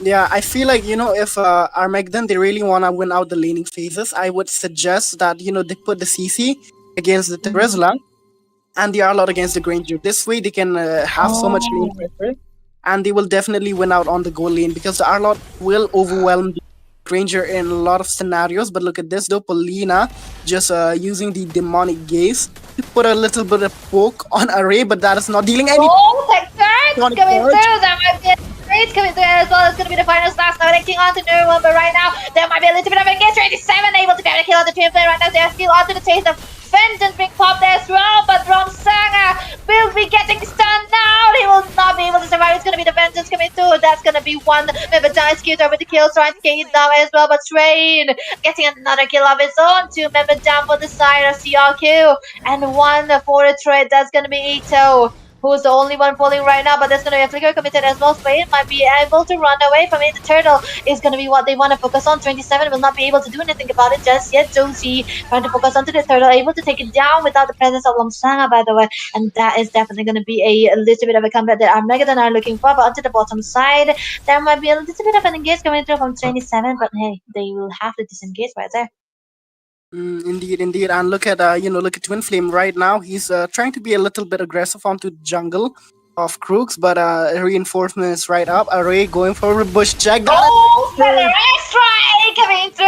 That's gonna be LA taken down finally. The seamless roamer will be removed. Executor might be in trouble yet again. Twin Flame trying to join in away. There's gonna be a second coming through as well. The stun coming in. Lomsanga able to get a kill on the Twain. He will be able to walk away. There was a re-engagement and a good disengagement coming through from the side of CRQ right now. 1k gold is what they have, and they will be able to stay it that way. Indeed, they're really keeping the consistency of the game and they're trying to get the goal lead as much as possible onto their hand. But yeah, micro-wise though, they've not taken any turrets till now. And yeah, looking at the build here, Debbie, we can see that, the Granger has already Sky Pierce Executor, but the Granger going in for the Hunter Strike as well, but nonetheless, oh, final slash ones. That's gonna be a bit of a track. I mean, that's gonna be the stun onto the backside. Executor taking down very low. 27 able to get a kill on the Twin Flame right now. Ito grabbing another kill of his own. 27 taken down, but that is gonna be the Roma taken down for an XP laner, by the way. But free farm from Lomsang onto the bottom lane side. That is gonna be one turret taken down. Oh, here comes the ball. It's just gonna be used out to clear the lane. And yeah, it seems like for now, Armageddon, they do have a breather onto their hand. But yeah, it seems like they're being pressured to go and manage the lanes. And man, look at this. Oh, Wait! Oh, that's gonna be a flicker. Might be coming to one hit away. Kill right there, but they might be trying to go in for more. That's gonna be a chase coming through as well, but that's 1 member down. Armageddon, they cannot go for the re-engage. The turtle is already up. Polina have the final slice of big green stacks available for the Asylum Saga. Without the ultimate, they might try to be going for a little bit of a contest. Dozy will be trying to stack up. He might be trying to go for a little bit of a contest, but he's just level 10. That's gonna be a tech chance flicker coming through! And the left as well, and that's gonna be the penalty. John Executor able to take him down, but he's still gonna be onto the run right now. To play without the damage, will not be able to take it down. The flicker coming through. Executor! One hit away, and that's gonna be another stack double kill for the young goal later. But Lomsang are able to grab another one of his own. Ito will be taken down. The turtle already into the hands on the side of CRQ, and they are trying to go in for more. 27 trying to chase them away from their own jungle, and the mid turret will be taken down as well. And this is gonna be a felony coming through from the side of CRQ, taking away the blue buff as well. Oh my goodness, man, this is looking really, really bad. For Armageddon, we can already see now into the mid game that the Granger is starting to scale. He's he's starting to come online and hitting really hard. Same with Lal as well on the Eastern Shin. And yeah, look at this. It seems like they're going in for the turret onto the top. And it seems like Paulina will be caught in the Girl, fight. final slash coming through. Vengeance will not be enough. It's coming through as well. That's gonna be one member. Dapolina still able to survive. Wow, that was two resources, big ones being burned away. The alert Mr. Polina still able to survive, but all in favor still for the side of CRQ. They have the map control. Yeah, indeed, that was really true. But Debbie, oh my goodness, look at this! Look at the Oh, aggression. Ito! Look He at might be trying to go Ito. for more. That's gonna be a Satan coming through from Executor. Ito right now might be in trouble. That's gonna be the Mountain Stalker being popped away as well. He'll be taken down right now. It's gonna be the Feather being popped again. Polina able to grab a shutdown kill onto Lomsanga, but he will be taken down by Peekaboo. Josie might be still onto the run. There was a good zoning coming through from 27 right now. Penalty zone coming through as well. He might be able to walk away. Just jumped. He's definitely gonna be onto the good climb, but without the ultimate, without their RWM, they will not be able to take Josie down. Oh my goodness, that is very true indeed. Without RWM, they can't really do much. But yeah, look at this. The buff is up, and yeah, even Array he's up with the wall. It seems like he's gonna go in. With the tectonic touch anytime soon though. But then the green light is still there. Oh my goodness, Huh? that look Oh, at the oh my goodness, the mate's coming through. Josie, he coming up with the flicker on the bong, and a tectonic trash coming through as well. There's gonna be Peekaboo getting caught in the midst of it all. He might be able to flicker away, walking in, and now the Executor trying to get out the damage is done, but he will be drawn away by Swain right now. He might be getting caught in the midst of it all. Does not really have the ways to survive. He'll be taken down without a chance on the flicker Lomsaga. With the execution, he will be able to remove the maze from the picture from Armageddon side. The Lord is already up. Look at that, man. Array, he's just playing with the walls and might be getting taunted upon, but they're not. There might not be a little. There might be a contest coming through from both of the teams just yet because they will be dancing around. For Armageddon, though, they do not really want to give this away. I feel like Debbie, it's quite ironic that we have broken walls and we also have Grok. Acting like, There's a wall. like the builder here onto the land of dawn. But yeah, look at the aggression here, Vince. And Gates coming through. The Lord taking down very low. It's going to be a knock as well. To get a kill onto Ito right now. The retribution. Finally, it's going to be Josie winning it out. But he might still be onto the run. RWM being popped as well. Double kill for Executor right now. He's still trying to go for the chase. Slowdown coming through as well. The Dex and Natas will be connecting. It's going to be killing spree for the young goal later. Onto the top lane side. Executor able to grab all of those. But the Lord is what they have taken. And finally, Armageddon still with the game. But they lose out a lot of members.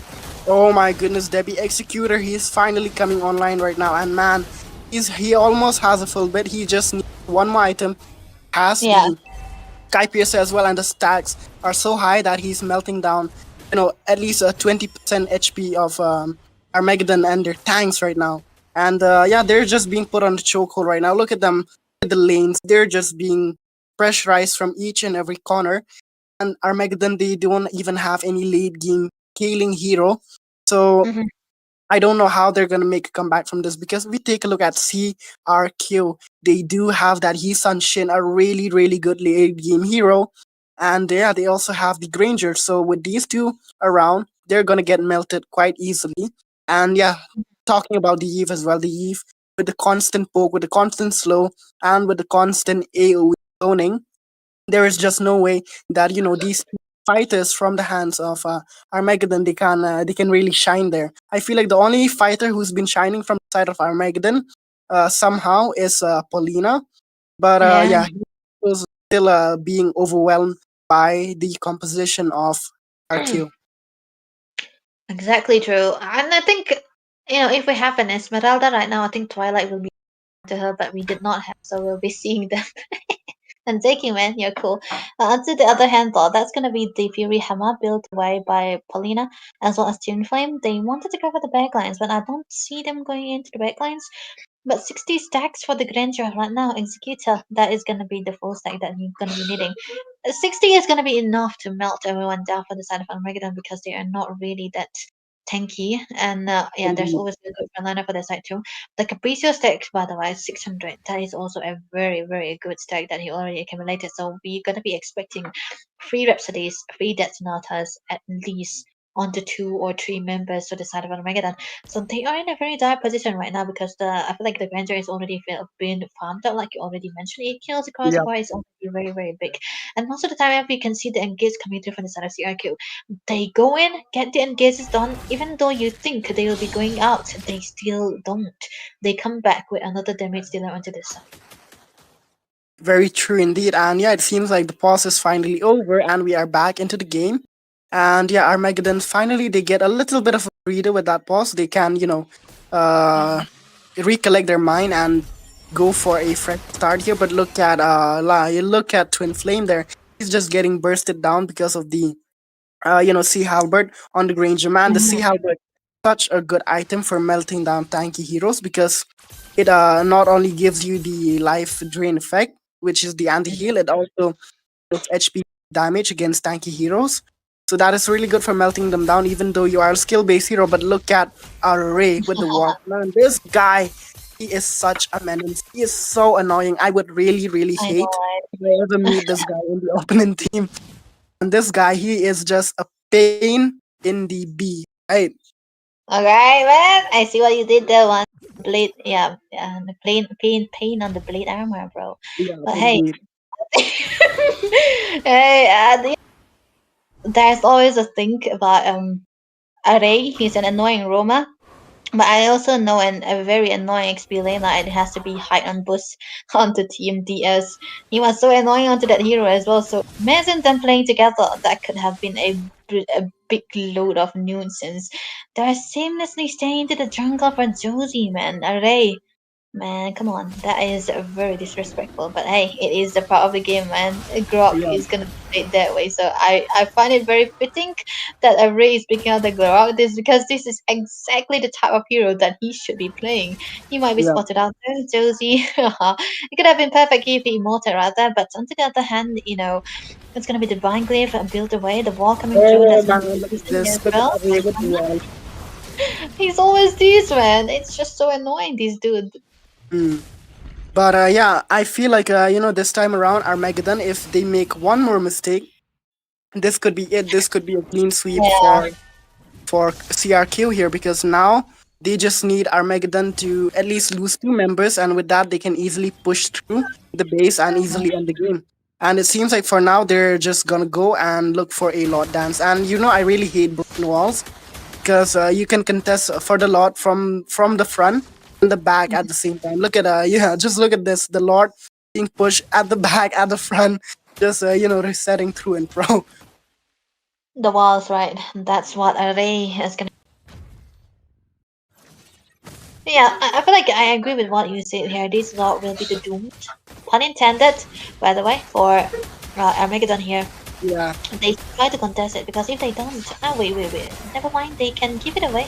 Yeah, they can give it away, but never mind. Oh, That's gonna be a kiss point to the picture from Sang are able to get a lure right now with the red speed, and by Executor on the other hand will be able to take another one down. Ito will be falling as well. That's gonna be the final one.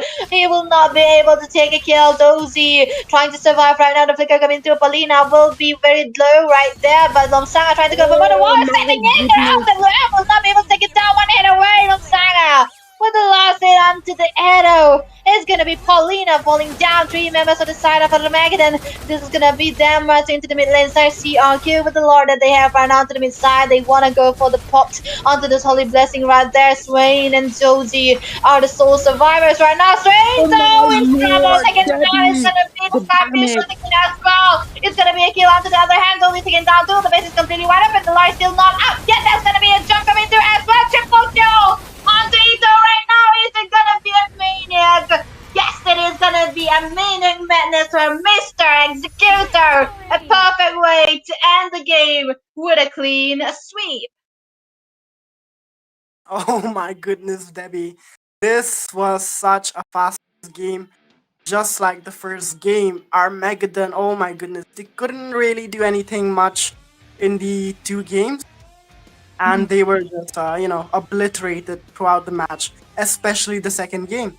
Because they did not have any mid and late game scaling hero, which was their losing factor.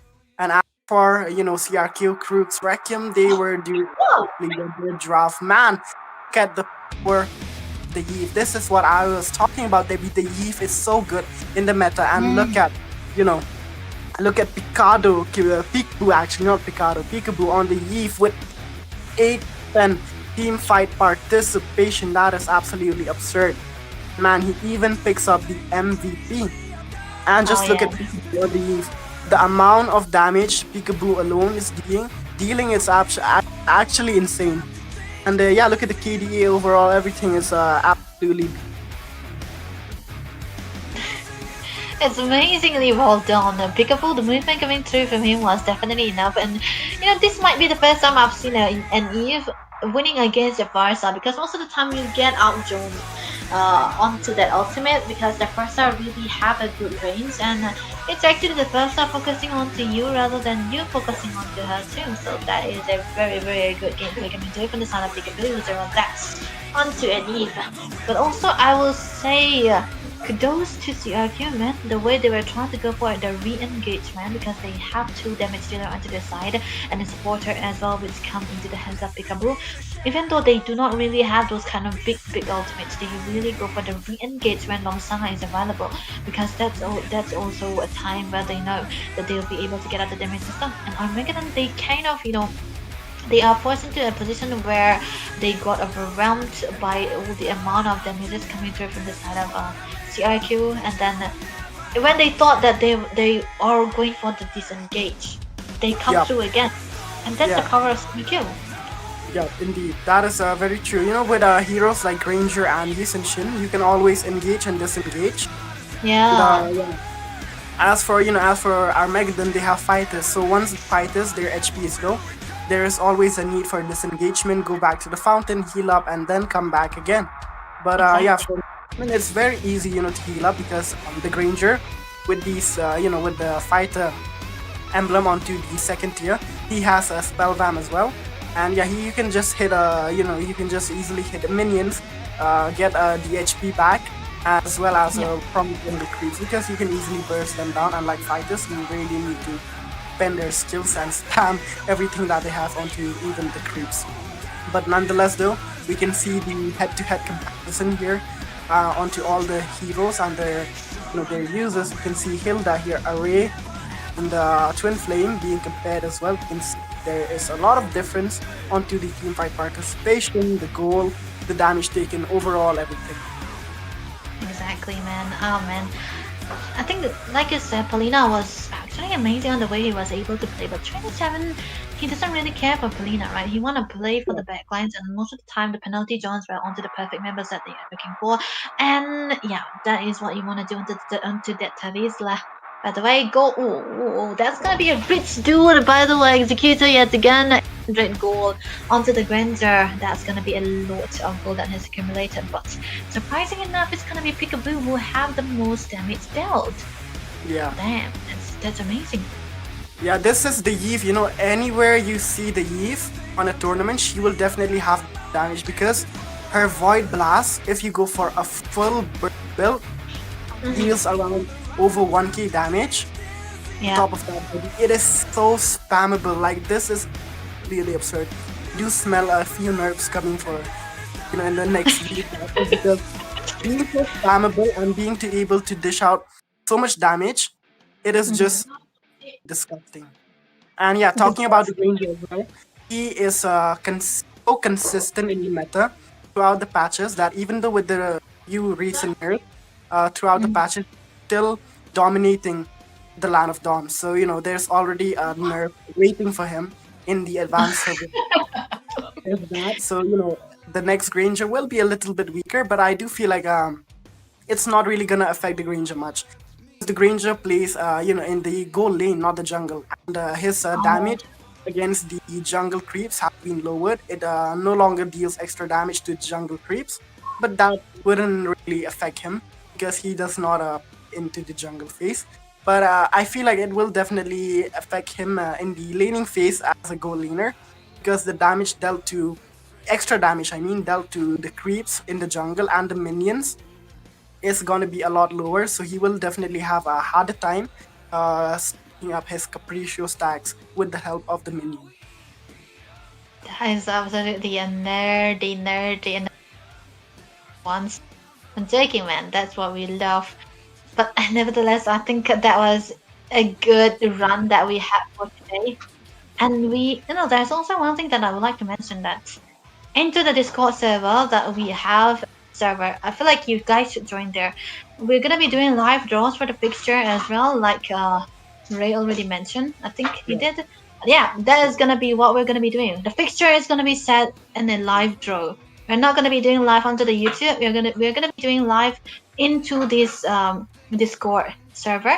So I hope you guys all join it. By the way, and there's also one advantage joining out the Discord server too, because you'll be able to know who is going to be winning out to the giveaway, and it's not going to be it's not going to be into the YouTube, by the way. It's going to be onto the Discord right now, into the channel. So make sure to join onto the pinned comments, because I think you also see that you kind of join onto the Discord server and try to stay active onto that. That is the War Drum servers that we are talking about. Everybody is in there, so you'll know how the fixtures are being made, how and who's the winner as well. So I think that's about it for today, because yeah, I think everyone is ready for more, because we are coming to the end of the qualifiers here for the round robin. By the way, that was the last qualification that we had for today, another best of 3, and congratulations to all the winners. And that should be the end for us. So without further ado, we are going to be saying our goodbyes. Me and the ones will be signing off. We're coming back for more from tomorrow.